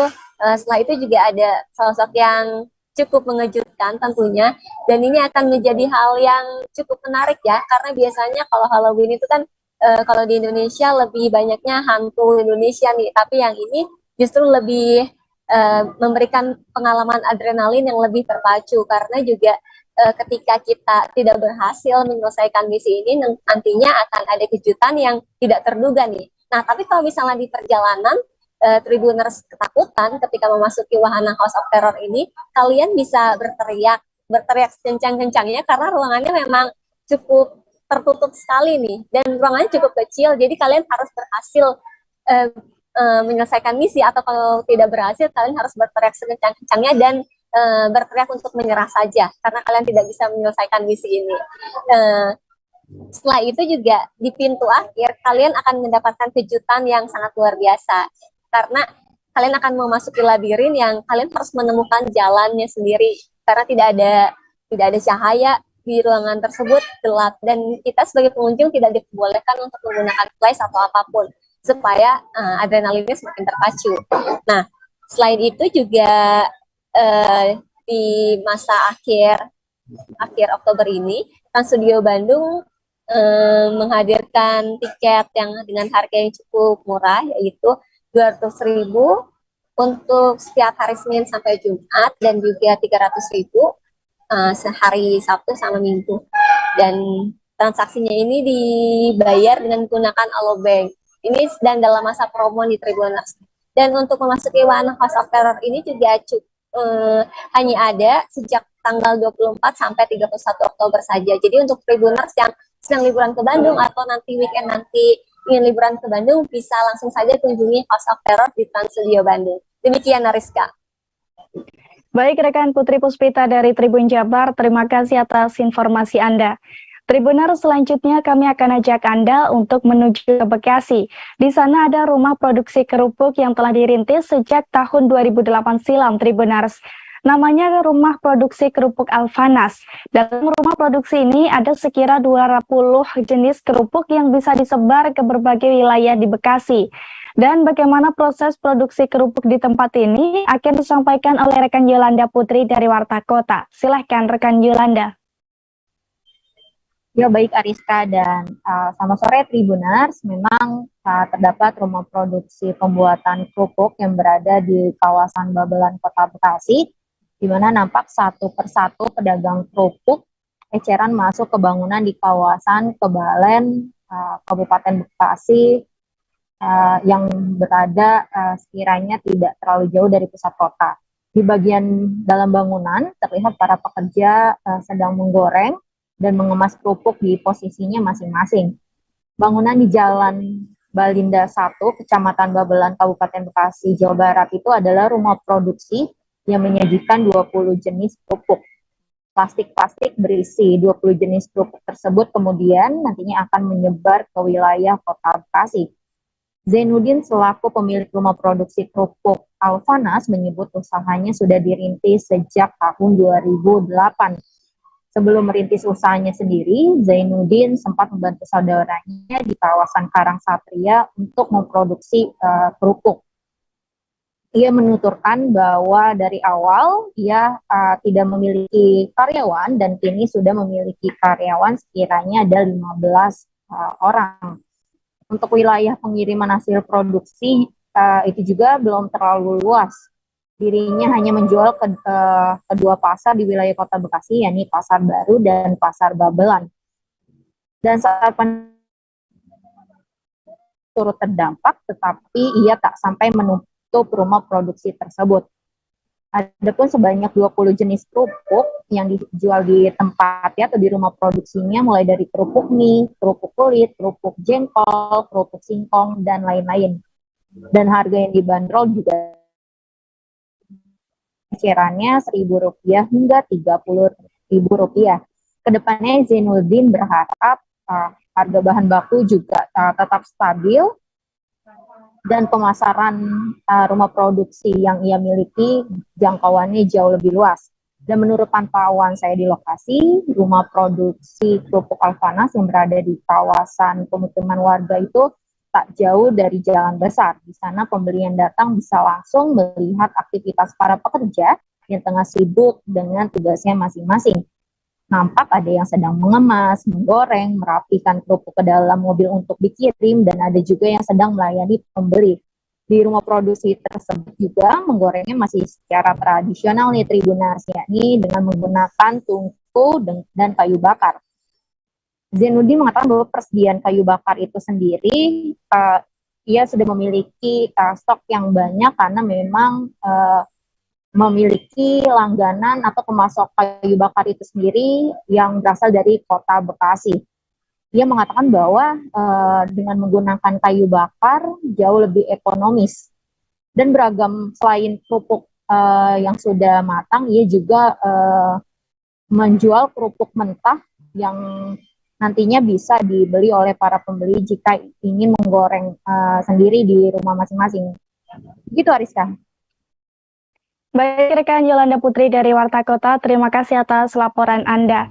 Tribuners, bagi Anda pecinta makanan Cina atau Chinese food, kami punya satu rekomendasi tempat makan yang cocok untuk Anda, yakni Hei Ni Hao Sanur Tribuners. Di tempat makan yang satu ini, Anda bisa menemukan beragam menu pilihan yang sesuai dengan selera lokal lidah orang Indonesia. Uniknya lagi, Hei Ni Hao Sanur ini didesain dengan ornamen autentik Cina. Dan untuk melihat tempat serta menu yang ditawarkan di sana, kita sudah tersambung dengan rekan Arini Valentia Kusni dari Tribun Bali. Silahkan rekan Arini. Halo, selamat sore rekan Ariska dan Tribuners. Jadi kali ini Tribun Bali punya rekomendasi salah satu tempat makan Chinese food yang legendaris juga di daerah Sanur nih. Ini tepatnya berada di depan Hotel Art Hotel Sanur. Jadi ini lokasinya sangat strategis, mengingat bahwasanya Sanur ini adalah salah satu tempat di Bali yang memiliki sejuta pilihan untuk kita destinasi wisata seperti pantai, kemudian juga di sini banyak bar, kemudian juga banyak beberapa kuliner. Nah, ini bisa menjadi salah satu rekomendasi Tribuners jika berlibur ke Bali dan tepatnya lagi singgah di daerah Sanur. Cobain makanan autentik Chinese di Henihao ini ternyata nggak hanya makanan Cina aja, tapi juga ada makanan American food, Ariska. Jadi di sini lebih ke autentik Cina, tapi juga menyediakan makanan luar seperti American food. Namun tenang aja, berdasarkan testimoni dari Tribun Bali, kita menikmatinya itu masakannya masih dengan masih dengan rasa-rasa lidah orang Indonesia dan masih bisa diterima. Seperti itu, macam-macam dimsum, kemudian itu kan mudah banget ya ditemui di pinggir jalan, dimsum. Terus kemudian juga ada aneka fried rice, nasi goreng, kemudian juga aneka mie, dan juga beberapa makanan tidak halal lainnya seperti mengandung pork. Tapi di sini juga bisa request bahwasanya kalau Tribuners Muslim tidak makan babi bisa pesan makanan yang lainnya. Dan di sini juga startnya dari jam 9 bukanya hingga jam 10 malam. Jadi cocok banget bagi Tribuners yang ingin breakfast sampai dinner di sini. Dan uniknya di sini ada salah satu menu minuman yaitu kefir ginger yang terbuat dari jahe, dan itu menjadi ciri khas dari restoran Henihao ini. Jadi kita berasa kayak minum jahe tapi masih ada rasa rasa seger-segernya sedikit gitu. Nah, bisa dilihat juga ornamen dari restoran Henihao ini benar-benar otentik Cina banget karena beberapa ininya didesain seperti di Cina ya, dari kayak guji-gujinya. Terus kemudian yang menjadi salah satu keunggulan di sini rekan Ariska, kita setelah makan bisa langsung nyebur tuh di kolam renangnya. Jadi pemiliknya ini sama. Jadi kita setelah makan gitu bisa, kalau misalkan cuaca lagi bersahabat, nggak hujan kayak di video tersebut, itu kita bisa menikmati kolam renangnya. Dan kita juga bisa berfoto di dokar becak ya, di becak mini seperti ini. Ini sebenarnya kalau nggak hujan, becak mini itu ditaruh di luar sebagai ikon dari restoran Henihao ini, tapi karena lagi hujan jadi dimasukkan. Jadi itulah rekomendasi ketika Tribuner sedang berada di Bali dan ingin makan authentic Chinese food, bisa langsung di restoran Henihao Sanur. Terima kasih rekan Ariska. Baik rekan Harini Valentia Kusni dari Tribun Bali, terima kasih atas informasi Anda. Tribuners, di Festival Ulat Sagu ada banyak kuliner yang dijajakan para pelaku UMKM. Namun satu yang tak boleh terlewatkan adalah kopi Ibub Tribuners. Stand ini menjual kopi di tengah hutan sagu yang berada di tepian Danau Sentani, Jayapura, Papua. Berbeda dengan kopi-kopi yang ada di kafe, kopi di Kopi Ibub ini membuat kopi dengan alat-alat sederhana Tribuners. Dan bagaimana informasi lengkapnya akan disampaikan oleh rekan Sigit Arianto dari Tribun Video. Silahkan rekan Sigit. Baik, selamat sore waktu Papua, Ariska dan juga Tribuners. Benar, hari ini tadi saya datang ke Festival Ulat Sagu yang berada di Kampung Yopoe di pinggiran Danau Sentani. Saya tadi sempat mencicipi kopi tiom dari Kopi Ibub namanya. Kopi ini seperti Ariska bilang diolah dengan cara yang sangat sederhana, tidak seperti di kafe-kafe yang menggunakan alat-alat yang modern begitu. Untuk merosting atau memanggang kopi saja dia pakai kaleng besi begitu yang merupakan bekas filter oli. Nah, untuk menggilingnya juga pakai penggilingan jagung, katanya begitu. Untuk satu gelas kopi dibanderol dengan harga 15.000 saja. Jadi di kondisi yang sangat panas kita bisa menikmati kopi di tengah hutan sagu yang mana tempatnya sangat sejuk di tengah Danau Sentani yang cukup panas begitu. Sayangnya Festival Ulat Sagu hari ini adalah hari terakhir Ariska. Namun bagi Tribuners yang ingin jalan-jalan ke Papua jangan khawatir karena masih ada Festival Danau Sentani yang diadakan di Dermaga Kalkote. Itu letaknya ada di depan Stadion Lukas NMB di Sentani, Jayapura. Demikian Ariska, laporan singkat saya, kembali ke studio. Baik rekan Sigit Arianto dari Tribun Video, terima kasih atas informasi dan juga rekomendasi Anda. Tribuners, hari ini menjadi hari ketiga atau hari terakhir Festival Ulat Sagu kedua yang digelar di Kampung Yoboy. Sebelum ditutup oleh Bupati Jayapura sekira pukul 16 waktu Indonesia Timur nanti, Anda bisa mencoba ulat sagu. Di festival ini ulat sagu yang telah dipanen dari pohon bisa dikonsumsi langsung, namun bisa juga dibakar terlebih dahulu dengan diberi garam Tribuners. Dan bagaimana informasi lengkapnya akan disampaikan oleh rekan Rosi Hudin dari Tribun Video. Silahkan rekan Rosi.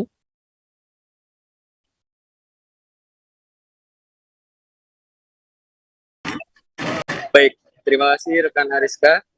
Festival Ulat Sagu di Kampung Yoboy dilaksanakan pada tanggal 24 Oktober sampai hari ini, hari terakhir, Kamis tanggal 27 Oktober 2022.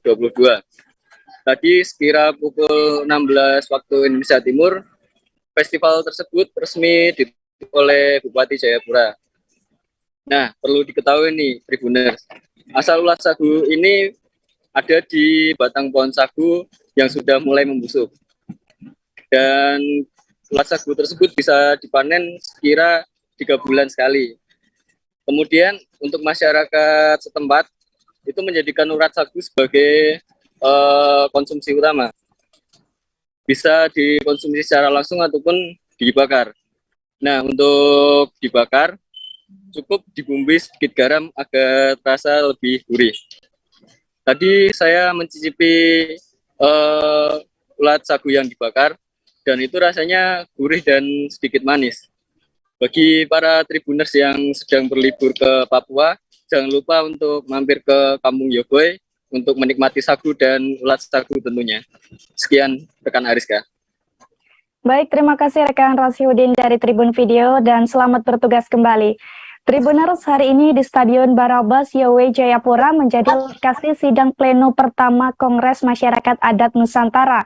Mengetahui hal ini, masyarakat adat Mepago Nabire Papua memanfaatkan kehadiran peserta Kongres Masyarakat Adat Nusantara untuk menjajak noken. Noken sendiri merupakan tas tradisional Papua, Tribuners.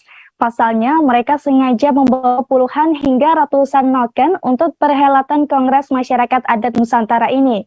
Dan bagaimana informasi lengkapnya akan disampaikan oleh rekan Crescentia Kurniawati dari Tribun Papua Barat. Silahkan rekan Crescentia. Baik, terima kasih rekan Ariska.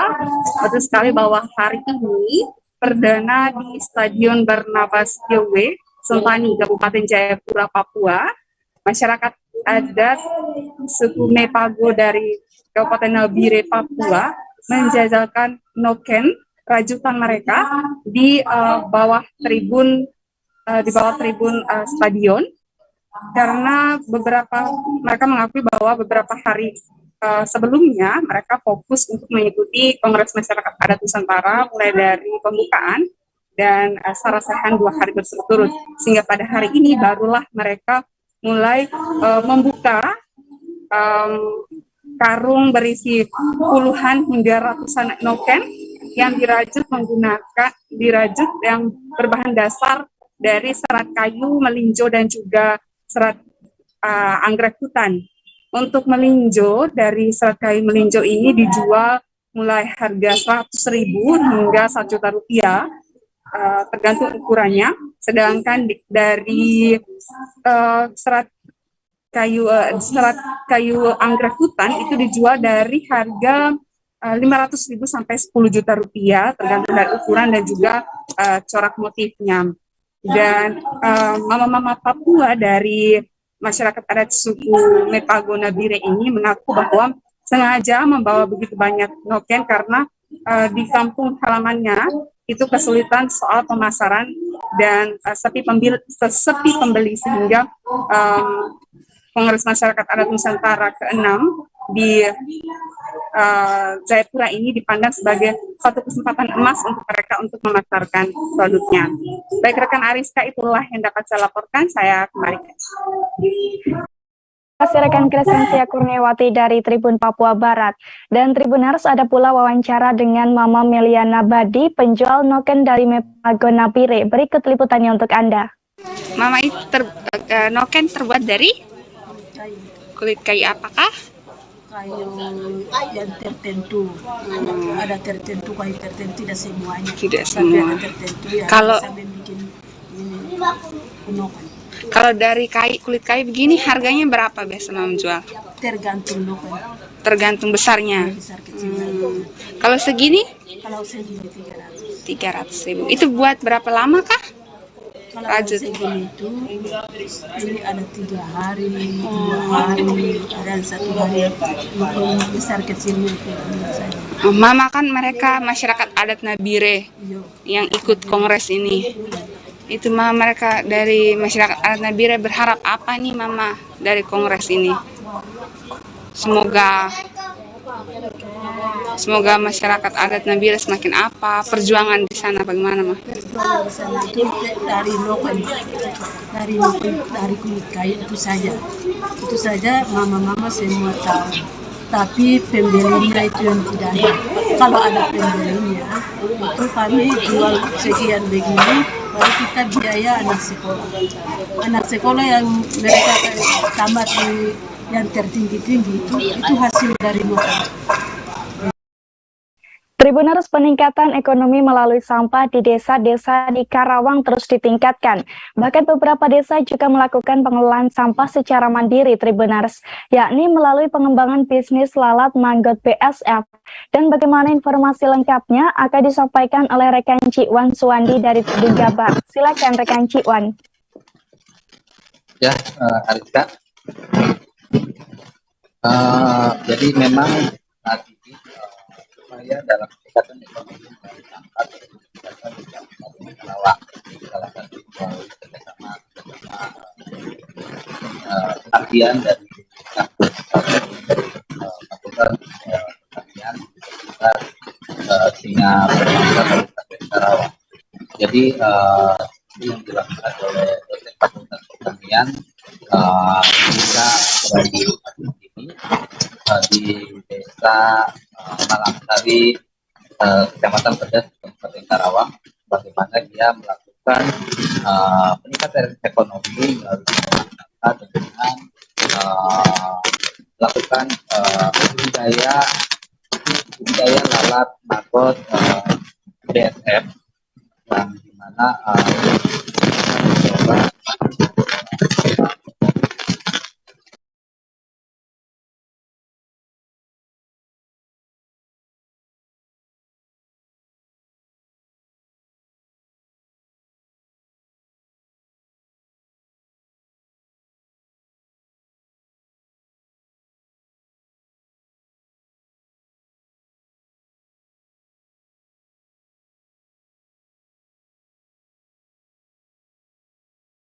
gimana sekarang?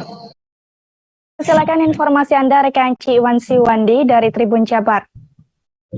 Ya, Ariska, jadi pengelolaan peningkatan ekonomi melalui pengelolaan sampah memang terus dilakukan di desa-desa Kabupaten Karawang, Jawa Barat. Bagaimana peningkatan ekonomi melalui pengelolaan sampah ini juga dilakukan melalui kerjasama pengabdian kampus di Kabupaten Karawang. Salah satunya adalah Fakultas Pertanian Universitas Singa Berbangsa Kabupaten Karawang, seperti yang dilakukan oleh dosen pertanian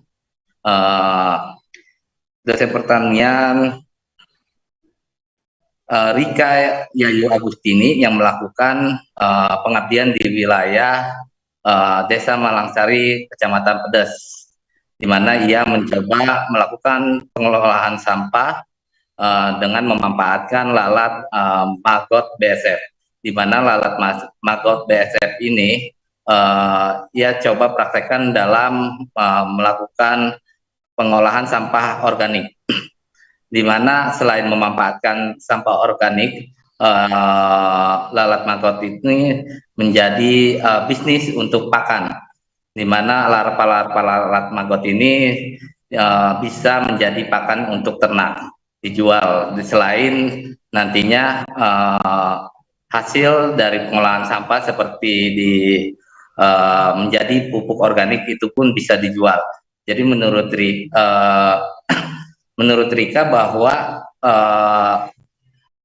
keuntungan ini melalui pengolahan sampah menggunakan lalat maggot ini memberikan keuntungan yang sangat lebih. Selain larvanya, yang larva kering itu bisa dijual sebesar 15.000 per kilogram.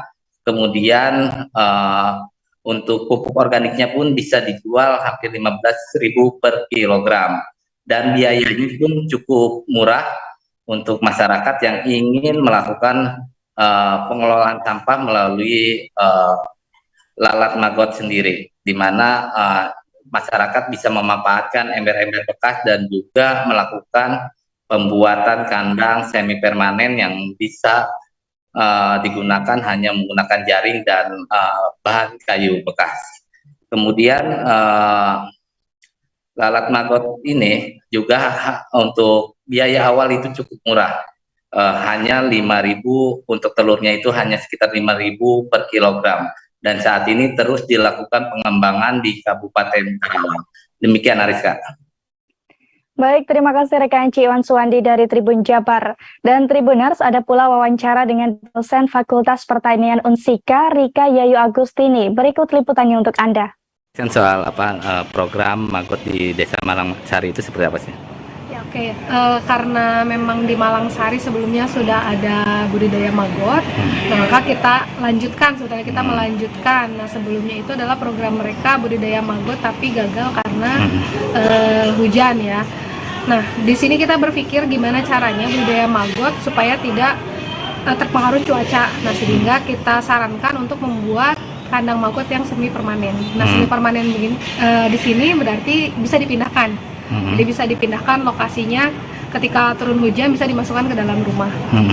Nah, untuk pembuatan kandang maggot di sini sebetulnya sangat mudah ya. Tidak hanya harus menggunakan alat-alat yang permanen, tapi bisa menggunakan juga yang paling murah itu menggunakan ember bekas cat. Nah, ember bekas cat mungkin kita modifikasi sedikit, atasnya kita tutup dengan bisa dengan jaring atau juga dengan menggunakan kawat besi atau ram. Tribuners, dalam rangka memperingati hari ulang tahun, Ion Mall Sentul City menggelar acara menarik, yakni Festival Musim Gugur ala Jepang yang bertajuk First Anniversary Matsuri. Tribuners, tepatnya acara ini sudah berlangsung sejak tanggal 21 Oktober lalu dan akan berakhir pada 30 Oktober mendatang. Diketahui tema Jepang sendiri diambil karena banyak hal menarik yang dimiliki negara tersebut, Tribuners, baik dari baju tradisionalnya, budayanya, maupun musimnya. Dilansir dari tribuntravel.com, Festival Musim Gugur ala Jepang sendiri digelar di Canal State Ground Floor, Tribuners.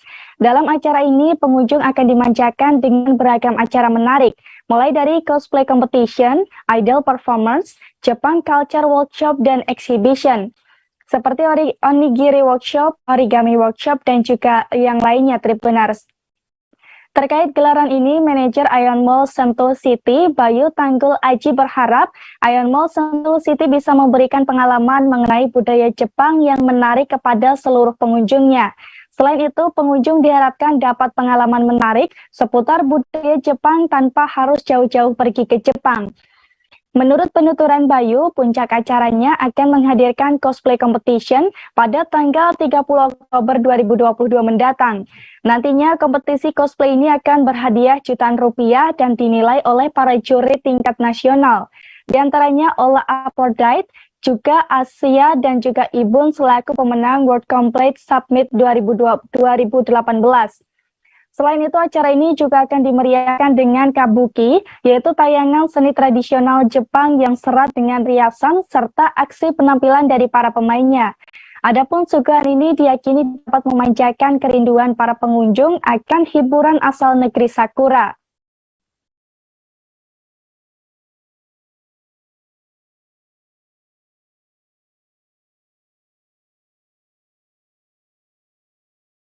Tribuners, di tengah kota Bekasi terdapat satu tempat wisata asri yang bisa dikunjungi saat akhir pekan.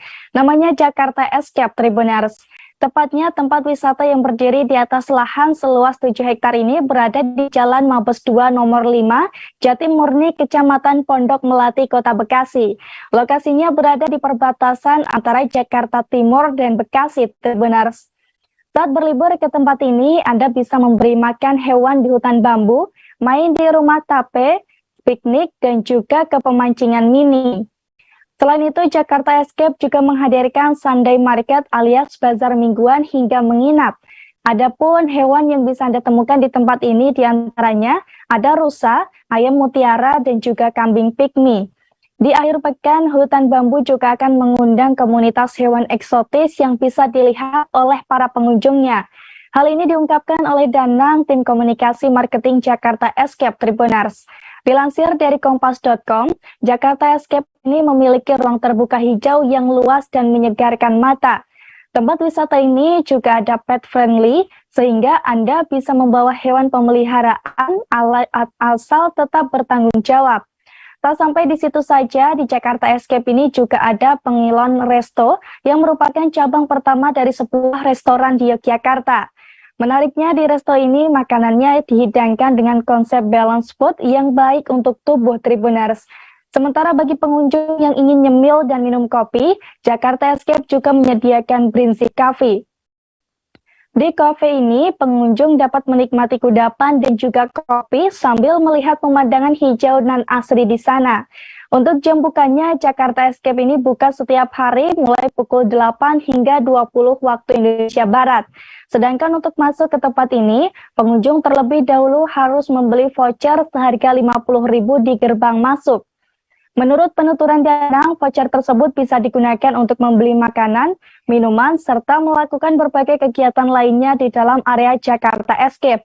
Apabila berencana datang, Anda bisa langsung menuju ke Jakarta Escape tanpa melakukan reservasi terlebih dahulu. Lalu apabila ingin piknik, Anda bisa mengambil paket piknik seharga Rp100.000. Dengan membayar biaya tersebut, Anda bisa mendapatkan tikar, taplak, keranjang, 2 buah gelas, dan juga 2 piring kecil.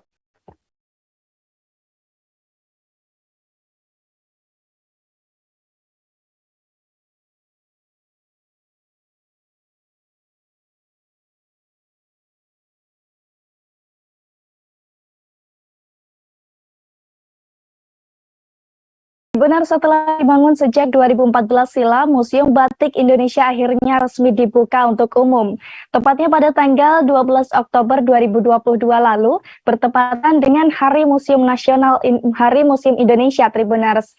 Museum yang berada di bawah naungan Kementerian Pendidikan, Kebudayaan, Riset, dan Teknologi ini berlokasi di kawasan Taman Mini Indonesia Indah atau TMII Jakarta Timur. Diketahui sebelumnya, Museum Batik Indonesia didirikan sebagai tindak lanjut dari pencatatan Batik Indonesia ke dalam UNESCO Representative List of the Intangible Culture Heritage of Humanity, yakni pada tanggal 2 Oktober 2009 silam, Tribuners. Dalam museum ini ada sekitar 860 koleksi kain batik dari seluruh wilayah Indonesia. Ratusan batik tersebut dipamerkan dalam 7 ruang berbeda, Tribuners. Mulai dari ruang sejarah batik Nusantara, ruang hasanah batik Nusantara, ruang teknik pembuatan batik, ruang penggunaan batik secara tradisional, ruang perkembangan batik, galeri kemansyuran, dan juga ruang kesimpulan. Batik dalam museum ini pun ditata dan disusun secara apik. Bahkan beberapa di antaranya dikenakan pada manekin untuk memperagakan pemakaian busana batik yang benar, Tribuners. Seperti 2 buah manekin pada ujung ruang kesimpulan yang mengenakan satu setelan lengkap dodot nan megah khas Raja dan Ratu Jawa. Menariknya, museum ini juga menyimpan kain serupa batik yang dibuat dengan teknik merintang warna menggunakan bahan unik. Misalnya pada kain ma'a dan sarita Salto Raja yang merintang warna memakai lilin lebah.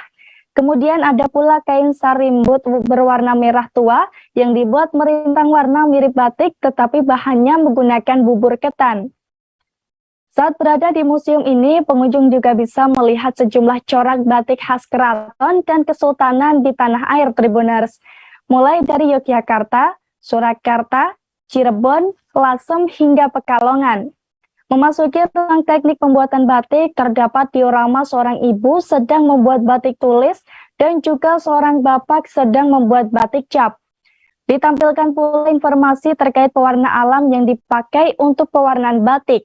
Di museum ini, Anda juga bisa mengikuti semacam workshop kecil untuk pembuatan batik. Workshop ini disediakan oleh pihak museum secara gratis untuk saat ini sesuai permintaan Tribuners. Apabila ingin berkunjung, ada aturan kunjungan dan jam operasional yang perlu Anda ketahui. Pertama, pastikan tetap mengenakan masker saat pengambilan foto. Saat pengambilan gambar, pengunjung juga dilarang untuk menggunakan flash, sebab flash ini bisa mempengaruhi kualitas kain batik yang juga berdampak pada kerapuhan kain. Selama di museum, pengunjung juga dilarang untuk menyentuh koleksi, makan, minum, merokok, dan juga membuang sampah sembarangan. Sebelum berkunjung, Anda bisa menghubungi Instagram Museum Batik Indonesia untuk membuat janji terlebih dahulu. Menariknya, hingga saat ini tiket masuk museum masih gratis, Tribuners.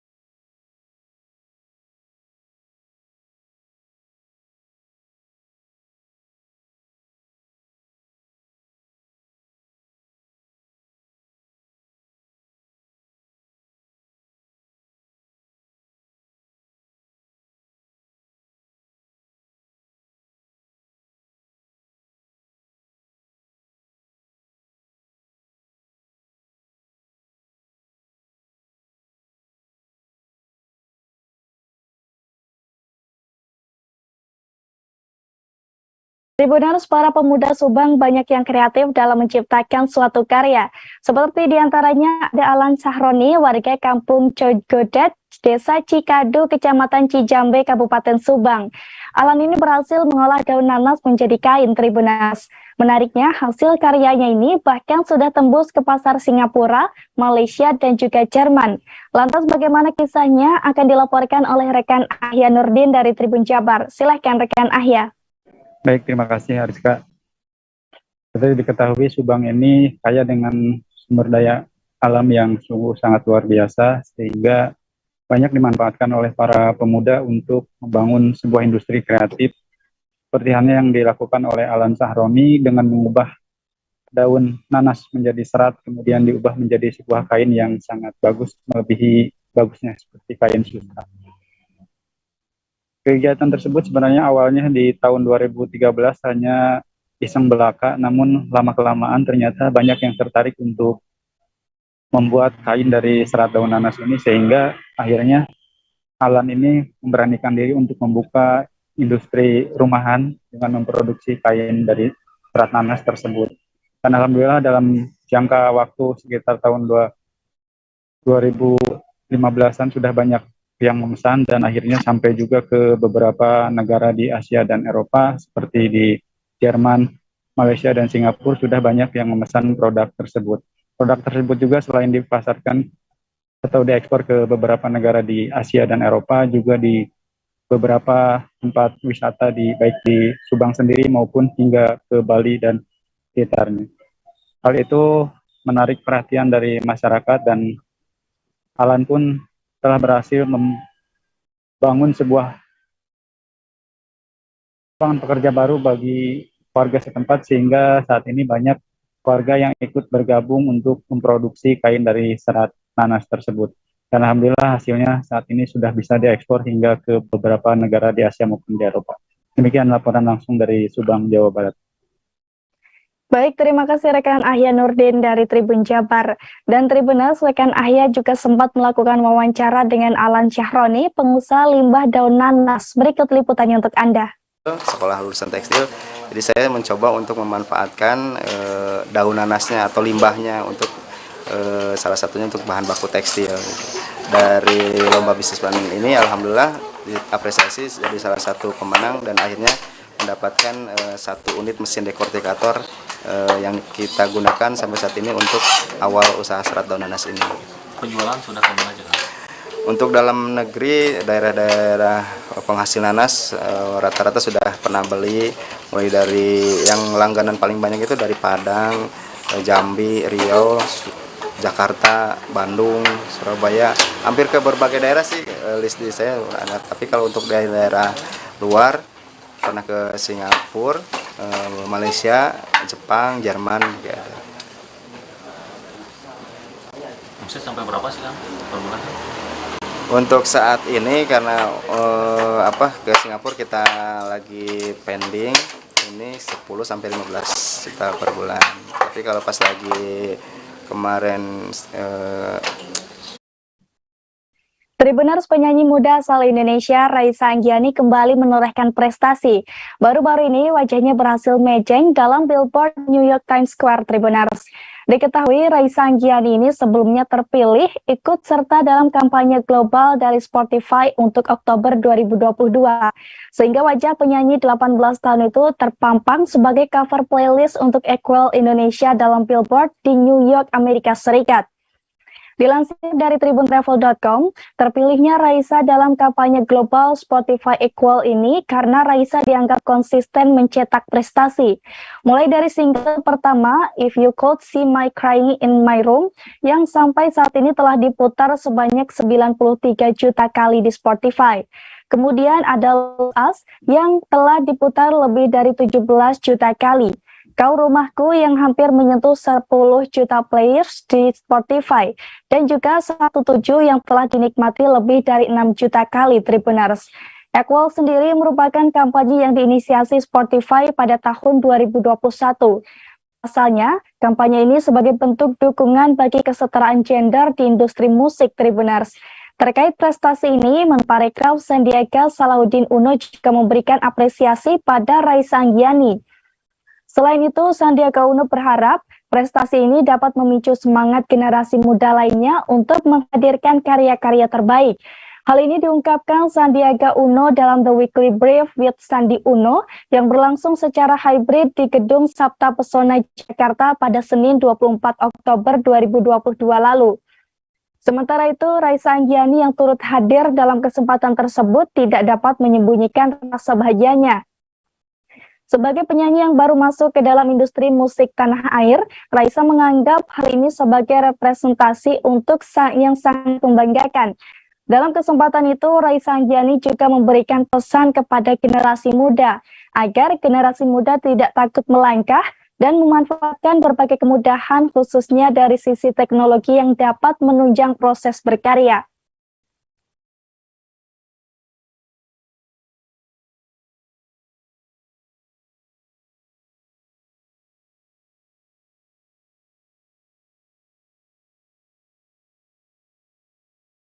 Benar, tahun ini Hari Sumpah Pemuda jatuh pada Jumat 28 Oktober 2022. Untuk memperingati Hari Sumpah Pemuda yang ke-94, Museum Sumpah Pemuda akan menggelar acara bertajuk Festival Pemuda. Tribuners, rencananya acara yang digelar di Museum Sumpah Pemuda bersama Direktur Jenderal Kebudayaan itu akan berlangsung selama 3 hari dengan dimeriahkan oleh serangkaian kegiatan. Mulai dari upacara bendera, membatik, nonton film bareng, dan masih banyak lagi. Rangkaian acara menarik ini bisa Anda saksikan mulai tanggal 28 hingga 30 Oktober 2022.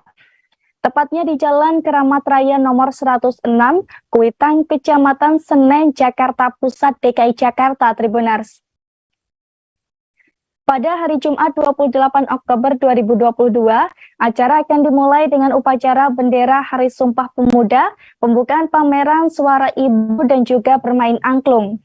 Dari jadwal panitia, bermain angklung ini dimulai sekitar pukul 13 sampai 16 waktu Indonesia Barat. Sementara di hari kedua, Sabtu 29 Oktober 2022, acara akan dilanjutkan dengan belajar membatik dan belajar bahasa isyarat. Agenda belajar membatik akan dimulai pukul 9 hingga 12 waktu Indonesia Barat. Lalu pelatih Pesindo bersama silang atau muspada akan dilakukan mulai pukul 13 sampai 16 waktu Indonesia Barat. Sedangkan hari terakhir, Minggu 30 Oktober 2022, akan ada lintas sejarah Museum Sumpah Pemuda dan nobar film series Aku Pemuda. Agenda lintas sejarah Sumpah Pemuda dimulai pukul 8 hingga 15 waktu Indonesia Barat. Jika tertarik dan ingin menikmati serangkaian acara ini, Anda bisa daftar secara online terlebih dahulu, yakni melalui link yang telah ditentukan pada setiap kegiatannya. Tribuners,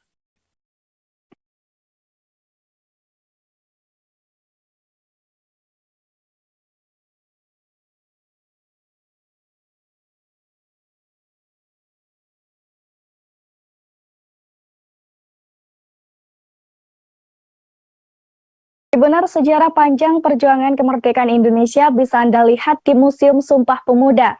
Tepatnya Museum Sumpah Pemuda ini berada di Jalan Kramat Raya nomor 106, RT 2 RW 9, Kuitang, Kecamatan Senen, Kota Jakarta Pusat, DKI Jakarta, Tribuners.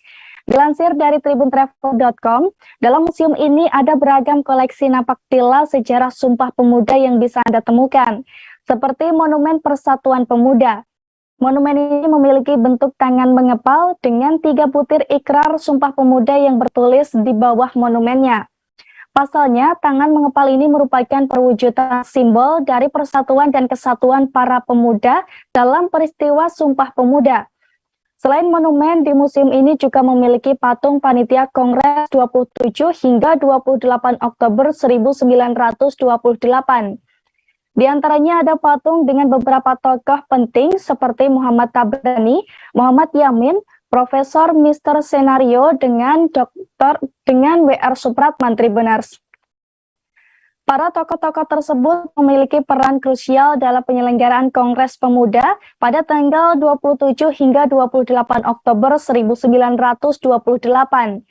Ada pula biola W.R. Supratman yang bisa Anda temukan dalam Museum Sumpah Pemuda ini, Tribuners.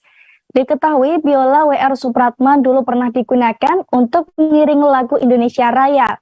Tetapi biola W.R. Supratman yang saat ini dipajang di Museum Sumpah Pemuda merupakan replikanya saja. Dulunya biola W.R. Supratman yang asli sempat dipamerkan untuk pengunjung umum. Namun pihak Museum Sumpah Pemuda tidak memamerkannya lagi, Tribuners. Sebab kini biola tersebut telah disimpan dengan baik sebagai bentuk tanggung jawab melestarikan peninggalan W.R. Supratman kepada bangsa Indonesia. Kini biola yang aslinya disimpan dengan baik sebagai bentuk tanggung jawab melestarikan peninggalan W.R. Supratman kepada bangsa Indonesia.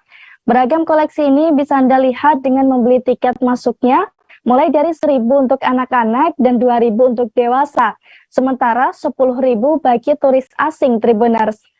Namun jika berkunjung atau datang secara rombongan, dikenakan tiket masuk untuk anak-anak sebesar 500 dan dewasa sebesar 1.000 saja.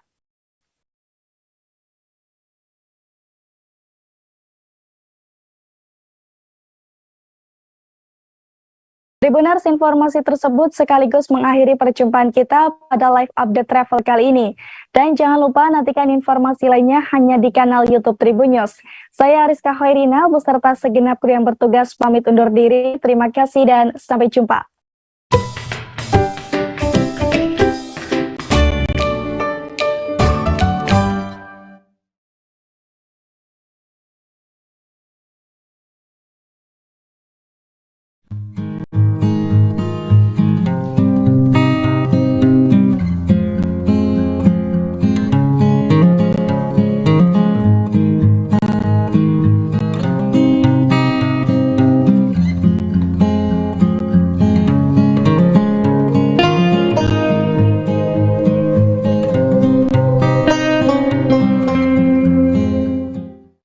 Padang memiliki destinasi wisata yang menarik untuk dijelajahi, dari wisata alam, budaya, hingga kuliner.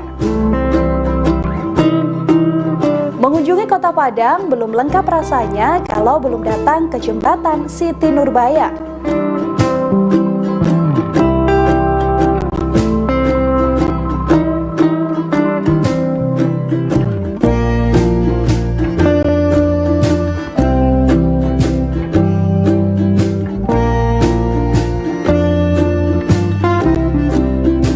Jembatan Siti Nurbaya terletak di kawasan Padang Selatan, Kota Padang, Sumatera Barat. Menghubungkan antara Gunung Padang dan kawasan Kota Tua. Jembatan Siti Nurbaya, salah satu ikon wisata Kota Padang.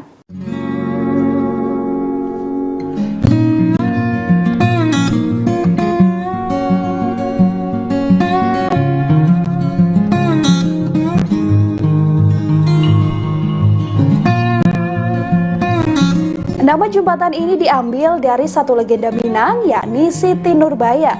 Untuk jembatan Siti Nurbaya ramai dikunjungi saat sore hingga malam harinya. Di sisi kiri dan kanan jembatan Siti Nurbaya ada penjual jagung bakar dan pisang bakar. Dari jembatan Siti Nurbaya, pengunjung dapat melihat pemandangan ke arah Muaro Padang dan kapal-kapal nelayan yang berada di Batang Arau.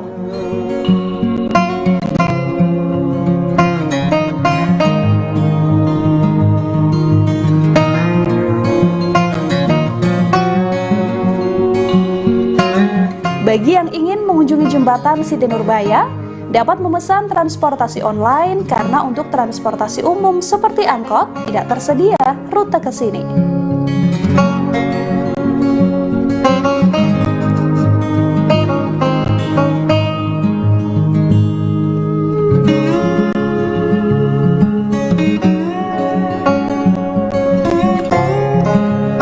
Untuk jarak jembatan Siti Nurbaya dari Pantai Padang tidaklah jauh, hanya berkisar kurang lebih 1 km.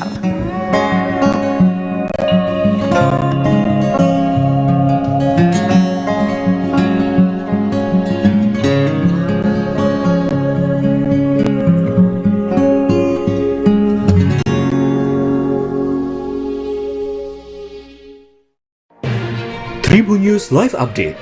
Tanggal 21. Selamat siang Tribuners, selamat sore Tribuners, selamat petang Tribuners, Anda sedang menyaksikan live up. Informasi teraktual dan terupdate dari siang hingga petang kami sajikan untuk Anda. Menewaskan 2 orang penumpang, yang mana kedua penumpang. Kami perdalam dengan laporan langsung dari lokasi kejadian dan narasumber terpercaya. Benar-benar menghukum mereka-mereka yang terlibat, menghentikan terduga pelaku yang ingin Laporan terkait peristiwa pompong hilang kontak menabrak sejumlah pemotor yang melintas tepat. Saksikan live update siang, sore, dan petang hanya di channel YouTube Tribun News.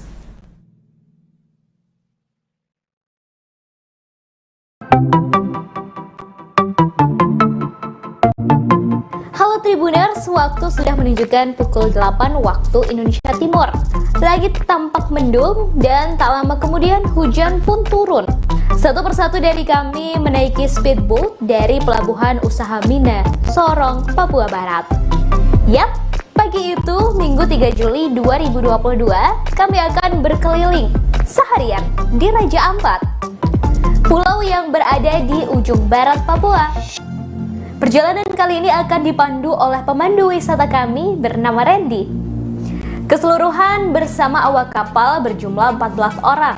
Mereka berasal dari berbagai daerah seperti Jakarta, Solo, Jawa Barat, Sumatera Utara, juga mereka dari Papua. Sebelum perjalanan, pemandu rombongan mengingatkan untuk tidak membuang sampah sembarangan. Deru suara mesin speedboat terdengar cukup kencang. Sampai-sampai kami harus mengeraskan suara ketika berbincang agar terdengar satu sama lain. Setelah menempuh perjalanan sekira 2,5 jam, akhirnya kami sampai di lokasi pertama, Piai Nemo. Tempat ini menjadi favorit banyak orang dalam mengabadikan momen. Gerimis tidak menyurutkan kami untuk menaiki tangga berbahan kayu hingga sampai di puncak spot berfoto yang sudah disediakan. Sesampainya di puncak, saya langsung menghela napas dalam-dalam. Takjub melihat betapa indahnya deretan batu karang yang tingginya hingga beberapa meter di atas permukaan air.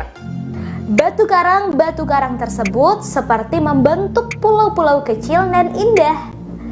Pemandangan yang sangat eksotis ini tersohor hingga penjuru dunia loh Tribuners. Piai Nemo sebenarnya sangat akrab dengan masyarakat Indonesia karena pemandangan deretan karang berbentuk pulau ini ada di uang kertas Rp100.000. Sayangnya tiba-tiba hujan turun cukup lebat. Kami pun bergantian turun mencari tempat berteduh di beberapa simpang tangga yang sudah disediakan seperti gazebo. Di tengah hujan, kami beristirahat di shelter sambil menikmati air kelapa. Sejumlah warga pulau sekitar tampak berjualan seperti kelapa muda, pernak-pernik, ikan-ikan kering, kopi, dan lainnya. Kemudian kami kembali ke kapal untuk melanjutkan perjalanan. Syukurlah hujan pun reda sebelum sampai di lokasi kedua Tribuners. kami tiba di Telaga Bintang. Untuk meraih puncak pun tidak sejauh Piari Nemo, namun medannya cukup berat. Kami harus menaiki batu-batu karang yang keras dan tajam. Harus bergantian lantaran jalurnya hanya cukup untuk satu orang. Sampai di atas, kami bisa melihat batu karang tinggi yang membentuk seperti pulau-pulau kecil. Dan seperti namanya, kami bisa menyaksikan telaga berbentuk bintang. Di bawah airnya terlihat sangat jernih. Kami bisa melihat batu karang serta ikan-ikan dengan mata telanjang. Tak lama rombongan melanjutkan perjalanan menggunakan kapal, yaitu ke Kampung Wisata Arborek. Menurut Putu, fotografer wisata kami, lokasi ini adalah kampung wisata pertama yang ada di Raja Ampat loh. Arborek masuk 10 besar desa wisata terbaik di Indonesia. Daya tarik lain tempat ini adalah memiliki dasar laut yang sangat menawan. Anda bisa bersnorkeling, melihat karang dan berbagai biota laut.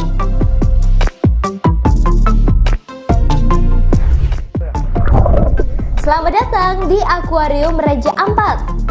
Yap, inilah Pulau Sawandarek. Pemandu rombongan mengajak untuk langsung bersnorkeling. Peralatan sudah disiapkan, seperti kacamata hingga masker snorkeling. Para wisatawan langsung melompat dari kapal untuk bersnorkeling. Di bawah terlihat ikan-ikan berparas cantik, biota laut, dan berbagai rupa batu karang. Tempat terakhir yang kami kunjungi tak kalah indah, yakni Pulau Pasir Timbul. Seperti namanya, pulau ini muncul 3 kali dalam satu hari. Pukul 6 waktu Indonesia Timur, pukul 11 waktu Indonesia Timur, dan 15 waktu Indonesia Timur. Masing-masing sekitar 30 menit. Tepatnya saat air laut surut. Kapal kami menepi di sekitar pasir putih pulau ini yang berada bukan di pinggir daratan, tetapi lebih menjorok seolah muncul pasir di laut. Wisatawan tampak berfoto di pulau ini berlatar pulau roti yang memang bentuknya menyerupai roti. Anak-anak pun terlihat senang bermain pasir putih.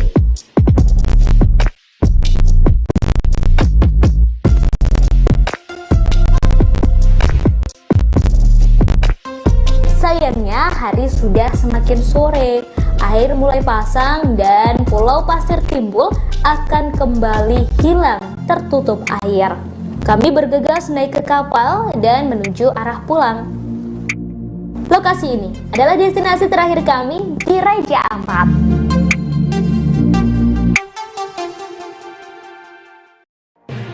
Tribun News Live Update. 21. Selamat siang Tribuners, selamat sore Tribuners, selamat petang Tribuners, Anda sedang menyaksikan live update. Informasi teraktual dan terupdate dari siang hingga petang kami sajikan untuk Anda. Menewaskan 2 orang penumpang, yang mana kedua penumpang. Kami perdalam dengan laporan langsung dari lokasi kejadian dan narasumber terpercaya. Benar-benar menghukum mereka-mereka yang terlibat, menghentikan terduga pelaku yang ingin laporan terkait peristiwa pompong hilang kontak menabrak sejumlah pemotor yang melintas tepat. Saksikan live update siang, sore, dan petang hanya di channel YouTube Tribun News.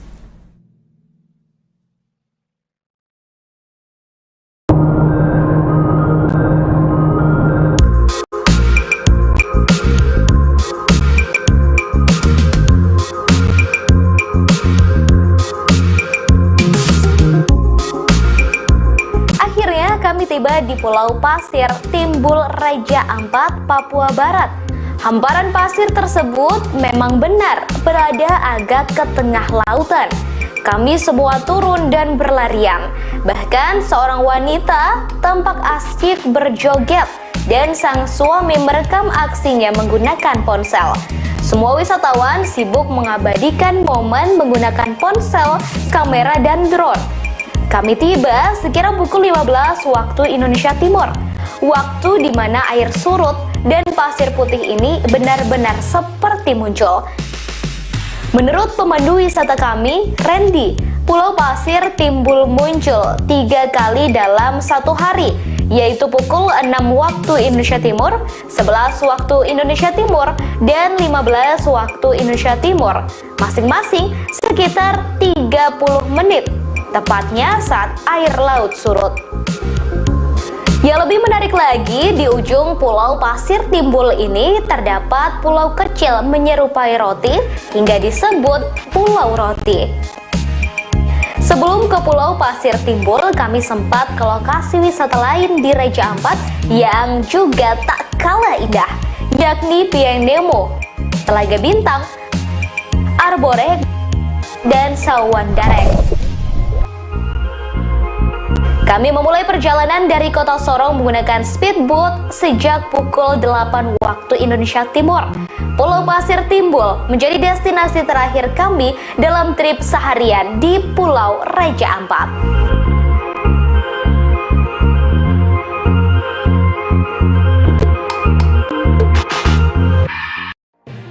Tribun News Live Update. Tanggal 21. Selamat siang Tribuners, selamat sore Tribuners, selamat petang Tribuners, Anda sedang menyaksikan live up. Informasi teraktual dan terupdate dari siang hingga petang kami sajikan untuk Anda. Menewaskan 2 orang penumpang, yang mana kedua penumpang. Kami perdalam dengan laporan langsung dari lokasi kejadian dan narasumber terpercaya. Benar-benar menghukum mereka-mereka yang terlibat, menghentikan terduga pelaku yang ingin Laporan terkait peristiwa pompong hilang kontak menabrak sejumlah pemotor yang melintas tepat. Saksikan live update siang, sore, dan petang hanya di channel YouTube Tribun News.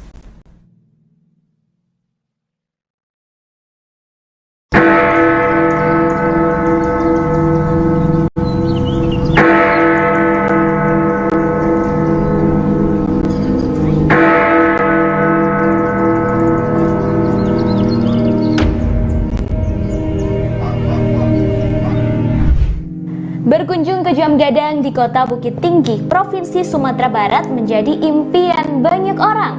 Sebagai bangunan bersejarah yang menjadi ikon pariwisata Indonesia, hampir tak banyak orang yang tak kenal dengan menara itu. Terkadang berpose di depan Jam Gadang menjadi sebuah keharusan bila berkunjung ke Sumatera Barat, terutama Kota Bukit Tinggi. Tak hanya bagi pelancong dari luar Sumber, namun juga bagi warga Sumber sendiri yang tak pernah bosan berfoto dan menikmati Jam Gadang. Bangunan Jam Gadang terdiri dari 4 sisi seperti persegi panjang yang berdiri dengan lantai dasar mirip tapak bangunan beranjung. Sepintas dari luar bangunan Jam Gadang, setelah tapak bangunan hanya terlihat 4 tingkat. Namun aslinya dari dalam terdapat 6 tingkat. Hal itu karena pandangan mengikuti tiang bangunan yang berjumlah 4 buah setelah tapak dan jendela kaca yang ada pada keempat sisinya. Sebelum menaiki menara ini, terdapat 2 tangga yang berada di samping kiri pintu masuk menara. Pintu masuk menghadap ke arah barat. Setiap tingkat bangunan dihubungkan dengan tangga melingkar yang kian ke atas, kian kecil karena mengikuti pola bangunan yang mengerucut ke atas. Di bagian atas terdapat atap bergonjong 4 yang semuanya berbahan kayu dan penuh ukiran khas Minangkabau. Ruangan paling menakjubkan tentu ruangan yang berisikan mesin-mesin Jam Gadang. Mesin yang disebut-sebut hanya ada 2 di dunia. 1 di Jam Gadang dan 1 lagi dipakai untuk menggerakkan jam raksasa menara Big Ben di London, Inggris, yang juga menjadi kebanggaan negara itu. Beranjak ke bagian puncak menara, terdapat sebuah lonceng berukuran besar. Di tengah-tengah lonceng terdapat tulisan B. Fortman, Rellinghausen, dan IW Germany. Diketahui Fortman ada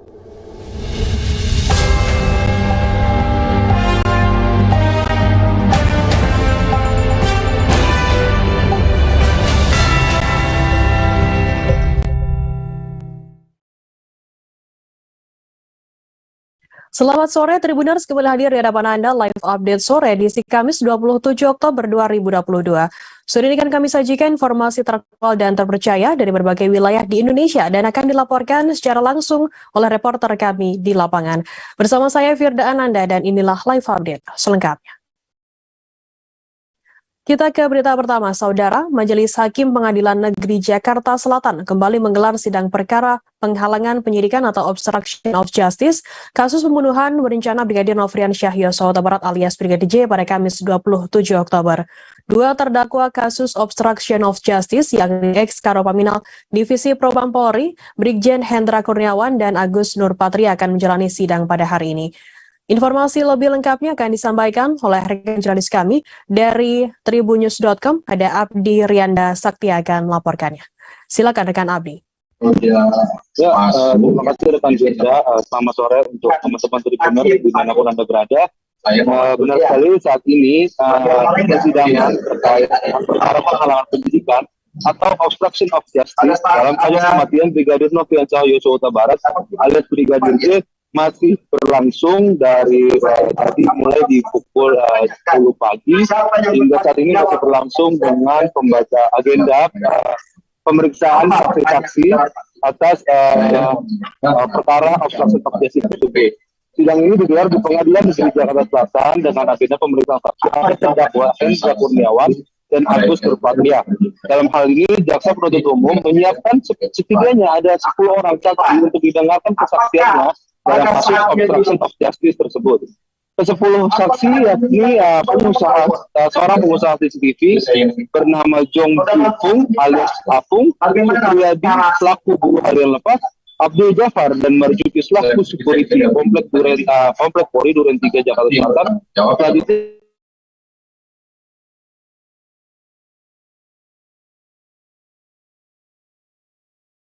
Halo rekan Abdi.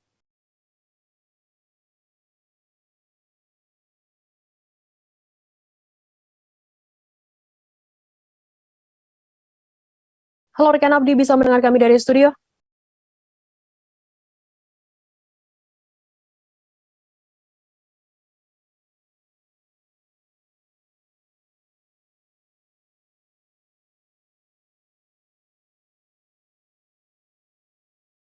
Tribuners, kami mengalami sedikit gangguan sinyal dengan jurnalis kami dari tribunnews.com, Abdi. Akan kami tampilkan berikut wawancara dari kuasa hukum terdakwa obstruction of justice Hendra Kurniawan dan Agus Nurpatria, Hendri Yosodiningrat, dan berikut liputannya untuk Anda. Tidak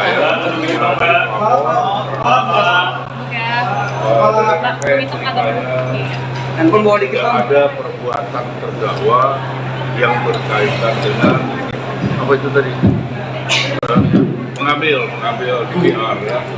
Itu satu ya, karena apapun ceritanya dakwaan ini kan adalah undang-undang tentang ITE dan 221 ayat 2 KUHP.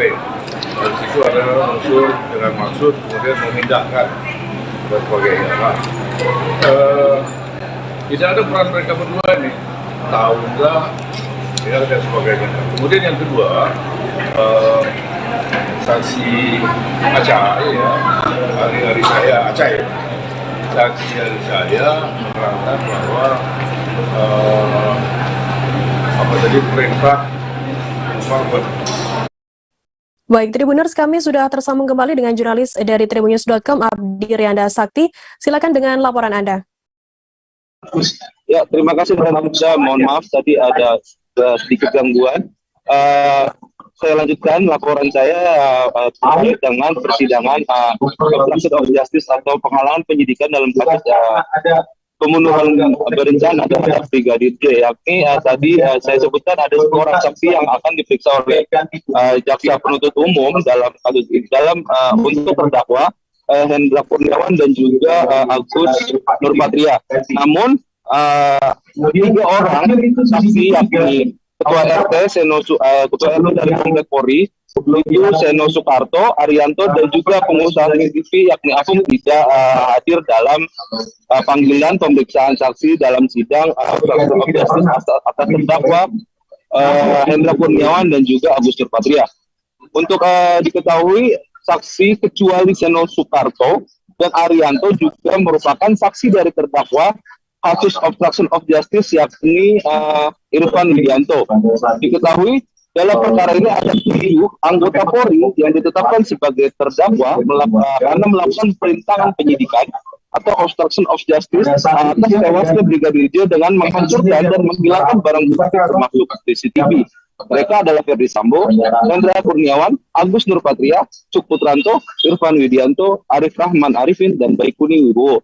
Mereka semua didakwa melanggar pasal 49, Jungto pasal 33 subsidiar pasal 48 ayat 1, Jungto pasal 32 ayat 1 Undang-Undang ITE nomor 19 tahun 2016 dan atau dakwaan kedua pasal 233 KUHP, subsidiar pasal 221 ayat 1 ke 2 KUHP, Jungto pasal 55 ayat 1 ke 1 KUHP. Demikian Firda, video. Ya, baik. Terima kasih rekan dari jurnalis tribunnews.com, Abdi atas laporan Anda. Selamat bertugas kembali. Kita beralih ke informasi lainnya, saudara. Terjadi aksi kejar-kejaran personil gabungan Ditres Narkoba dan Polerut Polda Sumut saat menangkap penyelundup 30 kg sabu-sabu asal Malaysia di perairan Asahan atau Jermal Telesei 9 Kabupaten Asahan. Terlihat kurang lebih 3 kapal berisikan polisi bersenjata mengejar kapal kayu yang dinahkodai AS alias Rambo 49 tahun, TM alias Toto 47 tahun, dan MP alias Imul 37 tahun. Informasi lebih lengkapnya akan disampaikan oleh rekan jurnalis kami dari Tribun Medan. Ada Freddy yang akan melaporkannya. Silakan rekan Freddy.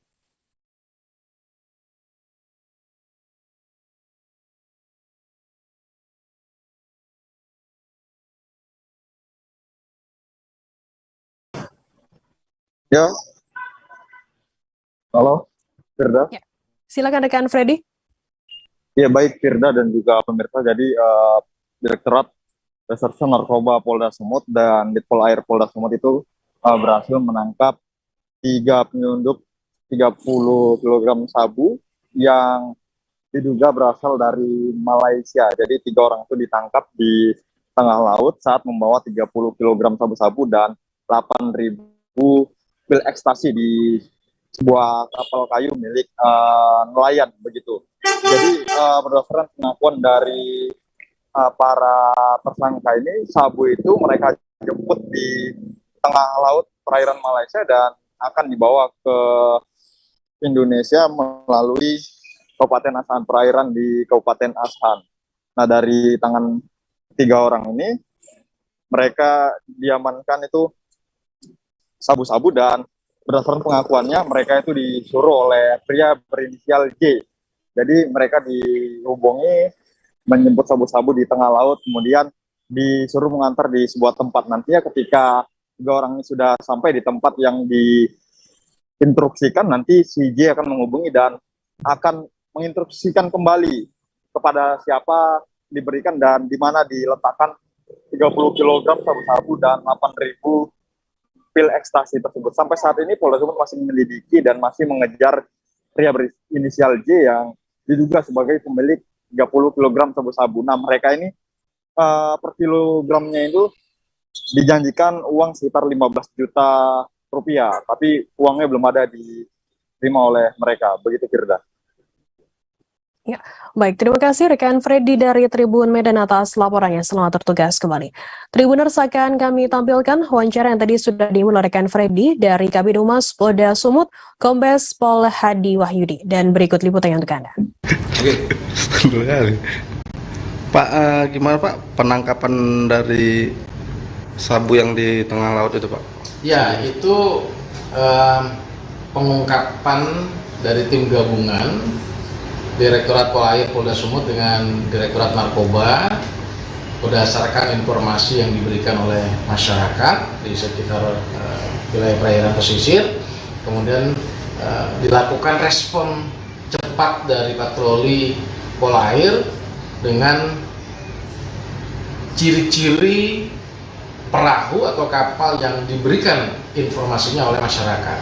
Kemudian petugas sempat mengejar perahu tersebut dan 2 kapal Polair dengan sigap mereka merapatkan kapalnya ke para pelaku.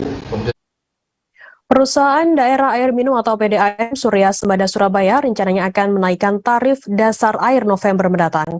Usulan besaran dari PDAM tersebut telah berada di meja Wali Kota Surabaya Eri Cahyadi. Saat ini harga jual rata-rata ada di Rp3.616. Nantinya harga jual rata-rata ada di kisaran Rp4.070 per meter kubik. Informasi lebih lengkapnya akan disampaikan oleh rekan jurnalis kami dari surya.co.id, ada Bobby Golowai yang akan melaporkannya. Silakan rekan Bobby. Baik, Firda dan Tribunus dimanapun berada, pemerintah Kota Surabaya melalui salah satu BUMD-nya, PDAM Surya Sembada Kota Surabaya, rencananya akan melakukan penyesuaian tarif air di Kota Surabaya dari yang awalnya untuk rataan tarif ada di kisaran Rp3.600 menjadi Rp4.000 per meter kubiknya atau naik sekitar 25%. Berdasarkan penjelasan Direktur PDAM Kota Surabaya, penyesuaian ini dilakukan untuk menyesuaikan dengan regulasi mulai dari Permendagri hingga surat keputusan gubernur. Selain itu, penyesuaian tarif ini juga dilakukan untuk kali pertama setelah kali terakhir penyesuaian tarif dilakukan pada tahun 2005 atau sekitar 15 tahun yang lalu. Direktur PDAM Surya Sembada juga menjelaskan bahwa kenaikan ini juga melibatkan sejumlah ahli untuk mengkaji berapa dan sektor mana saja yang akan mendapatkan kenaikan. Berdasarkan penjelasan direktur juga, kenaikan nantinya tidak dilakukan untuk tarif paling bawah atau kelompok yang masih membutuhkan subsidi, diantaranya adalah para keluarga masyarakat berpenghasilan rendah atau MBR. Di Surabaya ada sekitar 150.000 keluarga MBR yang menjadi pelanggan PDAM. Dalam penjelasan direktur bahwa nantinya untuk kelompok ini mereka masih akan mendapatkan subsidi, bahkan akan diperbesar dengan pembebasan biaya untuk 10 meter kubik pertama. Selain itu, untuk penyesuaian biaya ini atau penyesuaian tarif ini diharapkan dapat memberikan keadilan bagi masyarakat Kota Surabaya, karena selama ini untuk kelompok menengah ke atas, terutama kelompok menengah masih mendapatkan tarif yang di bawah ketentuan regulasi. Dengan kata lain, pemerintah Kota Surabaya masih banyak memberikan subsidi bagi kelompok menengah ini. Selain itu, kenaikan atau penyesuaian tarif ini nantinya juga akan dilakukan atau berseiring dengan perbaikan kualitas air di Kota Surabaya. Direksi PDAM memastikan akan memperbarui sejumlah pipa lama yang terutama berusia puluhan tahun di tahun 2023 mendatang. Total ada sekitar 150 km yang akan diperbarui pada tahun tersebut dan diharapkan dapat meningkatkan kualitas air, terutama dari sisi kapasitas, kemudian kecepatan dan tekanan air, terutama di sejumlah wilayah Surabaya yang saat ini belum mendapatkan suplai air secara optimal. PDAM Surabaya menargetkan penyesuaian tarif ini dapat dilakukan pada November mendatang, dan hingga saat ini rancangan ini masih berada di meja pemerintah Kota Surabaya untuk dilakukan pengkajian oleh Wali Kota Surabaya. Diharapkan ini bisa dilakukan pada November mendatang. Demikian kita. Baik, terima kasih rekan Bobby Golowai atas laporan Anda. Selamat bertugas kembali. Tribuners akan kami tampilkan. Kita beralih ke informasi lainnya, saudara. Dengan sedikit tertunduk, Amir dan Martini selaku orang tua Halid 4 tahun menceritakan kronologi putra bungsunya yang diduga meninggal akibat infeksi ginjal Selasa 18 Oktober lalu. Amir menjelaskan kejadian tersebut bermula pada tanggal 14 Oktober. Ia dan istrinya mendapati putranya mengalami demam tinggi dan tidak turun-turun. Dengan kendaraan seadanya, Amir memboyong sang putra yang memiliki keterlambatan tumbuh itu ke Puskesmas Mangga 2, Kecamatan Sawah Besar, Jakarta Pusat. Informasi lebih lengkapnya akan disampaikan oleh rekan jurnalis kami dari wartakotalive.com. Ada Nuriatul yang akan melaporkannya. Silakan rekan Nuri. Ya, baik, terima kasih. Halo pemirsa semuanya, saat ini saya juga sedang melaporkan bahwasannya memang ada salah satu balita berusia 4 tahun bernama Khalid yang diduga meninggal akibat infeksi ginjal pada Selasa 18 Oktober 2022 lalu. Orang tua Khalid bernama Amir dan juga Partini yang berhasil ditemui wartakotalike.com menjelaskan pada saat itu kejadian bermula pada tanggal 14 Oktober 2022, di mana ia dan istrinya mendapati sang putra mengalami demam tinggi dan tak turun-turun. Kemudian Amir membawa sang putra ke puskesmas terdekat, yakni Puskesmas Mangga 2, Kecamatan Sawah Besar, Jakarta Pusat. Saat itu pihak puskesmas menyebut jika suhu tubuh Khalid mencapai 39 derajat Celcius. Kemudian ia dikasih resep, di mana resep tersebut adalah obat paracetamol dan diminta untuk diberikan kepada Khalid sebanyak setiap 4 jam sekali, maksud kami. Setiap 4 jam sekali diberikan kepada Khalid. Namun menurut pengakuan Amir, pasca diberi obat tersebut sang anak tetap rewel dan panasnya pun tak kunjung turun. Kemudian Amir pun tidak mengikuti instruksi dokter, yakni tidak memberikannya sebanyak 4 jam sekali. Namun kemudian esokan harinya, Amir itu sendiri memberikan sesuai dengan anjuran dokter, yakni 4 jam sekali. Pada saat itu tanggal 16 Oktober 2022, karena memang panasnya tak turun-turun, kemudian ia dan juga sang istri membawa kembali sang putra ke puskesmas untuk diperiksa. Kemudian hasil pemeriksaan lab menunjukkan bahwasannya tidak ada masalah apapun dengan tubuh Khalid. Hanya saja memang ada kenaikan sedikit pada leukositnya. Putranya pun kembali diperkenankan pulang dan juga dibekali antibiotik oleh dokter. Kemudian setelah itu 1 hari kemudian, tanggal 17 Oktober 2022, putranya pun masih bisa menyesap bubur di tengah keterbatasan yang sulit membuka mulut. Diketahui Amir ini mengidap cerebral palsy ataupun juga berat badan kurang, di mana di saat usianya udah 4 tahun, Amir ini Khalid itu hanya memiliki bobot sekitar 7 kg saja. Sehingga untuk membuka mulut pun untuk menyesap makanan menjadi sulit gitu. Baik, kemudian setelah itu Khalid itu sendiri dibawa ke Rumah Sakit Umum Daerah Sawah Besar karena pasca meminum obat tersebut, kemudian Khalid hingga sore hari menjelang asar itu tertidur pulas. Namun karena tidak bangun-bangun, kemudian Khalid pun dibawa ke Rumah Sakit Umum Daerah Sawah Besar dan juga pada saat itu dokter menyatakan bahwasannya Khalid sudah mengalami koma.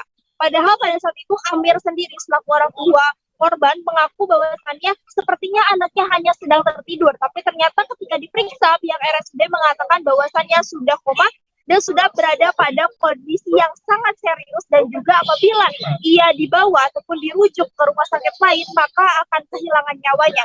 Pasalnya di RSUD Sawah itu sendiri pihaknya tidak memiliki PICU ataupun ruang ICU untuk anak, hanya tersedia ruang ICU untuk orang dewasa. Hal itu pun dibenarkan oleh pihak RSUD Sawah Besar itu sendiri, bahwasannya Herni Listianisi itu mengaku keterbatasan ruang ICU di RSUD itu sendiri. Pihaknya menghubungi beberapa rumah sakit yang memiliki PICU ataupun ruang ICU untuk anak. Namun sayang pada saat itu Khalid tidak bisa terselamatkan dan harus mengembuskan napas terakhirnya. Meski begitu pihak RSUD sebelum Khalid mengembuskan napas itu sudah memberikan perawatan intensif di IGD dengan cara memberikan infusan, kemudian juga memberikan alat bantu pernafasan agar dia tidak sesak nafas dan lain sebagainya. Namun memang setelah 3 jam menghadapi ataupun mendapatkan penanganan yang serius dari dokter di RSUD, kemudian ia mengatakan bahwasannya Khalid sudah meninggal dunia. Dan diketahui dari pihak RSUD bahwasannya ketika dibawa, Khalid ini mendapatkan ataupun terindikasi penyakit yang sedang booming saat ini gitu. Meskipun pada saat Khalid meninggal itu belum ada edaran dari Kemenkes untuk menghapuskan ataupun menarik obat-obat yang ada di obat sirup, maksud kami obat sirup yang ada di pasaran itu sendiri. Dan juga dokter dari hal itu sendiri, yakni Direktur RSUD Sawah Besar itu sendiri mengaku bahwasannya memang pada saat Khalid datang dia sudah memiliki kelainan ataupun juga keterbatasan pada kandung kemihnya itu sendiri. Jadi ada penahanan pada kandung kemihnya sendiri dan itu menyebabkan gangguan pada ginjalnya. Meski begitu hingga sampai saat ini masih belum diketahui apa penyebab kematian dari Khalid itu sendiri. Pihak Puskesmas dan juga RSUD pun sedang berkoordinasi untuk mengungkap apa sebenarnya penyebab dari kematian Khalid itu sendiri. Demikian Firda, kembali kepada Anda. Baik, terima kasih rekan Nuri dari wartakotalive.com atas laporan Anda. Selamat bertugas kembali. Tribuners, akan kami tampilkan wawancara dari ayah Khalid, Amir, dan berikut liputannya untuk Anda. Dan almarhum anak saya Muhammad Khalid. Anak saya sudah meninggal dunia pada tanggal 18 Oktober 2022 jam setengah 2 dini hari. Kronologisnya waktu tanggal 14 anak saya itu sakit panas, terus saya bawa ke Puskesmas Mangga 2. Nah, di sana diperiksa sama dokter, memang suhunya agak tinggi, 39, berapa gitu saya lupa. Terus dikasih obat lah, dikasih resep, saya ambil ke apotek, itu obatnya paracetamol, sirup paracetamol sebanyak 2 botol. Nah, setelah pulang ke rumah langsung saya kasih obat itu. Tim dari Badan Narkotika Nasional atau BNN-RI menggerebek kedai pempek di Jalan Hang Tuah Ujung, Kota Pekanbaru, Provinsi Riau. Lokasi ini digerebek lantaran disinyalir menjadi lokasi pabrik pembuatan narkotika jenis pil ekstasi. Kedai bernama Pempek Cekput ini diketahui hanya menjadi kedok tersangka dalam menjalankan bisnis haramnya. Informasi lebih lengkapnya akan disampaikan oleh rekan jurnalis kami dari Tribun Pekanbaru, ada Rizky Armanda yang akan melaporkannya. Silakan rekan Rizky. Baik, terima kasih Firda. Dapat saya laporkan bahwa dalam penggerbekan ini tim dari BNN RI menangkap 2 orang tersangka, yakni bernama Iman Santoso, 33 tahun, dan juga Herman, 54 tahun. Dan untuk diketahui bahwa bahan baku pembuatan dari pil ekstasi ini didatangkan oleh tersangka dari negara Malaysia. Dan untuk bahan-bahan campuran kecil lainnya dibeli tersangka melalui toko online. Dan disampaikan oleh Deputi Pemberantasan BNN RI, Irjen Paul Kennedy, bahwa kedua tersangka ini sudah menjalankan aksinya sejak September 2022 yang lalu, di mana dalam 1 hari kedua tersangka bisa mencetak pil ekstasi sebanyak 300 butir. Dan dari hasil pendalaman petugas bahwa pil ekstasi ini selain dipasarkan di Kota Pekanbaru sendiri, juga dikirim ke beberapa daerah lainnya. Dan ini merupakan jaringan pengedar narkotika jenis pil ekstasi jaringan Kabupaten Bengkalis dan juga negara Malaysia.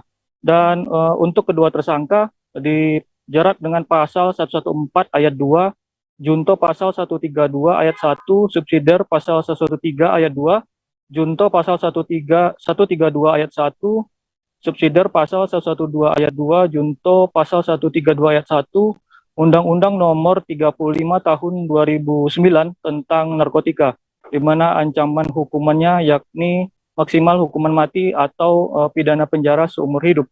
Demikian Firda. Ya, baik. Terima kasih rekan Rizky Armanda dari Tribun Pekanbaru atas laporan Anda. Selamat bertugas kembali. Kita beralih ke informasi selanjutnya, Saudara. Seorang anak perempuan berusia 6 tahun dengan inisial FAZ, warga RW 12, Kelurahan Rorotan, Cilincing, Jakarta Utara, meninggal dunia setelah mengalami gagal ginjal akut. FAZ tutup usia pada 3 Oktober 2000 silam, selesai menjalani perawatan di beberapa rumah sakit. Sebelum terkonfirmasi gagal ginjal akut, FAZ sempat diduga mengalami usus buntu. Informasi lebih lengkapnya akan disampaikan oleh rekan jurnalis kami dari Tribun Jakarta, ada Gerald Leonardo yang akan melaporkannya. Silakan rekan Gerald.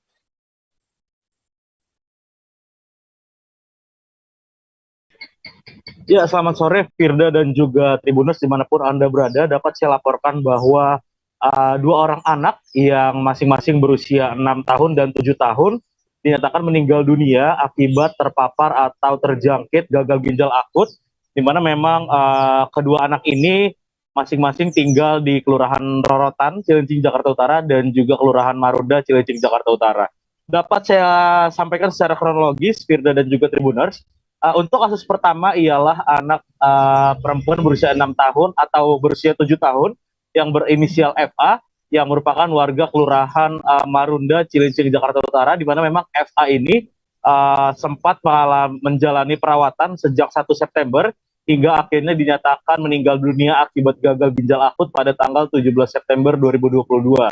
Selain itu, anak yang kedua ialah FAZ, seorang anak 6 tahun, anak perempuan berusia 6 tahun yang tinggal di RW 12 Kelurahan Rorotan, Kecamatan Cilincing, Jakarta Utara, di mana memang anak yang menderita gagal ginjal kasus kedua ini meninggal dunia pada 3 Oktober, dan memang berdasarkan penuturan dari Hasan Basri yang merupakan ayah kandung daripada FAZ.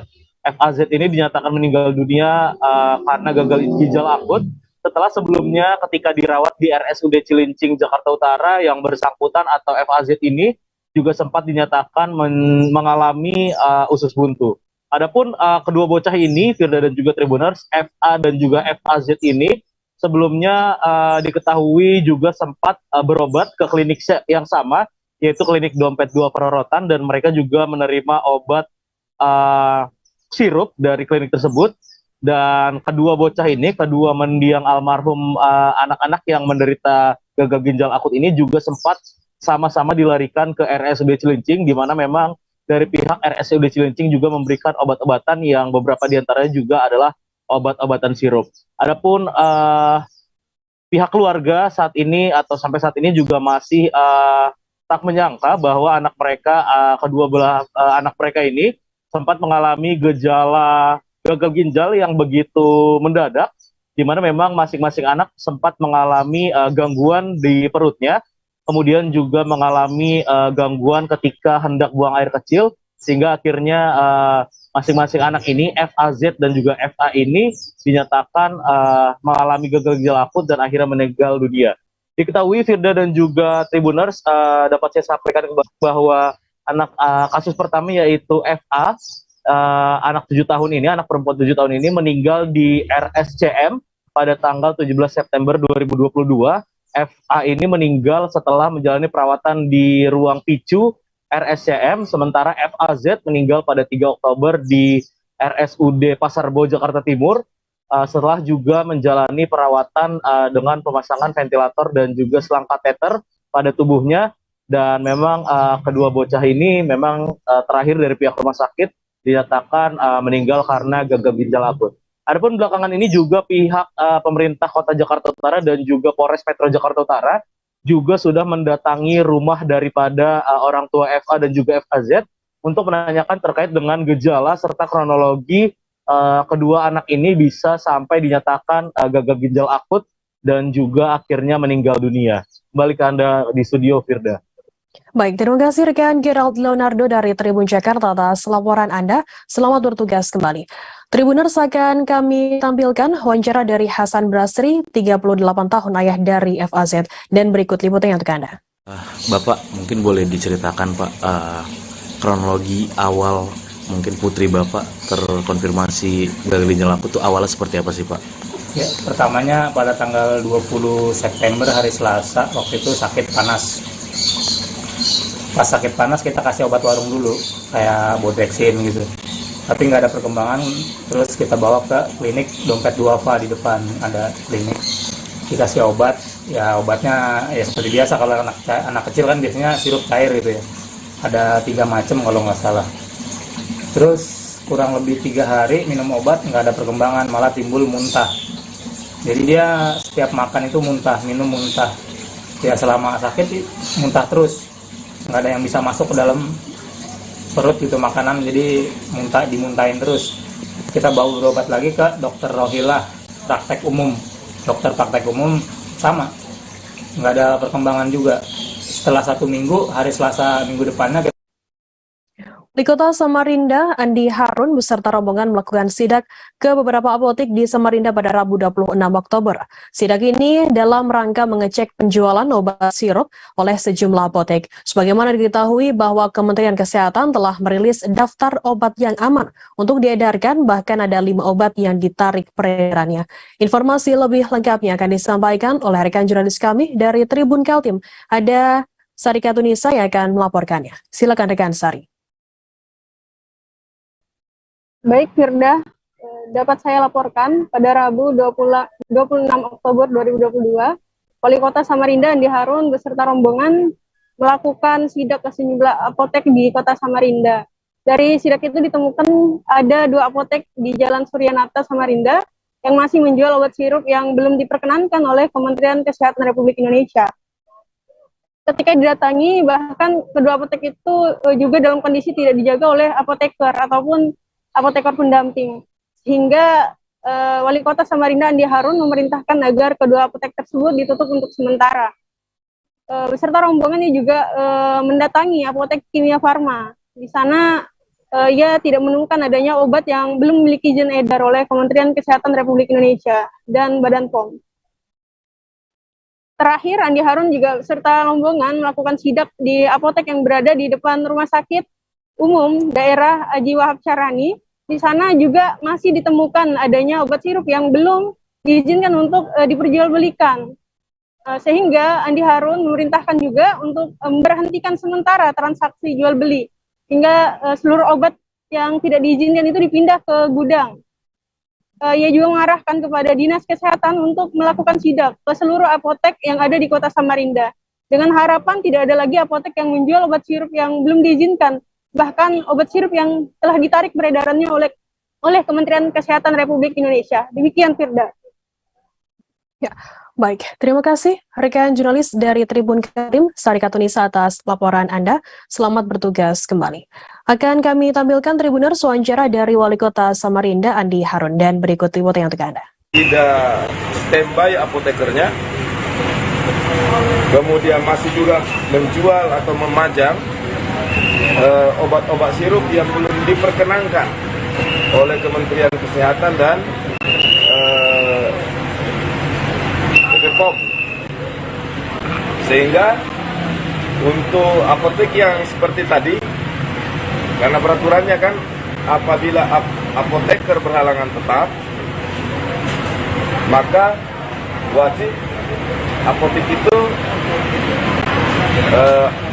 ada apotek pendamping. Nah, tadi dua-duanya nggak ada. Jadi sudah tidak ada apotekernya, apotek pendampingnya tidak ada, juga masih pajang obat-obat yang masih tidak diperkenankan, sehingga kami memerintahkan untuk ditutup sementara. Nah, tadi di sini Seorang anak meninggal dunia akibat tertimbun tanah longsor di Kampung Sadaralam, RT 4 RW 5 Desa Jayapura, Kecamatan Cidaun, Kabupaten Cianjur, Jawa Barat. Berdasarkan informasi yang diperoleh, tebing setinggi 16 meter tersebut longsor sekira pukul 8 pagi pada Rabu 26 Oktober. Kepala Desa Sadaralam Solihin mengatakan tanah longsor tersebut terjadi setelah hujan deras dengan intensitas tinggi di wilayahnya turun sejak Selasa 25 Oktober hingga malam hari. Informasi lebih lengkapnya akan disampaikan oleh rekan jurnalis kami dari Tribun Jabar, ada Fauzi Noviandi yang akan melaporkannya. Silakan rekan Fauzi. Baik, terima kasih Firda.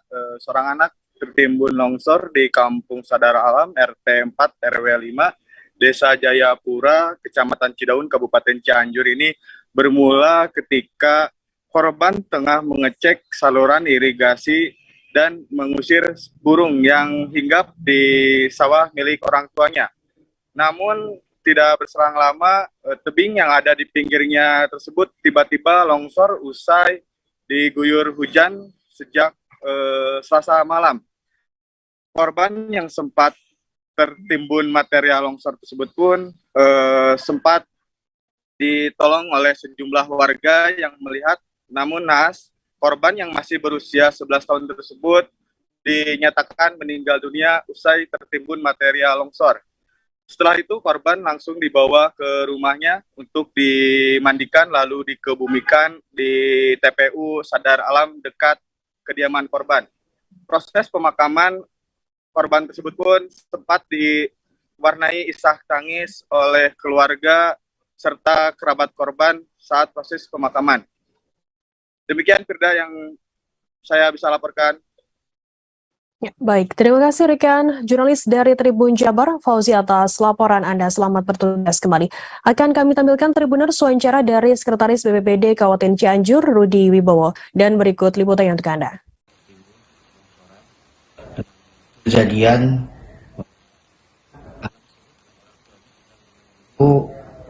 pagi yang terserang oleh burung. Jadi dia sendirian di sana, ternyata yang kemarin beritanya ada 3 orang dengan orang tuanya, ternyata 1 orang.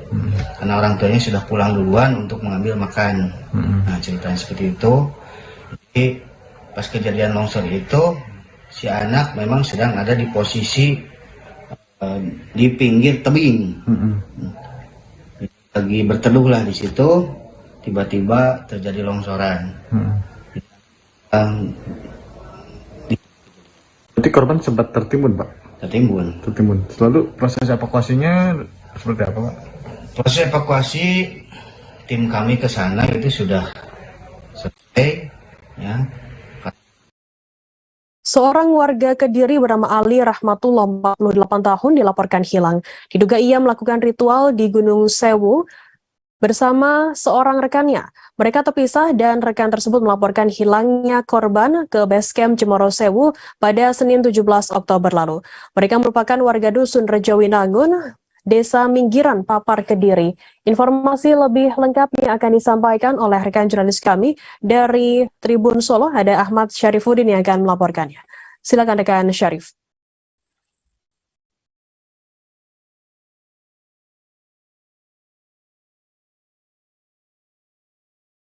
Halo rekan Syarifuddin. Ya, rekan Fida dan Tribuners, benar bahwa ada seorang pendaki yang dilaporkan hilang di Gunung Lawu. Tepatnya dia mendaki dari via Cemara Sewu dan sudah 2 minggu ini dinyatakan hilang. Dan sampai terakhir update dari pihak relawan sampai saat ini belum ada titik terang terkait pendaki tersebut, dan memang diduga pendaki tersebut melakukan ritual tertentu di Gunung Lawu, dan memang Gunung Lawu ini sering dipakai buat ritual-ritual seperti mungkin cara ataupun yang lain gitu. Dan memang di tanggal-tanggal sekitar awal-awal dia mendaki memang sempat terjadi cuaca buruk dan di sana ada badai juga. Jadi ketika pencarian pun juga cuaca buruk masih ada, sehingga cukup menyulitkan para relawan dan petugas untuk mencari. Demikian rekan Fida. Baik, terima kasih rekan jurnalis dari Tribun Solo, Ahmad Syarifuddin atas laporan Anda. Selamat bertugas kembali. Kita beralih ke informasi selanjutnya, Saudara. Tanah longsor terjadi di BTN Puri Mutiara 2, Kelurahan Simboro, Kecamatan Simboro, Kabupaten Mamuju, Sulawesi Barat pada Kamis 27 Oktober. Akibatnya, 1 rumah warga ambruk tertimpa longsor. Longsor terjadi sekitar pukul 3 dini hari waktu Indonesia Tengah saat hujan deras mengguyur wilayah Kabupaten Mamuju dan sekitarnya. Informasi lebih lengkapnya akan disampaikan oleh rekan jurnalis kami dari Tribun Sulbar, ada Abdul Rahman yang akan melaporkannya. Silakan rekan Abdul. Ya, baik rekan Firda di studio dan pemirsa Tribuners di mana Anda berada. Jadi Kabupaten Mamuju diguyur hujan sejak kemarin malam atau Rabu malam hingga subuh dini hari itu Kabupaten Mamuju diguyur hujan deras sehingga mengakibatkan sejumlah wilayah di Kabupaten Mamuju mengalami tanah longsor dan juga mengalami banjir di beberapa titik kota yang ada di dalam kota Mamuju ini. Nah, termasuk di BTN Puri Mutiara di lingkungan Rangas ataupun Kecamatan Simboro ini, 1 rumah tertimpa longsor akibat hujan deras yang mengguyur Kabupaten Mamuju. dan mengakibatkan rumah ini ambruk dihantam longsor dan sampai saat ini rumah tersebut masih dalam keadaan masih tertimbul longsor dan belum pihak pemerintah belum melakukan pembersihan material longsor tersebut. Nah, dari kejadian ini longsor terjadi pada pukul 3 dini hari. Muhammad Taslim mengatakan bahwa rumah tersebut akan didata dan kemudian akan diberikan bantuan terkait dengan kerugian yang dialami korban sendiri. Seperti itu, Firda. Ya. Baik, terima kasih rekan Abdul Rahman dari Tribun Sulbar atas laporan Anda. Selamat bertugas kembali. Kita beralih ke informasi selanjutnya, Saudara. Kepahyang kilometer 22 yang mengalami rusak berat kembali memakan korban. Truk bermuatan kayu puluhan ton lepas kendali dan menimpa mobil jenis EPV hingga ringsek pada Rabu 26 Oktober sekira pukul 10 pagi waktu Indonesia Barat. Jalan yang termasuk jalan nasional itu sudah mengalami rusak berat sejak 1 tahun terakhir dan saat ini masih dalam masa perbaikan. Informasi lebih lengkapnya akan disampaikan oleh rekan jurnalis kami dari Tribun Bengkulu, ada Suryadi Jaya yang akan melaporkannya. Silakan rekan Suryadi.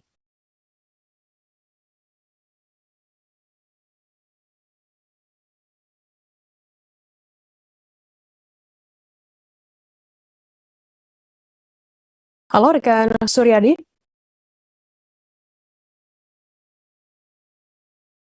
Jadi kronologi kejadian ini terjadi saat truk bermuatan kayu dengan muatan sebanyak puluhan ton melintasi jalan lintas Bengkulu Kepahyang, tepatnya di kilometer 22.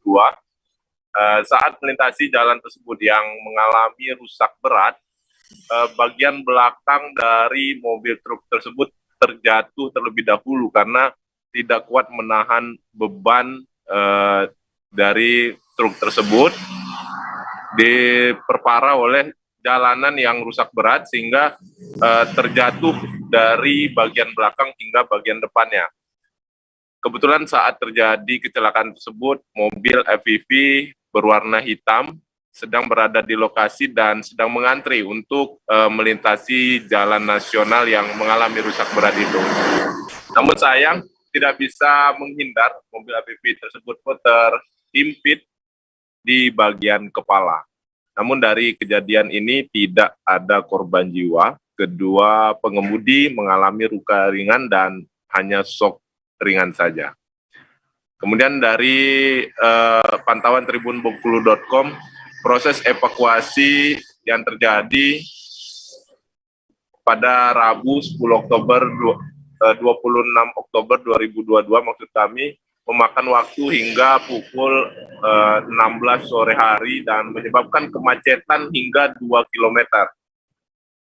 Setelah kejadian tersebut, dari informasi yang kita terima bahwa pihak BPJN, Balai Pengawas Jalan Nasional, langsung melakukan perbaikan jalan secara darurat, artinya lubang-lubang yang bisa membahayakan para pengendara langsung dilakukan perbaikan pada malam harinya, mulai dari pukul 18 hingga pukul 12 malam. Dan tadi pagi saat kita memantau lokasi tersebut, sudah tidak ada lagi jalan yang rusak berat dan hanya menyisakan lubang-lubang kecil saja. Menurut Kasat Lantas Polres Bengkulu Tengah, perbaikan tersebut sesuai dengan permintaan dari pihak kepolisian, lantaran jalan nasional tersebut kerap memakan korban dan sering sekali terjadi kecelakaan. Saat ini arus lalu lintas yang tadinya sempat macet sekarang sudah lancar kembali.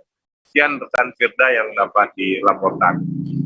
Baik, terima kasih rekan jurnalis dari Tribun Bengkulu atas laporan Anda. Selamat bertugas kembali.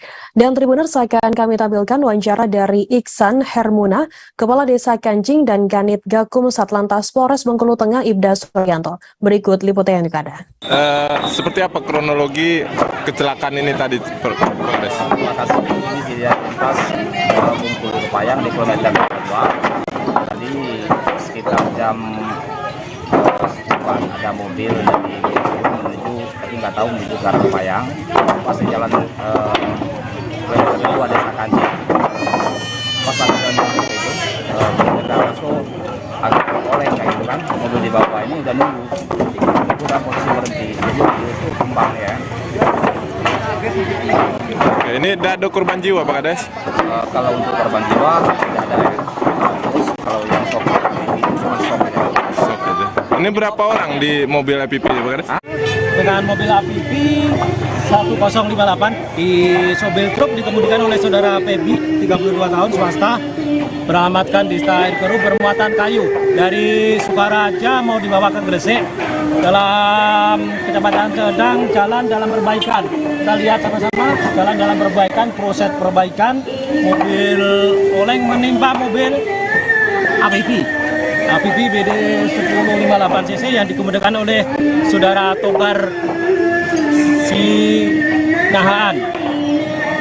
Untuk korban dalam keadaan aman, tidak mengakibatkan luka-luka, tapi sekarang proses evakuasi baru kita laksanakan oleh Satlantas dan Samapta Polres Bengkulu Tengah. Kita gabungan dipimpin langsung oleh Bapak Kop.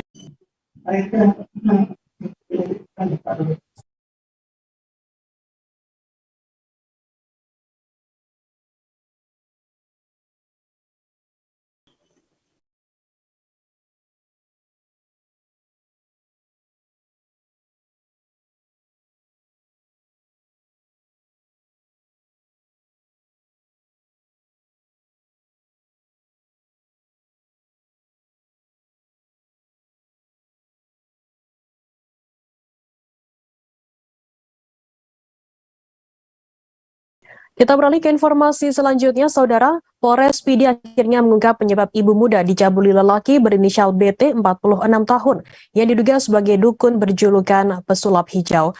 Pengungkapan pencabulan itu dibeberkan polisi dalam konferensi pers yang digelar di Mapolres Pidi pada Rabu 26 Oktober. Dalam konferensi pers tersebut ternyata puluhan ibu muda telah menjadi korban pesulap hijau di pedalaman Kecamatan Padang Tiji, Kabupaten Pidi. Informasi lebih lengkapnya akan disampaikan oleh rekan jurnalis kami dari Serami News Indonesia, ada Muhammad Nazar yang akan melaporkannya. Silakan rekan Nazar. Ya, terima kasih Firda. Selamat sore Tribunas. Kami laporkan dari Provinsi Aceh bahwa kasus yang menghebohkan Kabupaten Pidi yang terjadi sejak pekan terakhir ini yang berhasil diungkap oleh Satuan Reskrim Polres Pidi dengan menangkap pelaku yang berinisial BT yang diduga sebagai dukun yang berjulukan pesulap hijau yang kini ditahan di Mapolres Pidi. Polres Pidi berhasil mengungkap bahwa ibu muda yang diduga menjadi korban pengobatan alternatif BT ternyata Tribunas mereka menjadi korban dugaan pencabulan oleh pesulap merah, diduga karena adanya ancaman yang pembunuhan secara gaib yang dilakukan oleh BT yang sebagai dukun yang berjulukan pesulap merah. Menurut Kapolres Pidi AKBP yang menyebutkan bahwa terungkapnya kasus dugaan pencabulan yang korbannya puluhan kaum ibu itu bermula dari adanya satu orang korban yang melaporkan kepada Polres Pidi setelah adanya pendampingan hukum dari LBH Aceh. Korban tersebut berinisial NY itu melaporkan bahwa telah dilakukan pencabulan puluhan kali oleh tersangka BT dengan berkedok membuka pengobatan tradisional atau pengobatan alternatif di pedalaman Kecamatan Padang Tiji, Kabupaten PD, sehingga pihak Kapolres PD awalnya memeriksa BT sebagai saksi, namun setelah unsur-unsur terpenuhi sehingga BT langsung ditangkap oleh Satuan Polres PD di Mapores PD pada sekitar 3 hari lalu. Berdasarkan pengakuan dari Kapolres PD AKBP Padli menyebutkan bahwa pengobatan alternatif yang dilakukan BT adalah berawal dari BT menerima pasiennya yang awalnya meminta dibawa air mineral, kemudian Tribunes BT juga meminta kepada korban untuk melakukan persetubuhan dengan alasan bahwa persetubuhan tersebut Tribunes akan menghilangkan penyakit dari tubuh korban. Kemudian Tribunes langkah selanjutnya ternyata BT meminta persetubuhan dengan korban secara berulang kali, dan jika korban menolak maka akan dibunuh secara gaib oleh BT yang dukun yang berjulukan pensulap hijau tersebut. Sehingga kini Tribunes BT telah diamankan dan akan dibidik dengan pasal 48 junto pasal 52 yang diatur dalam Kanun Provinsi Aceh nomor 6 tahun 2014 tentang hukum jinayat, dan PB dan BT maksud kami akan diancam dengan hukuman takzir cambuk paling sedikit 125 kali dan paling banyak 175 kali. Juga ancaman denda terhadap BT paling sedikit 1.250 gram emas murni dan paling banyak 1.750 gram emas murni, atau akan dipenjara paling singkat 125 bulan dan paling lama 175 bulan. Demikian Firda. Ya, baik, terima kasih rekan Muhammad Nazar dari Serambi News Indonesia atas laporan Anda. Selamat bertugas kembali. Tribuners, akan kami tampilkan wawancara dari Kapolres PD AKBP Padli. Berikut liputannya untuk Anda. Yang sudah melaporkan baru 1 orang. Kemudian ada salah satu saksi yang juga sebagai korban, tapi yang bersangkutan sampai dengan saat ini hanya sebatas bersedia memberikan keterangan, tapi tidak bersedia untuk menyampaikan laporan secara resmi. Keterangan berapa kali melakukan bedanya? Kalau untuk korban yang sudah melaporkan atas nama saudari HY, mengaku sudah diperkosa oleh tersangka ini sebanyak 64 kali. Kemudian untuk saksi SYT mengaku sudah 4 kali. Mulai dari pertengahan bulan Juli 2021 sampai dengan Agustus 2022. Ya, korbannya rata-rata orang masih lajang atau sudah berkorban? Dari 2 orang yang sudah melapor termasuk juga memberikan saksian, semua sudah berkeluarga. Ya, kemudian ini dijerat dengan pasal berapa nih kemarin? Jadi terhadap surat tersangka kita menerapkan pasal 48 junto 22 Kanun Provinsi Aceh nomor 6 tahun 2015. Terjadi aksi pencurian di Gereja Efrata Bohabak 3, Kecamatan Bolangitang Timur, Kabupaten Bolang, Mongodo Utara, Sulawesi Utara pada Kamis 27 Oktober sekira pukul 3 dini hari. Adapun kronologi kejadian tersebut bermula saat Tony Kantohe 40 tahun warga desa Buhabak yang tinggal di samping gereja hendak bangun mengantar anaknya ke toilet. Yang mendengar ada mobil berhenti tepat di depan rumahnya. Awalnya ia tidak menduga kalau itu merupakan pencuri. Informasi lebih lengkapnya akan disampaikan oleh jurnalis kami dari Tribun Manado. Ada Alpri yang akan melaporkannya. Silakan rekan Alpri. Baik rekan Rizda, terjadi aksi pencurian di Gereja Efrata Buhabak 3, Kecamatan Bolangitang Timur, Kabupaten Bolamongondo Utara, Sulawesi Utara pada tadi pagi sekitar pukul 3:36 dini hari.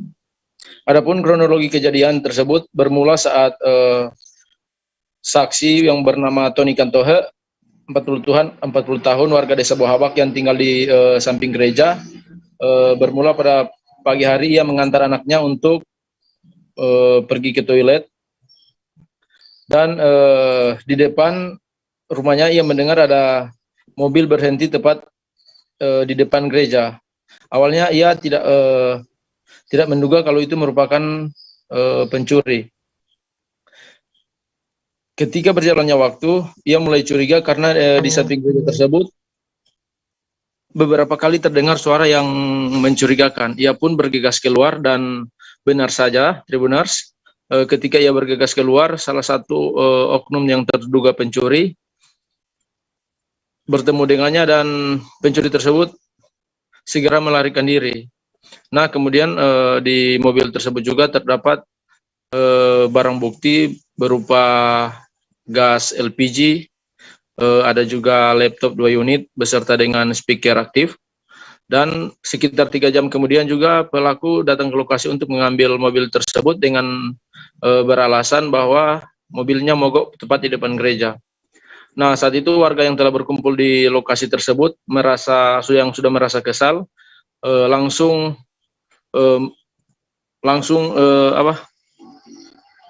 terduga pelaku langsung diamuk warga sekitar.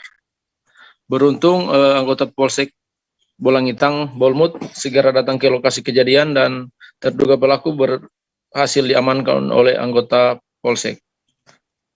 Baik, rekan.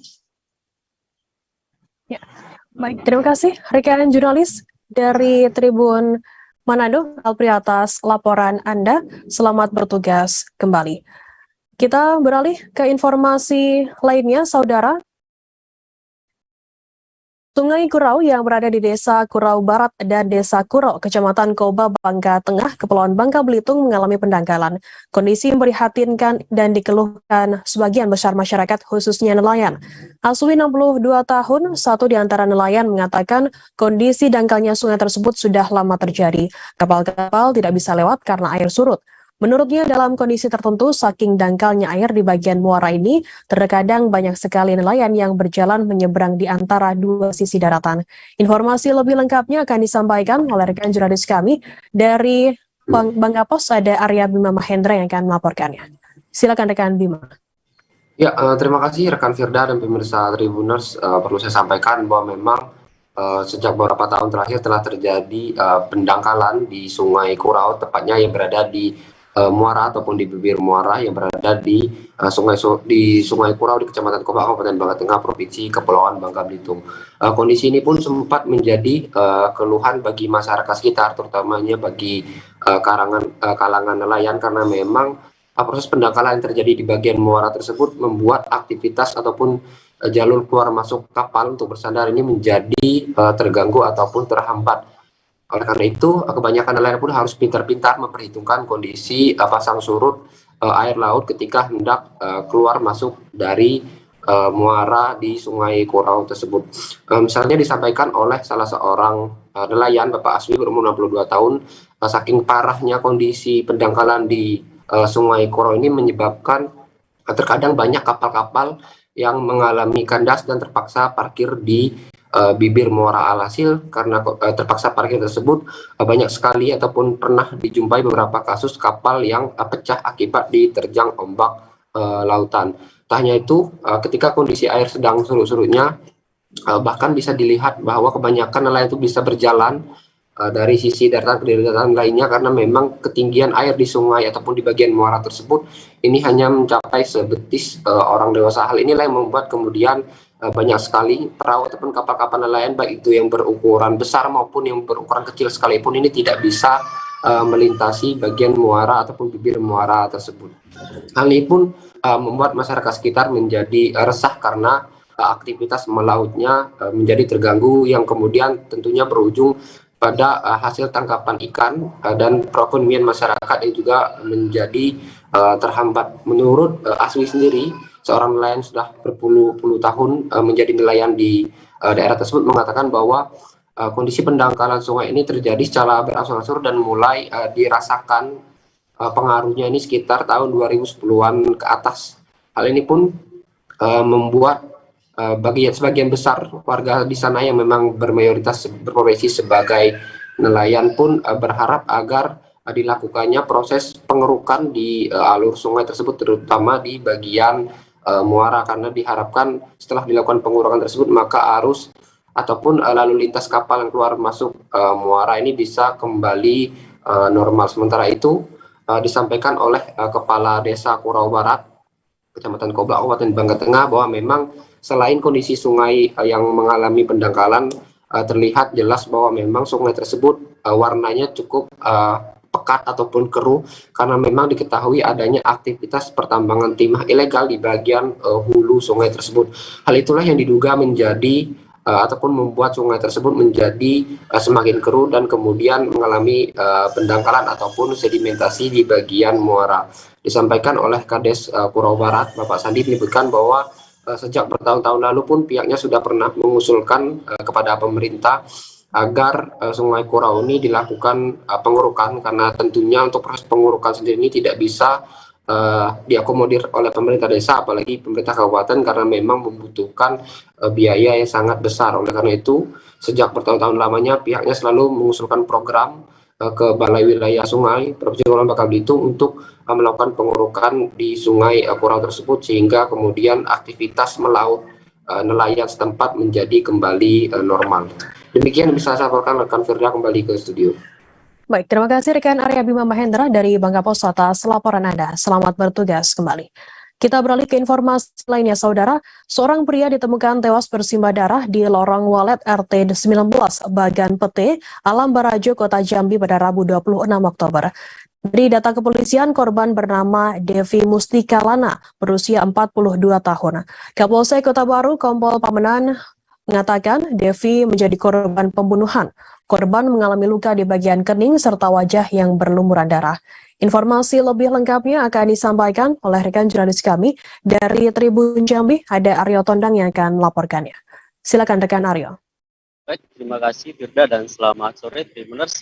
Seperti disebutkan di awal, memang pada kemarin warga RT 19 Bagan Peti Alam Barajo dihebohkan dengan penemuan sesosok mayat pria dengan kondisi berdarah tepat di depan rumah warga.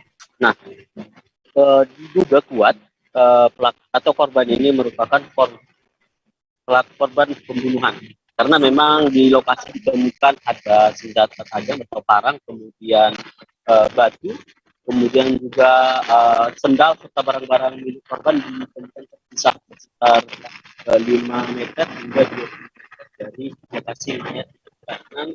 Dan lokasi di TKP juga ditemukan satu rumah kosong yang pada waktu di TKP diduga pelaku tidak jauh dari kondisi atau lokasi. Nah, informasi dari Kapolsek memang rumah korban sendiri tidak jauh dari TKP, sekira kurang lebih 200 meter, dan korban pertama kali ditemukan oleh seorang wanita bernama Lia. Ketika itu dia baru saja kembali bekerja dan pulang ke rumahnya, namun saat tiba di depan rumah dia mendapati sosok pria yang sudah tewas dengan wajah yang berlumur darah dan ada beberapa batu dan senjata tajam. Nah, kemudian setelah mengetahui ini, dia langsung berlari ke dalam rumah, mengunci pintu, kemudian menelpon suami dan ketua RT setempat. Ya, selama ketua RT dan warga belum datang ke lokasi, Lia ini atau saksi yang pertama kali melihat kondisi ini tidak berani keluar. Kemudian setelah warga ramai, barulah ia kemudian keluar dan melaporkan kembali ke pihak kepolisian. Keterangan dari Kapolsek juga bahwasanya saat ini pihaknya sedang melakukan penyelidikan lebih dalam terkait kasus ini karena memang ini sangat mengarah kepada dugaan pembunuhan dan sampai saat ini belum ada keterangan lebih lanjut apakah pelaku sudah diamankan ataupun sudah diketahui identitasnya. Tapi yang pasti saat itu korban langsung dibawa ke Rumah Sakit Bayangkara untuk dilakukan autopsi untuk mengungkap lebih jelas penyebab kematian daripada korban. Begitu, Firda. Kembali ke studio. Ya. Baik, terima kasih rekan Aryo Tondang dari Tribun Jambi atas laporan Anda. Selamat bertugas kembali. Kita beralih ke informasi selanjutnya, Saudara. Forum International Partnership in Environmental Management for the Disease of East Asia Network of Local Government Meeting Summit 2022 resmi dibuka pada Rabu 26 Oktober. Pembukaan dilakukan langsung oleh Menteri Lingkungan Hidup dan Kehutanan Siti Nurbaya di Atria Hotel Gading Serpong, Kabupaten Tangerang. Informasi lebih lengkapnya akan disampaikan oleh rekan jurnalis kami dari Tribun Banten, ada Ahmad Tajudin yang akan melaporkannya. Silakan rekan Tajudin.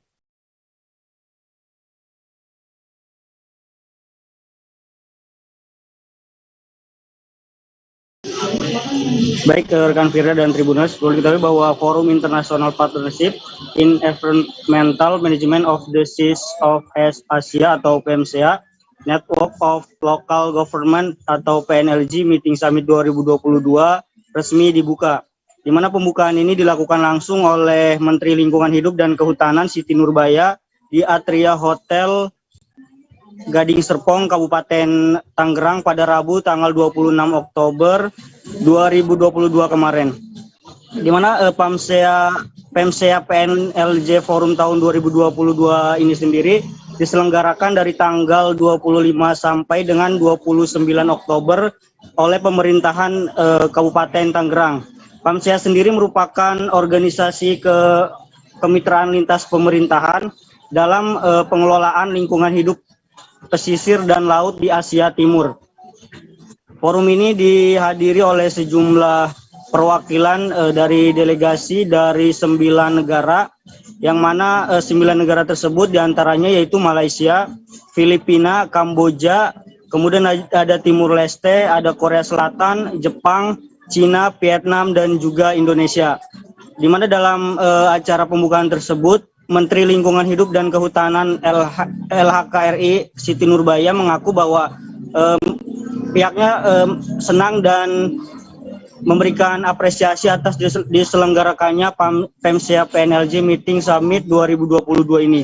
Menurutnya salah satu yang perlu untuk mendapat perhatian saat ini adalah terkait dengan blue economy, di mana menurut Siti Nurbaya bahwa konsep ekonomi kelautan atau blue economy ini merupakan hal yang mendorong pertumbuhan ekonomi, sehingga pemeliharaan ekosistem laut menjadi upaya fundamental demi keberlangsungan hidup masyarakat di pesisir. Rencananya para delegasi ini akan mengunjungi salah satu desa yang bernama Desa Ketapang untuk melihat langsung bagaimana ekosistem yang telah dibuat oleh pemerintah Kabupaten Tangerang, Firda. Baik, terima kasih rekan Ahmad Tajudin dari Tribun Banten atas laporan Anda. Selamat bertugas kembali. Tribuners, akan kami tampilkan wawancara dari Menteri LHK RI Siti Nurbaya, kemudian dan juga dari Bupati Tangerang Ahmed Zaki Iskandar. Berikut liputannya untuk Anda. Tanya Pak Bupati, beliau wakil presidennya untuk Local Government Network dari partnership untuk pengelolaan lingkungan kelautan pusat buat KLHK terutama dan KKP dan Kemenko Maritim. Ini hal yang sangat penting. Kalau saya sudah terlibat sebetulnya sejak tahun 2016 dan kita udah lama juga mengikuti PMCA. Officially dari Kementerian Luar Negeri juga terlibat, dan tadi anggotanya sekarang udah yang ke-58 ya Pak Bupati ya. Beberapa dari Indonesia, banyak juga saya lihat bupati dan wali kota yang memiliki pantai wilayah pesisir Ibu Menteri, kami ucapkan terima kasih ke Ibu Menteri KLHK dan juga PJ Gubernur Banten yang memang selama ini membimbing pemerintah daerah Kabupaten Tangerang terkait dengan penataan kawasan pesisir pantai. Jadi selain Ketapang, kita juga ada program Tangerang Mangrove Center yang di Teluk Naga yang bisa menjadi program kolaborasi antar pemerintah baik dari Kabupaten, Provinsi Banten dan kementerian terkait. Juga yang nanti kita akan jadikan tempat kunjungan bagi para delegasi PEMSI ini. Ya. Alhamdulillah ada 150 dari 10 negara, 11 termasuk Indonesia yang hadir, baik langsung maupun secara daring. Dan ini bisa menjadi pertukaran informasi, pengalaman, dan Ratusan massa dari Desa Mayang, Kecamatan Kelapa Kampit menggelar aksi damai di halaman Hotel Oasis, Kecamatan Manggar, Kabupaten Belitung Timur pada Rabu 26 Oktober. Rombongan sempat berorasi menyampaikan aspirasi penolakan rencana perpanjangan izin hak guna usaha atau HGU yang diajukan perusahaan perkebunan sawit. Informasi lebih lengkapnya akan disampaikan oleh rekan jurnalis kami dari Pos Belitung, ada Dede Suhendar yang akan melaporkannya. Silakan rekan Dede. Ya, baik Firda dan Tribuners, bisa kami sampaikan ratusan warga Desa Mayang, Kecamatan Kelapa Kampit, Kabupaten Belitung Timur menggelar aksi damai di halaman Hotel Oasis pada hari Rabu tanggal 26 Oktober kemarin. Dalam orasinya, rombongan masyarakat Desa Mayang ini menyampaikan beberapa tuntutan kepada pihak perusahaan perkebunan kelapa sawit terkait pengajuan perpanjangan HGU yang memang saat ini tengah diverifikasi oleh tim gabungan dari instansi pemerintahan. Dalam tuntutannya, mereka memang menyampaikan beberapa poin. Yang pertama, itu mereka meminta pihak perusahaan menyampaikan total luasan kebun sawit yang berada di dalam wilayah hukum Desa Mayang. Kemudian mereka juga meminta agar pihak perusahaan itu benar-benar mematuhi peraturan tentang lahan plasma yang memang berjumlah 20% dari total luas.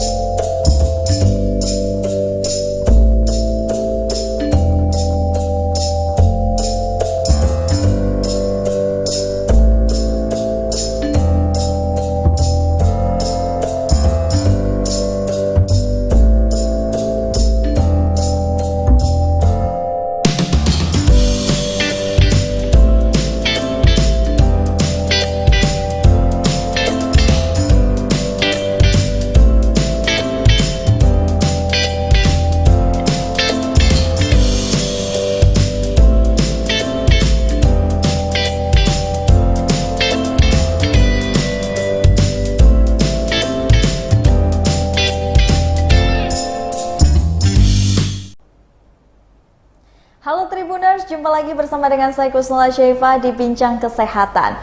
Tribuners, tentunya topik kita per tiap minggu akan berbeda dan hari ini narasumber saya juga seorang dokter yang berbeda juga ya dari sebelumnya.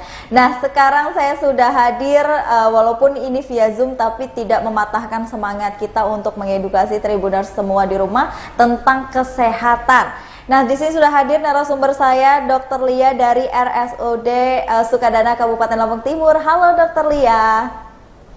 Halo, selamat siang. Gimana kabarnya, Dok?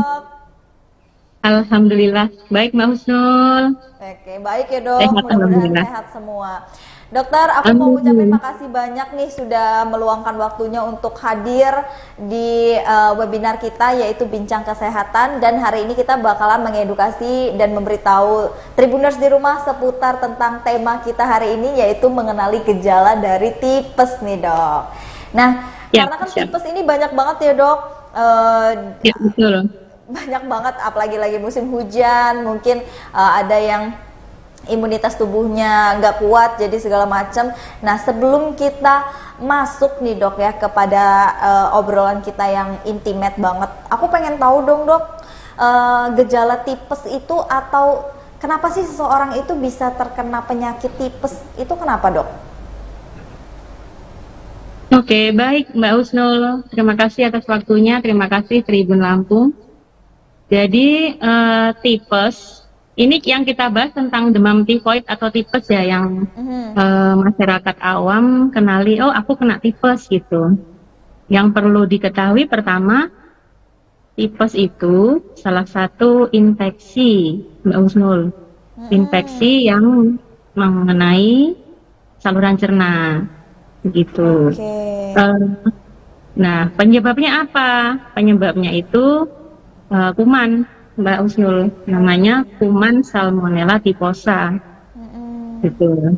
Nah, karena judulnya kuman dan terjadi infeksi, otomatis salah satu gejala dari tipes itu otomatis nanti ada demam atau panas ya, sumeng kalau orang bilang ya. Demam atau panas atau sumeng. Nah, tipe panasnya ini juga berbeda, Mbak Husnul. Dari pagi misal dia biasa-biasa aja, menjelang sore atau malam dia mulai tinggi. Terus berbeda juga dengan gejala demam yang lain, Mbak Husnul. Kalau flu kan demamnya 1-2 hari. Nah, kalau yang tipes ini dia karena fase penyakitnya itu agak lama ya Mbak Husnul, 7-14 hari. Itu dibilang fase inkubasi ya, atau fase menularnya penyakit ya. Itu makanya di minggu-minggu pertama sampai minggu kedua itu demamnya cukup tinggi, dan dibilang kalau di jurnal itu step ladder, atau makin hari, misal hari minggu pertama nih demamnya nggak terlalu tinggi, nanti minggu kedua bisa jadi 38, sekian, jadi 39. Tapi menjelang sore tuh demamnya, Mbak Husnul. Tapi dia cuma menjelang sore aja ya dok ya? Ya, untuk siang hari sampai dengan mungkin setengah hari dia masih fit-fit aja tubuhnya ya dok? Ya, badan ngerasa fit, ngerasa aku fine-fine aja nih. Itu baru dari sisi demam ini Mbak Husnul ya. Biasanya yang diserang lagi selain demam itu baru satu gejala. Karena judulnya saluran cerna, otomatis yang dirasain juga gejala di saluran cerna, Mbak Husnul. Dari mulai mual, muntah, sakit perut, perut terasa begah, kayak orang mah dalam tanda kutip. Tapi ini bukan mah, gitu. Terus ada yang susah, maaf, buang air besar, ada yang malah buang air besarnya cair, dalam tanda kutip dia diare atau mencret, gitu. Itu gejalanya Mbak Husnul. Nah, menarik banget sih dok gitu, karena kan mungkin nggak semua orang tahu tentang gejala tipes ya dok ya. Jadi selain berarti itu gejala-gejalanya ya dok ya yang paling menonjol dari penyakit tipes ini. Betul. Jadi dia lebih demam yang memang itu dirasakan dari sore sampai malam hari ya dok ya, dan itu berlangsung dari 7 hari. Ya, jadi sebenarnya infeksinya tuh sudah dari hari pertama Mbak Husnul, tapi dia ada gejalanya itu di fase-fase inkubasinya 7-14 hari. Makanya kalau dibilang Bu, panasnya udah berapa hari, sakitnya udah berapa hari? 3 hari dok, ada batuk pilek, dibilang tipes, itu biasanya bukan tipes. Selain juga kalau di kedokteran itu kita diagnosa pasien kan ada pemeriksaan awal. Pemeriksaan awal itu termasuk anamnesa. Anamnesa tuh kayak tanya jawab, Mbak Husnul. Makanya tuh kalau ke dokter kita kayak curhat, Mbak Husnul. Mbak Husnul kenapa? Dok, aku demam. Demamnya berapa hari? Habis ngapain? Mual muntah enggak? Badannya sakit enggak? Pasti banyak yang ditanya, Mbak. Kayak dokternya tuh kepo banget tuh, nginterogasi. Itu sebenarnya salah satu anamnesa atau wawancara, Mbak Husnul. Selain itu juga ada yang kedua. Dari wawancara tadi, kita akan namanya pemeriksaan fisik, Mbak Husnul. Dari mata sampai kaki, namanya head to toe, pemeriksaan fisik. Dilihat mata ada HB rendah atau enggak. Terus dari lidah. Biasanya kalau sudah parah banget, Mbak Husnul, itu ada khasnya kalau tipes itu. dia dibilang kalau di buku itu tipoid tongue atau lidah tipoid. Itu khas lidahnya putih, pinggirnya merah, kemudian tremor atau bergetar gitu. Itu kalau nggak biasa lihat, itu akan miss Mbak dari pemeriksaan seperti itu. Seperti itu Mbak Usnul. Jadi memang yang membuat, karena kan gini ya dok, karena kan ciri-ciri penyakit itu kadang sama-sama beda-beda gitu ya dok ya, kayak misalnya tadi, mirip. Ya mirip ya dok ya, kayak gejala panasnya masa inkubasi itu sama kayak malaria atau kayak apa ya dok? Aku pernah DBD. Iya. Ya. Beda DBD, Mbak. Kan? Beda. Kalau beda, malaria itu kan, kalau malaria itu khas sekali. Dia kan ada 4 kalau malaria tuh. Dia ada yang per berapa hari, ada yang 3 hari, ada yang 4 hari, tapi demamnya tinggi. Ada fase di badan itu seperti tanda kutip dia menggigil. Menggigilnya tapi bukan menggigil kedinginan Mbak Usnul. Dia itu kayak respon badan ketika demam tinggi, lalu otomatis otot itu tergerak gitu. Kalau kita kan Mbak Usnul misal ke dokter nih, dokter ya aku tuh demam menggigil loh. Menggigilnya kayak mana Mbak Usnul? Aku kedinginan dok, bukan itu. Jadi harus kita kejar ke pasien ini. Menggigilnya seperti apa, demamnya seperti apa, itu seperti itu Mbak. Berbeda. Memang mirip ya? Memang mirip antara demam tipoid, demam dengue atau DBD, chikungunya, malaria itu ada beda-beda pemeriksaannya Mbak. Kemudian nanti akan dipastikan lah dalam tanda kutip ya Mbak ya, dengan pemeriksaan laboratorium gitu. Jadi memang lebih akuratnya ada pemeriksaan laboratorium itu. Nah, berarti cara kita mengenali bahwasanya kita terkena tipes itu apa dok? Dengan cara ciri-ciri lidahnya tadi mungkin dok ya, yang itu mencari ciri khasnya dari tipes ini. Dan jadi gini. atau gimana? Jadi kalau awam kita curiga tipes nih, contoh sebenarnya tipes itu kita kembali ke penyakit ini sendiri ya Mbak Usnul. Tipes ini kan disebabkan bakteri salmonella nih. Salmonella itu ada di mana hidupnya? Dia itu asalnya dari makanan atau minuman yang tercemar gitu. Jadi bisa dirunut nih. Bisa Mbak Usnul habis siaran capek banget. Habis capek banget badan drop, terus jajan nggak terkontrol lah. Biasanya kalau di rumah kan dimasakin mama kan. Nah ini makan, kita kan nggak tahu nih kebersihan tempat makan, kita lupa cuci tangan, badan lagi drop kita makan. Nah berapa hari kemudian kita ada gejala demam, semelenget, tiba-tiba sore mulai tinggi-tinggi. Nah setelah itu kok ada gejala saya mual, muntah, nyeri perut, badan nyeri, kemudian kok nggak bisa BAB ya. Mungkin jadi itu tipoid atau tipes. Cuman memang harus diperiksakan dulu Mbak ke dokter untuk penanganannya. Gitu. Jadi emang kita nggak bisa self diagnose gitu ya dok ya, memang harus diperiksakan langsung ya Tribuners ke dokter kalau sudah punya ciri-ciri dan gejala yang seperti dokter Lia sebutkan tadi. Jadi jangan buru-buru ngambil keputusan dulu, wah ini penyakit tipes, wah ini penyakit ini, jangan. Jadi lebih baik untuk periksa ke dokter. Nah dok, kita udah bahas tentang gejalanya nih dok ya dari penyakit tipes ini. Sedangkan kalau untuk penyebabnya, boleh nggak untuk diperjelas lagi, diperluas lagi dok, kira-kira selain karena faktor makanan yang tercemar, faktor apa lagi sih dok yang membuat kita bisa terkena penyakit tipes ini?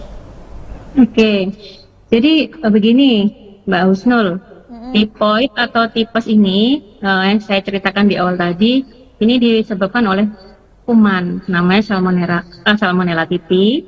Dia itu nempel, bisa dia terbawa atau tercemari oleh orang yang punya tipes sebelumnya, atau dari ibaratnya boleh jadi hewan, contoh lalat, kan?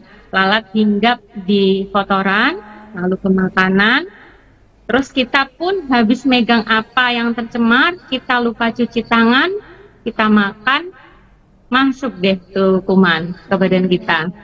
Masuk ke saluran cerna. Sebagian besar si kuman salmonella ini dia akan mati oleh asam lambung, Mbak Husnul. Tapi saking banyaknya kuman yang masuk, dia tetap lewat tuh Mbak, nanti ke saluran darah. Nah, masuklah dia ke saluran darah, beredar, itu yang menyebabkan demam. Kemudian mengeluarkan toksin atau mengeluarkan racun-racun. Itu yang akhirnya membuat kita yang mual, muntah, dan sebagainya. Itu. Ketika kita ke dokter, berobat ke dokter, dan diagnosa, serta diberikan obat yang cukup atau obat yang dibuat, insya Allah tipes ini bisa sembuh. Juga harus disertai. Gimana Mbak? Jadi memang karena faktor kebersihan ini ya dok ya, yang memang paling utama. Betul. Kita terkena tipes gitu. Ya, Faktor PHBS. kebersihan. Betul. Lalu setelah itu kalau faktor gaya hidup gitu dok mempengaruhi nggak sih dok? Bisa mempengaruhi Mbak Bisa Husnul. juga ya dok? Kayak kita, saya aja deh ya Mbak Husnul. Saya aja selalu bilang ke pasien, Bu, cuci tangan, Mbak Husnul cuci tangan, Mbak Husnul minum air putih, air matang, makan makanan yang matang ya. Saya sendiri kadang lupa cuci tangan langsung makan. Kemudian kita suka makan jajan, dalam tanda kutip kita kan nggak tahu ya Mbak kebersihan orang dan kebersihan kita ya. Oke, kita sudah cuci tangan, tapi mana tahu beliau-beliau yang jualan itu kebersihannya seperti apa, kena lalat, tidak ditutup, seperti itu Mbak Husnul. Gitu. Jadi memang ada banyak juga ya dok faktornya, jadi nggak hanya faktor kebersihan aja, tapi juga gaya hidup kita sehari-hari itu perlu diperhatikan ya dok ya. Betul. Nah kata dokter tadi kan apa namanya, si kuman ini tuh bisa mati kalau kena asam lambung, tapi kalau kebanyakan itu dia akan lolos ke sel darah ya dok ya, benar ya dok ya? Ke peredaran darah, betul. Kalau orang yang punya potensi asam lambungnya itu gimana dok? Bisa selamat apakah dari tipes ini atau bagaimana dok? Dalam arti punya riwayat asam lambung ya? Sudah punya riwayat asam lambung atau memang jadi gini Mbak, tipoid ini atau tipes ini ada satu gejalanya yang mual muntah, perut penuh atau nyeri ya, itu mirip banget dengan gejala asam lambung. Kalau memang punya gejala asam lambung, sebelumnya memang punya gejala asam lambung, itu cukup memperberat kondisi Mbak Husnul, karena asam lambung dikit aja nyeri, apalagi banyak kan? Apalagi banyak. Gitu. Nah betul. Sebenarnya kalau orang yang punya asam lambung harusnya tuh nggak punya tipes Mbak, karena kan yang punya asam lambung, jadi kita hati-hati dong kalau makan. Nah, tapi di kenyataannya saya sendiri punya asam lambung Mbak Husnul. Saya sendiri juga makannya basing gitu. Wah, otomatis sama nih kita dok. Iya, natos kita ya. Pas banget ini dok. Otomatis bahasanya juga pas gitu ya. Otomatis akan nambah memperburuk ini Mbak. Akan lolos, itu akan lebih banyak yang lolos Mbak Husnul gitu. Karena mungkin orang yang memang sudah mempunyai riwayat asam lambung tuh lebih memperhatikan makanannya gitu dok ya. Harusnya lah, ini ini harusnya. deh daripada kena nanti gitu. Nah gitu, makanannya yang lembek-lembek dulu, yang nggak boleh pedes gitu kan, nggak boleh jajan di luar. Nah dok, selain itu tuh dok, seseorang itu bisa sembuh dalam pengobatan yang seperti apa sih tipes ini? Bisa. Jadi gini Mbak Husnul, untuk pengobatan tipes atau tipoid itu ada 3. Yang pertama, kalau sudah terdiagnosa fix nih saya kena tipes, saya harus minum obat antibiotik. Dan ini antibiotiknya cukup panjang minum obatnya Mbak. Ada yang 5 hari, ada yang 7 hari, ada yang lebih ya. Kalau ini tipes yang tidak komplikasi ya Mbak, tipes aja. Jadi ada tingkatannya tipes yang tidak. Ya, nanti kita bahas deh. Kita bahas untuk pengobatannya dulu ya. Kita antibiotik itu diresepkan dokter harus dihabiskan. Terus yang kedua, perubahan makanan, Mbak Husnul. makanannya harus yang mudah dicerna, harus ramah untuk pencernaan, dan boleh tinggi protein boleh, tapi tidak boleh tinggi serat gitu. Terus yang ketiga, otomatis juga harus perubahan pola atau gaya hidup tadi, Mbak Usnul. Udah kita makanan kacau, nggak pernah cuci tangan, minum air putih susah, apalagi Mbak suka jajan sembarangan gitu. Jajannya iya, pedas mungkin ya dok ya. Nah, seblak kan senangan Mbak Usnul tuh, cireng kan. Aduh, nggak boleh sebut ya ini ya. Nggak apa-apa dok, kan seblak luas gitu. Oh luas, Nggak oke. sebut merek. Nggak ada mereknya kan? Oke, siap. Itu intinya perubahan pola hidup. Kemudian yang terakhir istirahat yang cukup, Mbak. Itu. Oke. Nah, berarti memang tipes ini bisa sembuh ya dok ya, dan dia bukan bisa penyakit yang menular ya dok ya? Menular, iya, menular, memang menular, iya. Tapi menularnya gitu Mbak, menular gini, bukan kayak deketan kita nular kayak flu, enggak. Jadi menularnya itu sesuai dengan pola transmisi penyakit atau pola perpindahan penyakit ya, karena penyakit tipes ini kan dari kotoran ke saluran cerna. Kalau dalam bahasa medisnya fekal oral ya Mbak. Artinya dari kotoran yang manusia yang memiliki tipes ke orang yang sehat. Gitu. Nah itu biasanya melalui apa tuh dok perpindahan bakterinya ini? Apakah dengan minuman gelas yang sama atau dengan gimana dok perpindahannya? Oh, enggak, gini Mbak. Saya sebutkan di awal bahwa makanan atau minuman yang tercemar kotoran ya Mbak, tercemar kotoran yang, misal saya nih, saya punya tipes dan saya bekerja sebagai koki di salah satu kedai makan. Nah, ternyata saya buang air besar, buang air kecil, tidak bersih, saya tidak cuci tangan. Oke, bersih tapi saya tidak cuci tangan gitu. Lalu saya megang makanan, kemudian saya sajikan ke Mbak Husnul. Nah, itu bisa menjadi salah satu betul. Itu. Jadi, itu kalau Mbak jadi berarti perpindahannya bukan secara instan seperti menular sekali, itu bukan ya dok ya? Oh enggak. Itu juga dipengaruhi ada faktor imun juga. Kemudian kita kan juga daerah endemis ya Mbak. Endemis itu artinya daerah yang punya penyakit itu gitu loh. Indonesia ini endemis untuk tipes, untuk DBD itu endemis. Rumahnya lah dalam tanda kutip. Kalau dunia kan pandemi. Kayak COVID itu pandemi. Kalau kita rumahnya tapi nggak di seluruh dunia ada, kayak di Eropa, Amerika itu kan nggak ada tuh tipes, kita aja. Nah itu namanya endemis, kita endemi tipoid. Jadi kemungkinan besar sih kita sudah rata-rata kena, tapi carrier atau sudah sembuh atau pembawa, bisa seperti itu. Kayak gitu Mbak. Berarti memang ada kemungkinan orang yang sudah terkena tipes terkena lagi ya dok ya, karena itu tadi mungkin karena faktor yang sudah kita sebutkan tadi ya dok ya.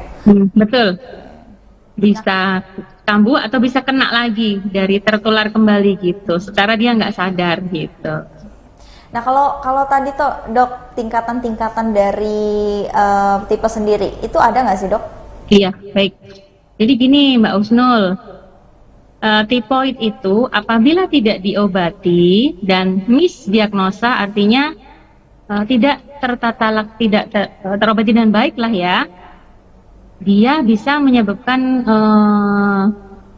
gejala lain yang cukup serius. Misalnya karena dia kan ikut aliran darah nih, si kuman tadi masuk ke badan, ikut aliran darah nih, dia bisa menimbulkan infeksi di darah, namanya sepsis kalau bahasa medisnya Mbak, atau bisa menyebabkan gangguan di paru-paru, namanya pneumonia tiposa Mbak, atau bisa menyebabkan perdarahan saluran cerna gitu Mbak.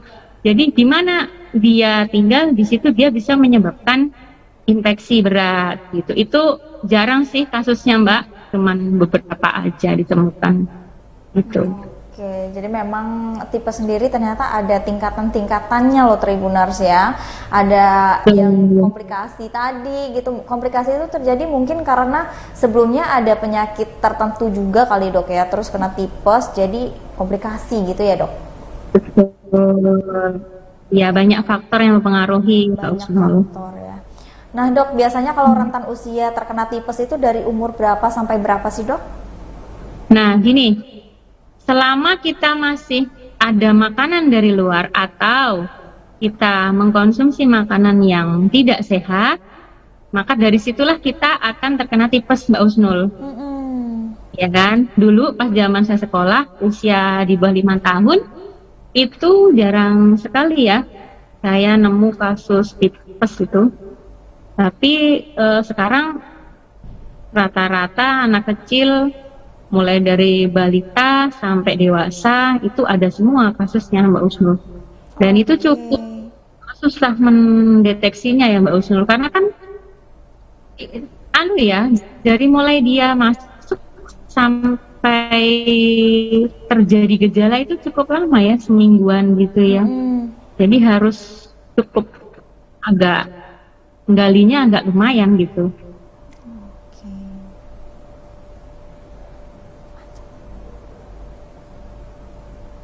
Halo, ya, Dok? seperti itu Mbak Usnul.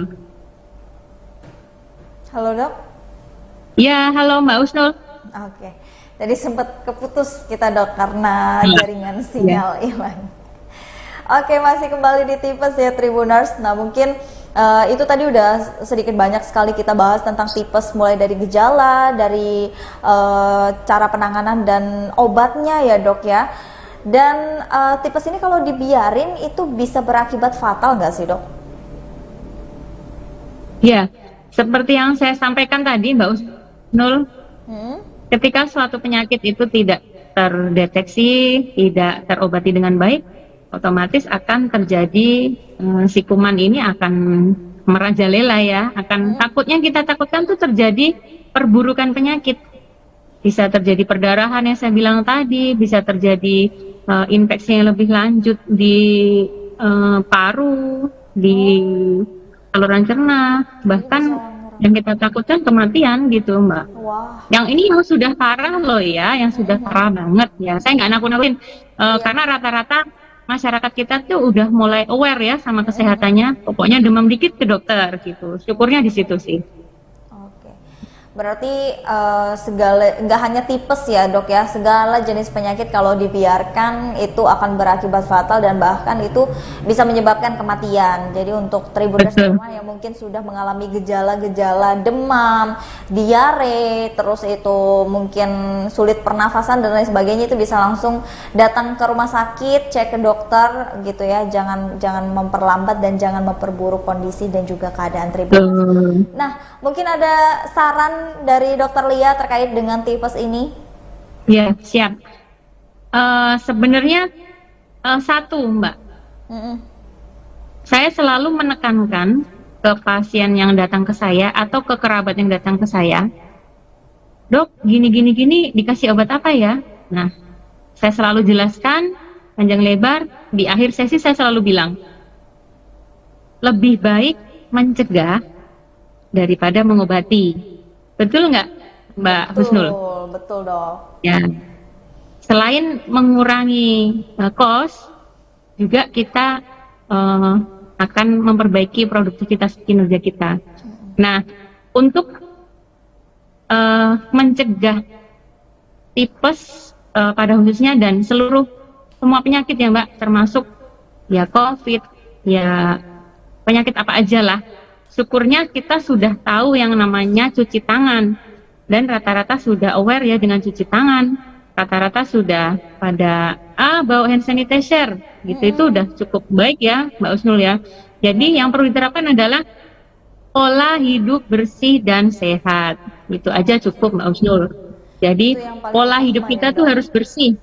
Iya betul. Bersih tuh dari mulai makanan, dari mulai lingkungan, dari mulai badan itu bersih ya. Bersih itu dalam arti ya tidak kotor ya, bersih itu tidak kotor ya, artinya ya pakai air yang bersih, pakai pokoknya tidak ada barang yang tertumpuk gitu. Kemudian pola hidup bersih dan sehat. Selain bersih juga sehat. Berarti sehat itu kan sesuatu yang kita konsumsi, mulai dari air. Mohon kalau misalnya pakai air sumur ya Mbak Usnul, sebelum diminum direbuslah. Merebusnya juga ada aturannya. Jangan cuman baru mendidih terus selesai ya, jangan, komanya belum mati kan ada aturannya, harus berapa menit, 5 menit sampai 10 menit itu mendidih, tunggu sampai dingin, dimasukkan ke wadah yang bersih itu. Terus makanan, tadi dari minuman Mbak, makanan. Nah, makanan yang sehat, artinya setelah makanan itu dicuci bersih dan harus sehat, memasaknya seperti apa gitu. Kalau makanan yang harus dimasak benar-benar matang. Kalau makanan yang harus dikonsumsi mentah, tolong dicuci dengan air bersih gitu. Kemudian juga mohon cuci tangan setiap kali selesai ataupun mau melaksanakan sesuatu, terutama berkaitan dengan menghidangkan makanan gitu. Kurang lebih itu Mbak Husnul. Jadi memang yang paling utama itu adalah kebersihan diri sendiri ya Dok, yang harus diperhatikan. Jadi ini nggak hanya untuk tipes saja ya Tribuners, untuk semua jenis penyakit. Dan tadi saran dan juga harapan dari Dokter Lia untuk kita semua bisa menjaga kesehatan, baik dari cara kita hidup, cara kita mengolah makanan, dan juga untuk memperhatikan kesehatan kita sendiri.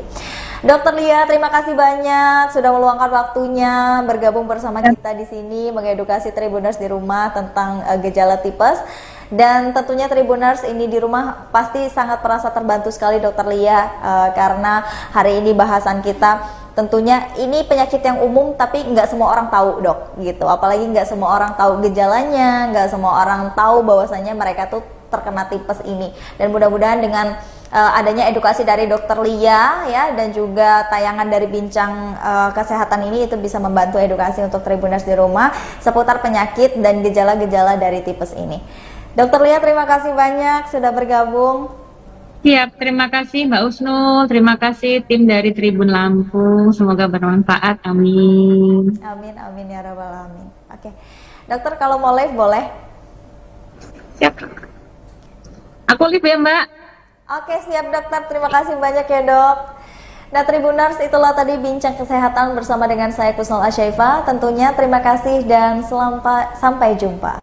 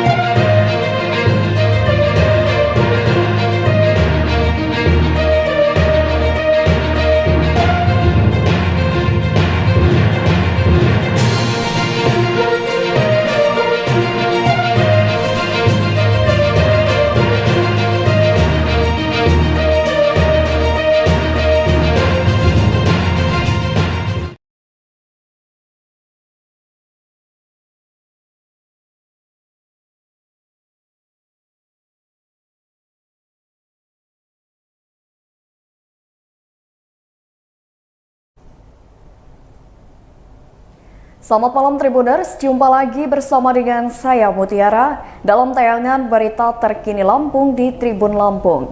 Kami akan menyajikan informasi menarik dan terkini untuk Anda dari berbagai daerah di Provinsi Lampung. Dan inilah berita terkini selengkapnya. Kakak beradik tewas terseret banjir di Sidomulyo, Lampung Selatan. Kakak beradik di Lampung Selatan meninggal dunia terseret banjir saat sedang bermain di sawah yang berada di Desa Sukabaju, Kecamatan Sidomulyo pada Kamis 27 Oktober 2022. Kedua korban meninggal dunia yakni Halimah berusia 14 tahun dan Romlah berusia 12 tahun. Sedangkan satu balita yang merupakan adik keduanya yang juga terseret banjir berumur 4 tahun selamat dari musibah tersebut. Ayah korban Syamsuddin menceritakan detik-detik kedua anaknya meregang nyawa. Menurutnya kejadiannya pada Kamis pagi sekira pukul 7:15 waktu Indonesia Barat. Saat kejadian, Syamsuddin sedang membantu ibunya menguras air yang masuk ke dalam rumah. Syamsuddin mengira anak-anaknya sudah pulang ke rumah. Tidak lama istrinya menanyakan sang anak. Syamsuddin bilang tidak tahu dan menyangka anaknya sudah pulang. Syamsuddin mulai khawatir jangan-jangan anak-anaknya bermain di sawah. Lalu Syamsuddin melihat anaknya yang paling kecil melambaikan tangan. Syamsuddin mengatakan anaknya yang kecil sudah berada di atas pundak kakaknya, sementara kedua kakaknya sudah tenggelam. Lalu Syamsuddin dibantu oleh warga mengevakuasi kedua anaknya yang tenggelam. Ia mengatakan memiliki 6 orang anak yang meninggal nomor 4 dan nomor 5. Sementara itu, Kepala Desa Sukamaju Absorihim membenarkan 2 bocah perempuan meninggal tersebut adalah warganya. Ketika Absorihim, keduanya saat itu sedang bermain di depan rumah yang berdampingan dengan sawah. Saat bermain, tiba-tiba keduanya tenggelam dan ditemukan telah meninggal dunia. Sebelumnya banjir menerjang sejumlah desa di 2 kecamatan di Kabupaten Lampung Selatan. Hujan yang mengguyur sejak tadi malam jadi pemicu banjir, sehingga air sungai Kali Kalang meluap ke pemukiman warga. Banjir menerjang Dusun Purwodadi, Desa Sidodadi, Kecamatan Sidomulyo, dan Desa Beringin Kencana, Kecamatan Candipuro. Ratusan warga telah dievakuasi petugas Dinas Pemadam Kebakaran dan Penyelamatan Lampung Selatan.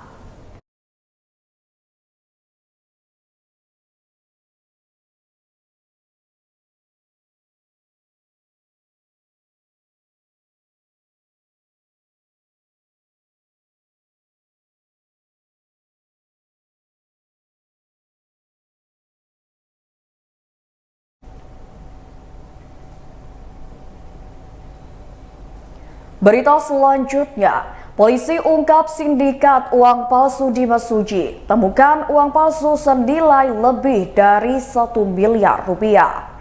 Satreskrim Polres Mesuji menggelar ekspose pengungkapan kasus pemalsuan uang di Kabupaten Mesuji pada Kamis 27 Oktober 2022. Konferensi pers dihadiri oleh Kabid Humas Polda Lampung Kombes Pol Zahwani Pandra Arsyad dan dari pihak Bank Indonesia Provinsi Lampung Tony Nur Cahyo. Lalu Kapolres Mesuji AKBP Yuli Haryudo, Wakapolres Mesuji Kompol Juli Sundara, Kasat Reskrim Polres Mesuji Ibtu Fajrian Rizki, serta dari jajaran Polres Mesuji. Kombes Pol Zahwani Pandra Arsyad mengatakan, uang palsu yang berhasil diamankan totalnya ada 13.524 lembar pecahan senilai Rp100.000. Pandra mengatakan pada tahap awal uang yang diamankan sebanyak 5.221 lembar pecahan Rp100.000, kemudian tahap kedua sebanyak 5.331 lembar pecahan Rp100.000. Saat ini Polres Mesuji berhasil mengamankan 8 tersangka, sedangkan 3 tersangka lainnya masih daftar pencarian orang atau DPO. Pandra menjelaskan, ke-8 tersangka berasal dari berbagai daerah, di antaranya SW, warga desa Wirabangun Simpang Pematang Mesuji, lalu SS, warga desa Margomulyo Batu Putih Tulang Bawang Barat, serta RT dan SM, keduanya adalah warga Kabupaten Serang, Banten. Kemudian PW dan IN alias YY yang merupakan warga Bandung, Jawa Barat, dan yang terakhir adalah TH dan T warga Semarang, Jawa Tengah. Adapun kronologis kejadian sendiri, kata Pandra, pada Jumat 7 Oktober 2022, pelaku SW mendatangi agen bank atau ATM mini. Pelaku meminta korban mentransfer uang ke rekeningnya senilai 5 juta rupiah. Setelah korban melakukan transfer ke rekening pelaku, lantas pelaku menyerahkan uang pecahan senilai Rp100.000 kepada korban. Sekira pukul 20 waktu Indonesia Barat, korban membawa uang ke ATM BRI Simpang Pematang untuk setor tunai. Pada saat uang dimasukkan ke dalam mesin ATM, ternyata 26 lembar uang pecahan senilai Rp100.000 tidak dapat disetor tunai yang kemudian ia ambil kembali. Korban yang curiga uang tersebut palsu selanjutnya melapor ke Polsek Simpang Pematang. Setelah mendapati laporan dan melakukan penyelidikan pada Senin 17 Oktober 2022, sekira pukul 17:21 waktu Indonesia Barat, anggota Polsek Simpang Pematang bersama dengan unit Tipidder dan TK 308 Presisi Polres Mesuji melakukan penangkapan terhadap SW. Atas pengakuan pelaku, ia mendapatkan uang palsu dari SS dengan cara membeli. Kemudian, sekira pukul 2:30 waktu Indonesia Barat, tersangka SS berhasil ditangkap di rumahnya di Tulang Bawang Barat. Selanjutnya, atas pengakuan SS pada Rabu 19 Oktober 2022, tim melakukan pengembangan dan berhasil menangkap orang yang turut membantu memberikan jalan untuk dapatkan uang palsu, yakni RT dan SM yang merupakan warga Serang, Banten.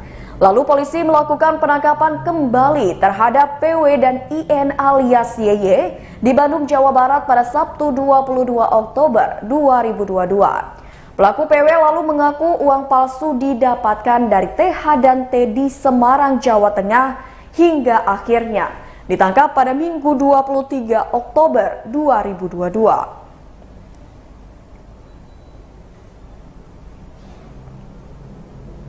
Berita selanjutnya, 500 rumah di Kecamatan Padang Cermin, Pesawaran terendam banjir.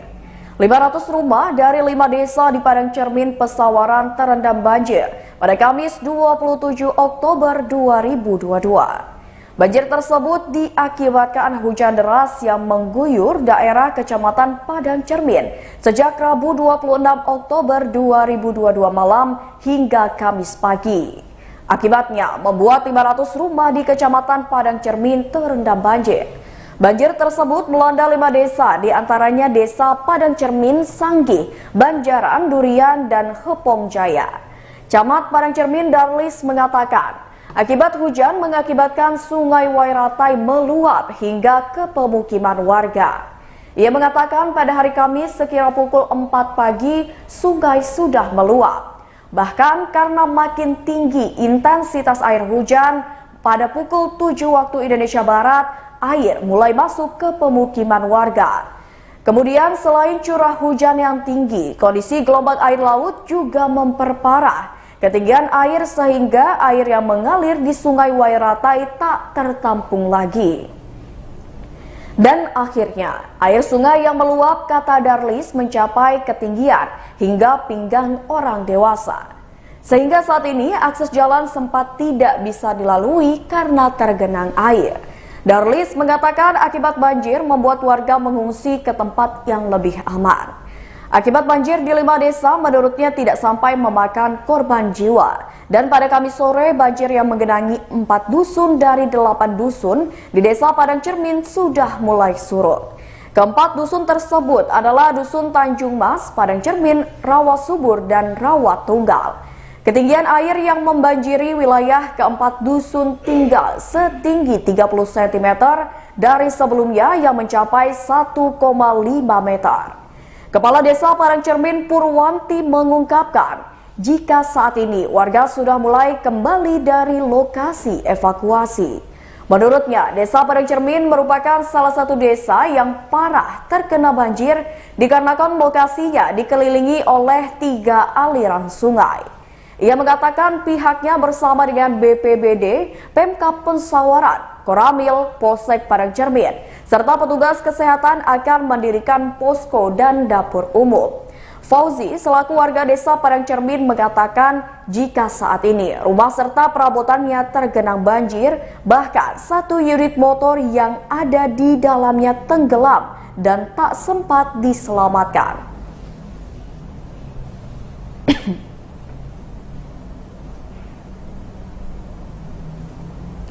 Berita selanjutnya, sempat tertutup banjir dan pohon tumbang, Jalimbar Tanggamus Krui sudah bisa dilalui. Sempat ditutup sementara akibat pohon tumbang dan banjir menggenangi jalan lintas barat Krui Tanggamus, tepatnya di Pekon Pemerihan, Kecamatan Bengkunat, Pesisir Barat. Pada Kamis 27 Oktober 2022, saat ini sudah bisa dilalui kendaraan. Kapolsek Bengkunat Ibtu Juni Rosiwan mendampingi Kapolres Lampung Barat AKBP Heri Sugeng Priyanto mengatakan, Jalimbar Krui Tanggamus sudah bisa dilalui kendaraan sekira pukul 11 waktu Indonesia Barat. Menurut Kapolsek, saat ini kondisi arus lalu lintas sudah kembali berjalan lancar karena semua material longsor dan pohon tumbang yang menutupi badan jalan sudah berhasil dibersihkan. Lanjutnya, pihaknya mengimbau pengguna jalan yang melintas di wilayah tersebut untuk berhati-hati, sebab kondisi curah hujan saat ini masih cukup tinggi. Selain itu, Jalimbar Krui Tanggamus yang melewati kawasan hutan Taman Nasional Bukit Barisan Selatan rawan longsor dan pohon tumbang. Sementara itu, Camat Bengkunat Yuzir mengatakan, banjir yang menggenangi ruas jalan di Pekon Pemerihan saat ini sudah mulai surut. Menurutnya, air tinggal 5 cm lagi dari sebelumnya, sekitar 70 sampai 1 meter. Diberitakan sebelumnya tanah longsor disertai pohon tumbang terjadi di Jalimbar Krui Tanggamus, tepatnya di Pekon Pemerihan Bengkunat. Akibatnya pohon tumbang itu menutupi badan jalan di kawasan TNBBS. Selain itu, tingginya curah hujan di wilayah tersebut mengakibatkan air menggenang di Pekon Pemerihan dan mengganggu arus lalu lintas.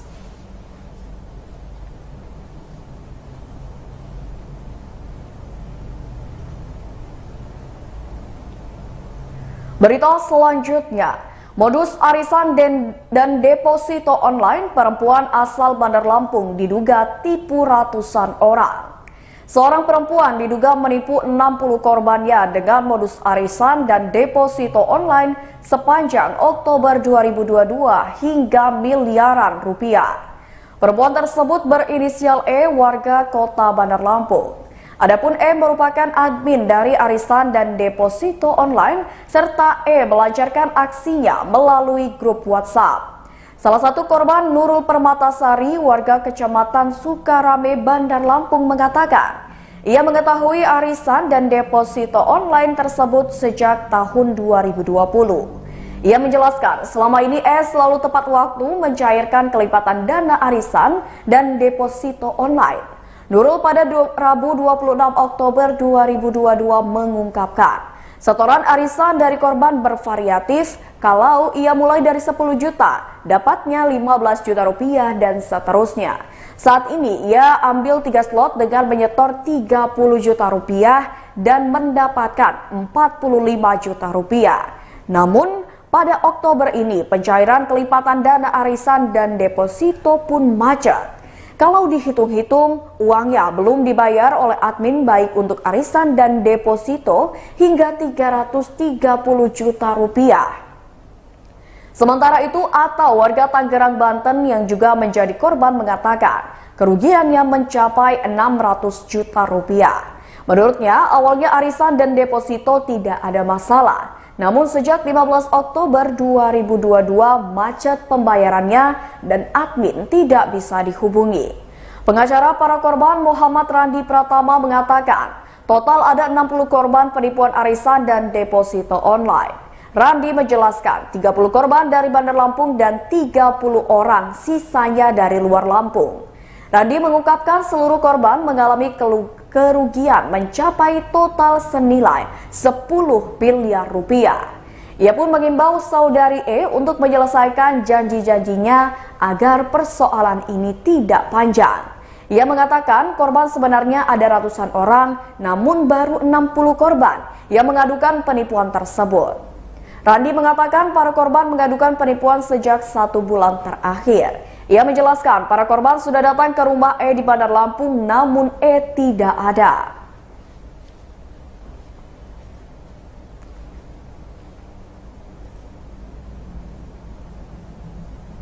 Berita selanjutnya, resmikan toko terbaru Mitra 10 kini hadir di Jalan Antasari, Bandar Lampung. PT Catur Sentosa Adi Prana Tbk meresmikan Superstore Mitra 10 ke-45 di Jalan Antasari, Bandar Lampung pada Kamis 27 Oktober 2022. Peresmian ditandai dengan pengguntingan pita oleh Wali Kota Bandar Lampung Eva Dwiana bersama dengan jajaran pengurus perseroan yang dilakukan secara hybrid, yakni daring dan juga offline. Sebab ada jajaran pengurus CSAP yang tidak bisa hadir di peresmian ini dan mengikuti peresmian secara daring di Jakarta. Dalam sambutannya, Wali Kota Eva mengucapkan selamat atas peresmian toko Mitra 10 di Jalan Antasari ini. Eva berjanji jika Mitra 10 ke depannya akan membuka toko baru lagi, maka perizinan akan dimudahkan. Sebab Eva berkomitmen perizinan di Bandar Lampung akan selalu dimudahkan. GM Marketing dan Komunikasi Mitra 10, Erik Koswara mengatakan, dengan dibukanya toko Mitra 10 di Antasari ini, maka Lampung memiliki 2 toko Mitra 10, yakni di Rajabasa dan Antasari. Selain itu juga dengan dibukanya toko Mitra 10 di Antasari, target pembukaan 4 toko baru di sepanjang tahun 2022 telah tercapai. Sebelumnya Mitra 10 telah dibuka di Pekanbaru, Cibinong, dan Pondok Bambu. Di tahun 2030 ditargetkan akan ada 100 toko Mitra 10. Target ini akan semakin mengokohkan posisi Mitra 10 sebagai jejaring retail modern bahan bangunan dan home improvement terbesar di Indonesia. Direktur Utama Mitra 10 Andi Totong mengatakan, pembukaan Mitra 10 merupakan komitmen perseroan untuk mendekatkan diri kepada pelanggan dan menjadi pilihan utama keluarga Indonesia dalam merenovasi rumah. Pemilihan Lampung sebagai lokasi toko Mitra 10 tidak lepas dari potensi Lampung, terutama untuk sektor properti yang terus berkembang. Kehadiran Mitra 10 selain akan memperkuat pasar di daerah Lampung dan sekitarnya, juga diharapkan membawakan dampak positif terhadap pertumbuhan ekonomi Lampung. Mitra 10 dengan slogan murah, lengkap, dan nyaman merupakan pelopor retail bahan bangunan modern yang menerapkan konsep belanja produk bahan bangunan dan perlengkapan rumah dalam satu atap. Ditambah dengan Atria yang berada dalam Mitra 10 dengan konsep store in store yang akan semakin memudahkan konsumen berbelanja seluruh produk kebutuhan bahan bangunan dan interior rumah dalam satu atap dengan nyaman. Atria adalah segmen retail modern CSAP selain Mitra 10. Atria menawarkan retail furniture dan mattress dengan desain produk, konsep saving space, kualitas finishing terbaik, bahan yang berkualitas dan harga terjangkau.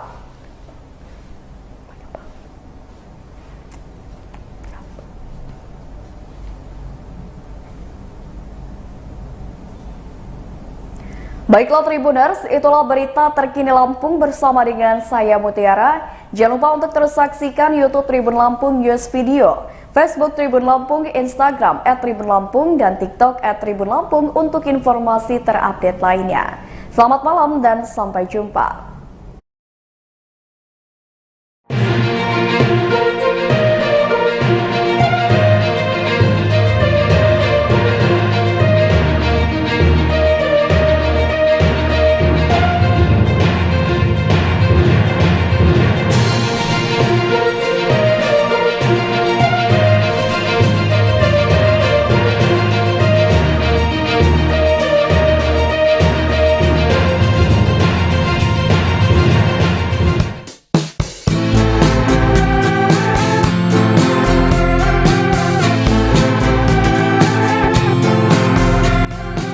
Halo Tribuners, jumpa lagi di Wisata Lampung. Wisata Lampung kali ini sedang ada di penginapan terbaru di Lampung Selatan, namanya Lumai Villa and Resort. Lokasi tepatnya berada di bibir pantai Minang Rua, Jalan Pariwisata Batu Alif, Dusun Minang Rua, Desa Kelawi, Kecamatan Bakauheni, Kabupaten Lampung Selatan. Penginapan yang baru buka sejak 28 September 2022 ini memiliki konsep unik loh, perpaduan nuansa Bali modern.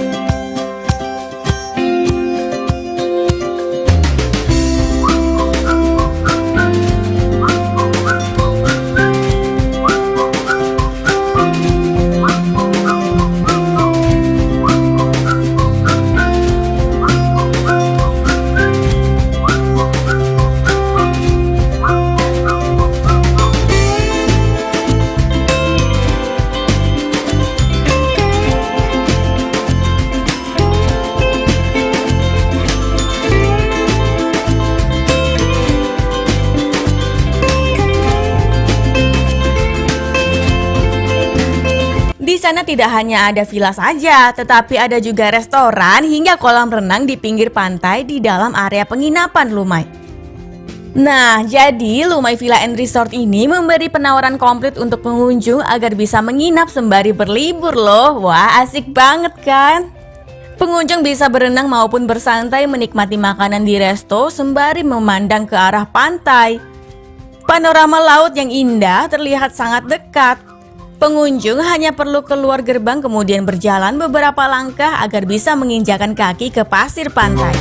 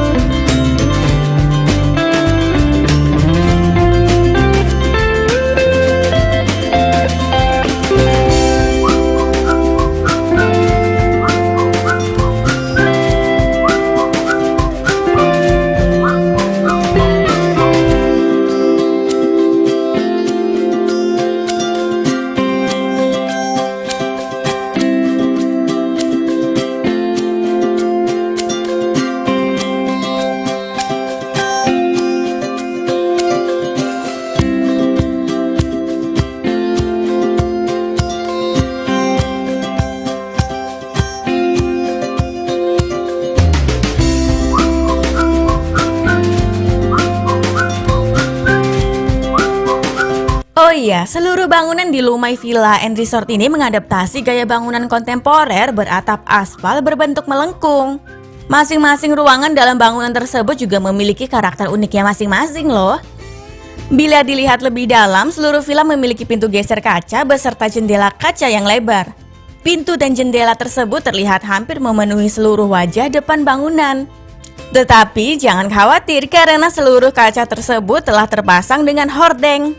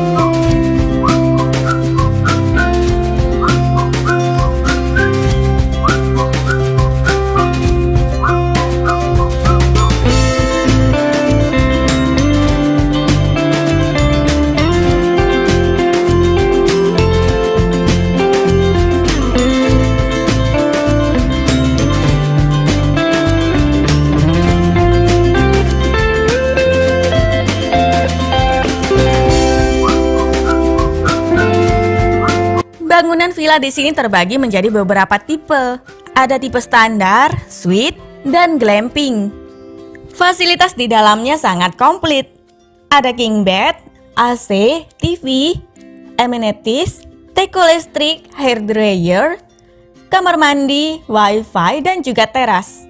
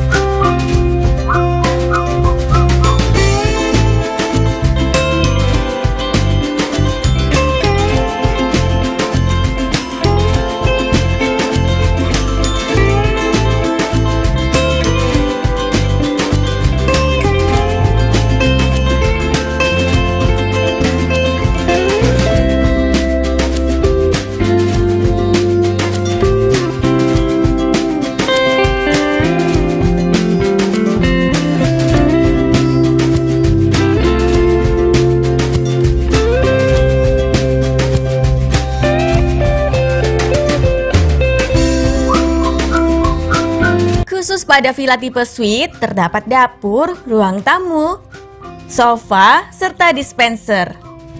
Sementara untuk tipe standar terdapat space spesial berupa balkon belakang. Sedangkan untuk tipe glamping memiliki kamar mandi unik tanpa pintu. Karena sedikit terbuka pada bagian kamar mandi, disarankan untuk ditempati oleh pasangan sah ya.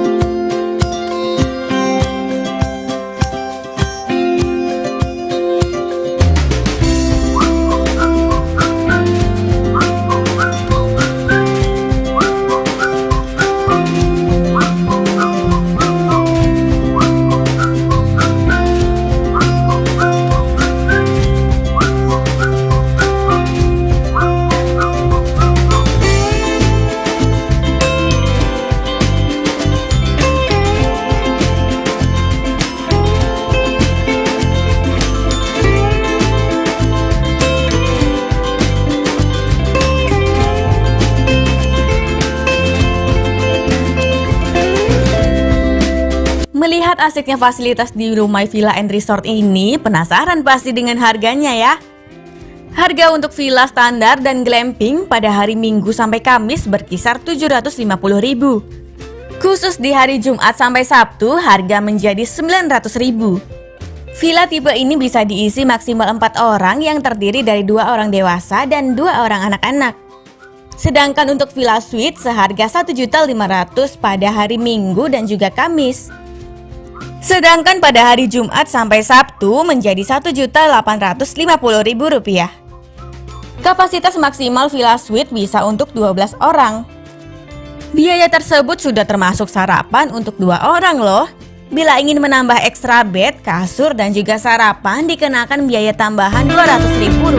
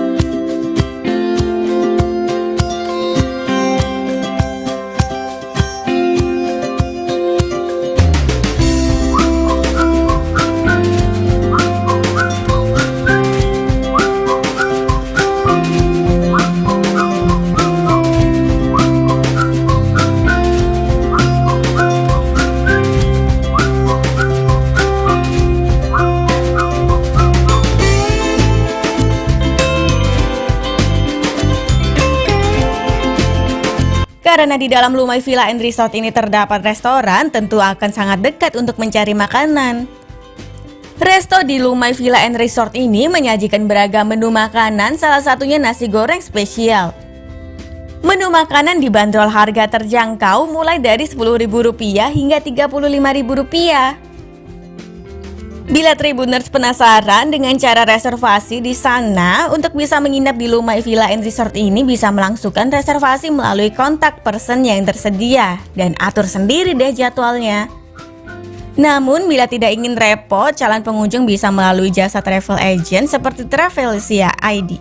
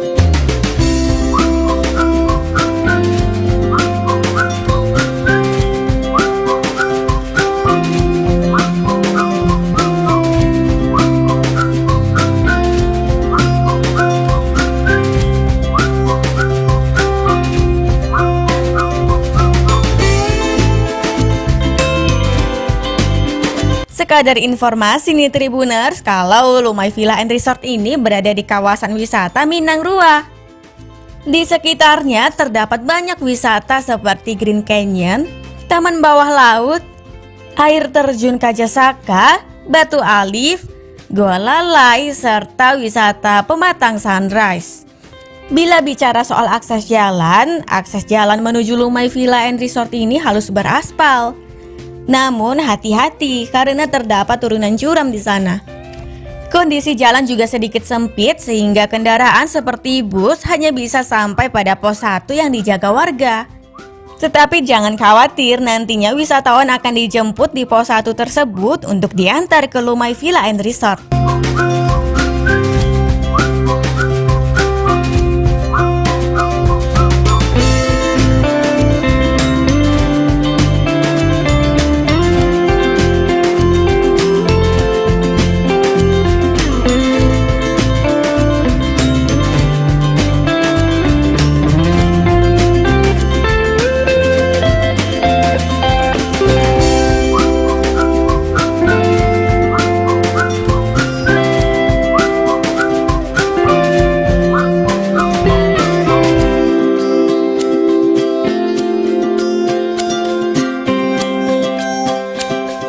Dari gerbang tol Bakahuni Utara jaraknya hanya sekira 9 km.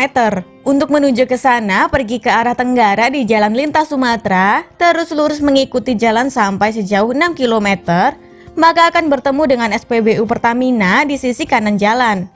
Tidak jauh dari itu, belok kanan menuju Desa Kelawi. Ikuti jalan sejauh 750 meter, kemudian belok kiri tepat di samping Masjid Berkubah Emas. Lanjut berjalan sejauh 700 meter, lalu belok kanan maka akan sampai di pos 1. Lanjut berjalan sejauh 1,6 km, berjalan kembali mengikuti jalan yang menurun. Pada titik tertentu akan dijumpai sebuah turunan di samping lembah curam, jadi harap berhati-hati ya. Tidak disarankan untuk melaju dalam kecepatan tinggi.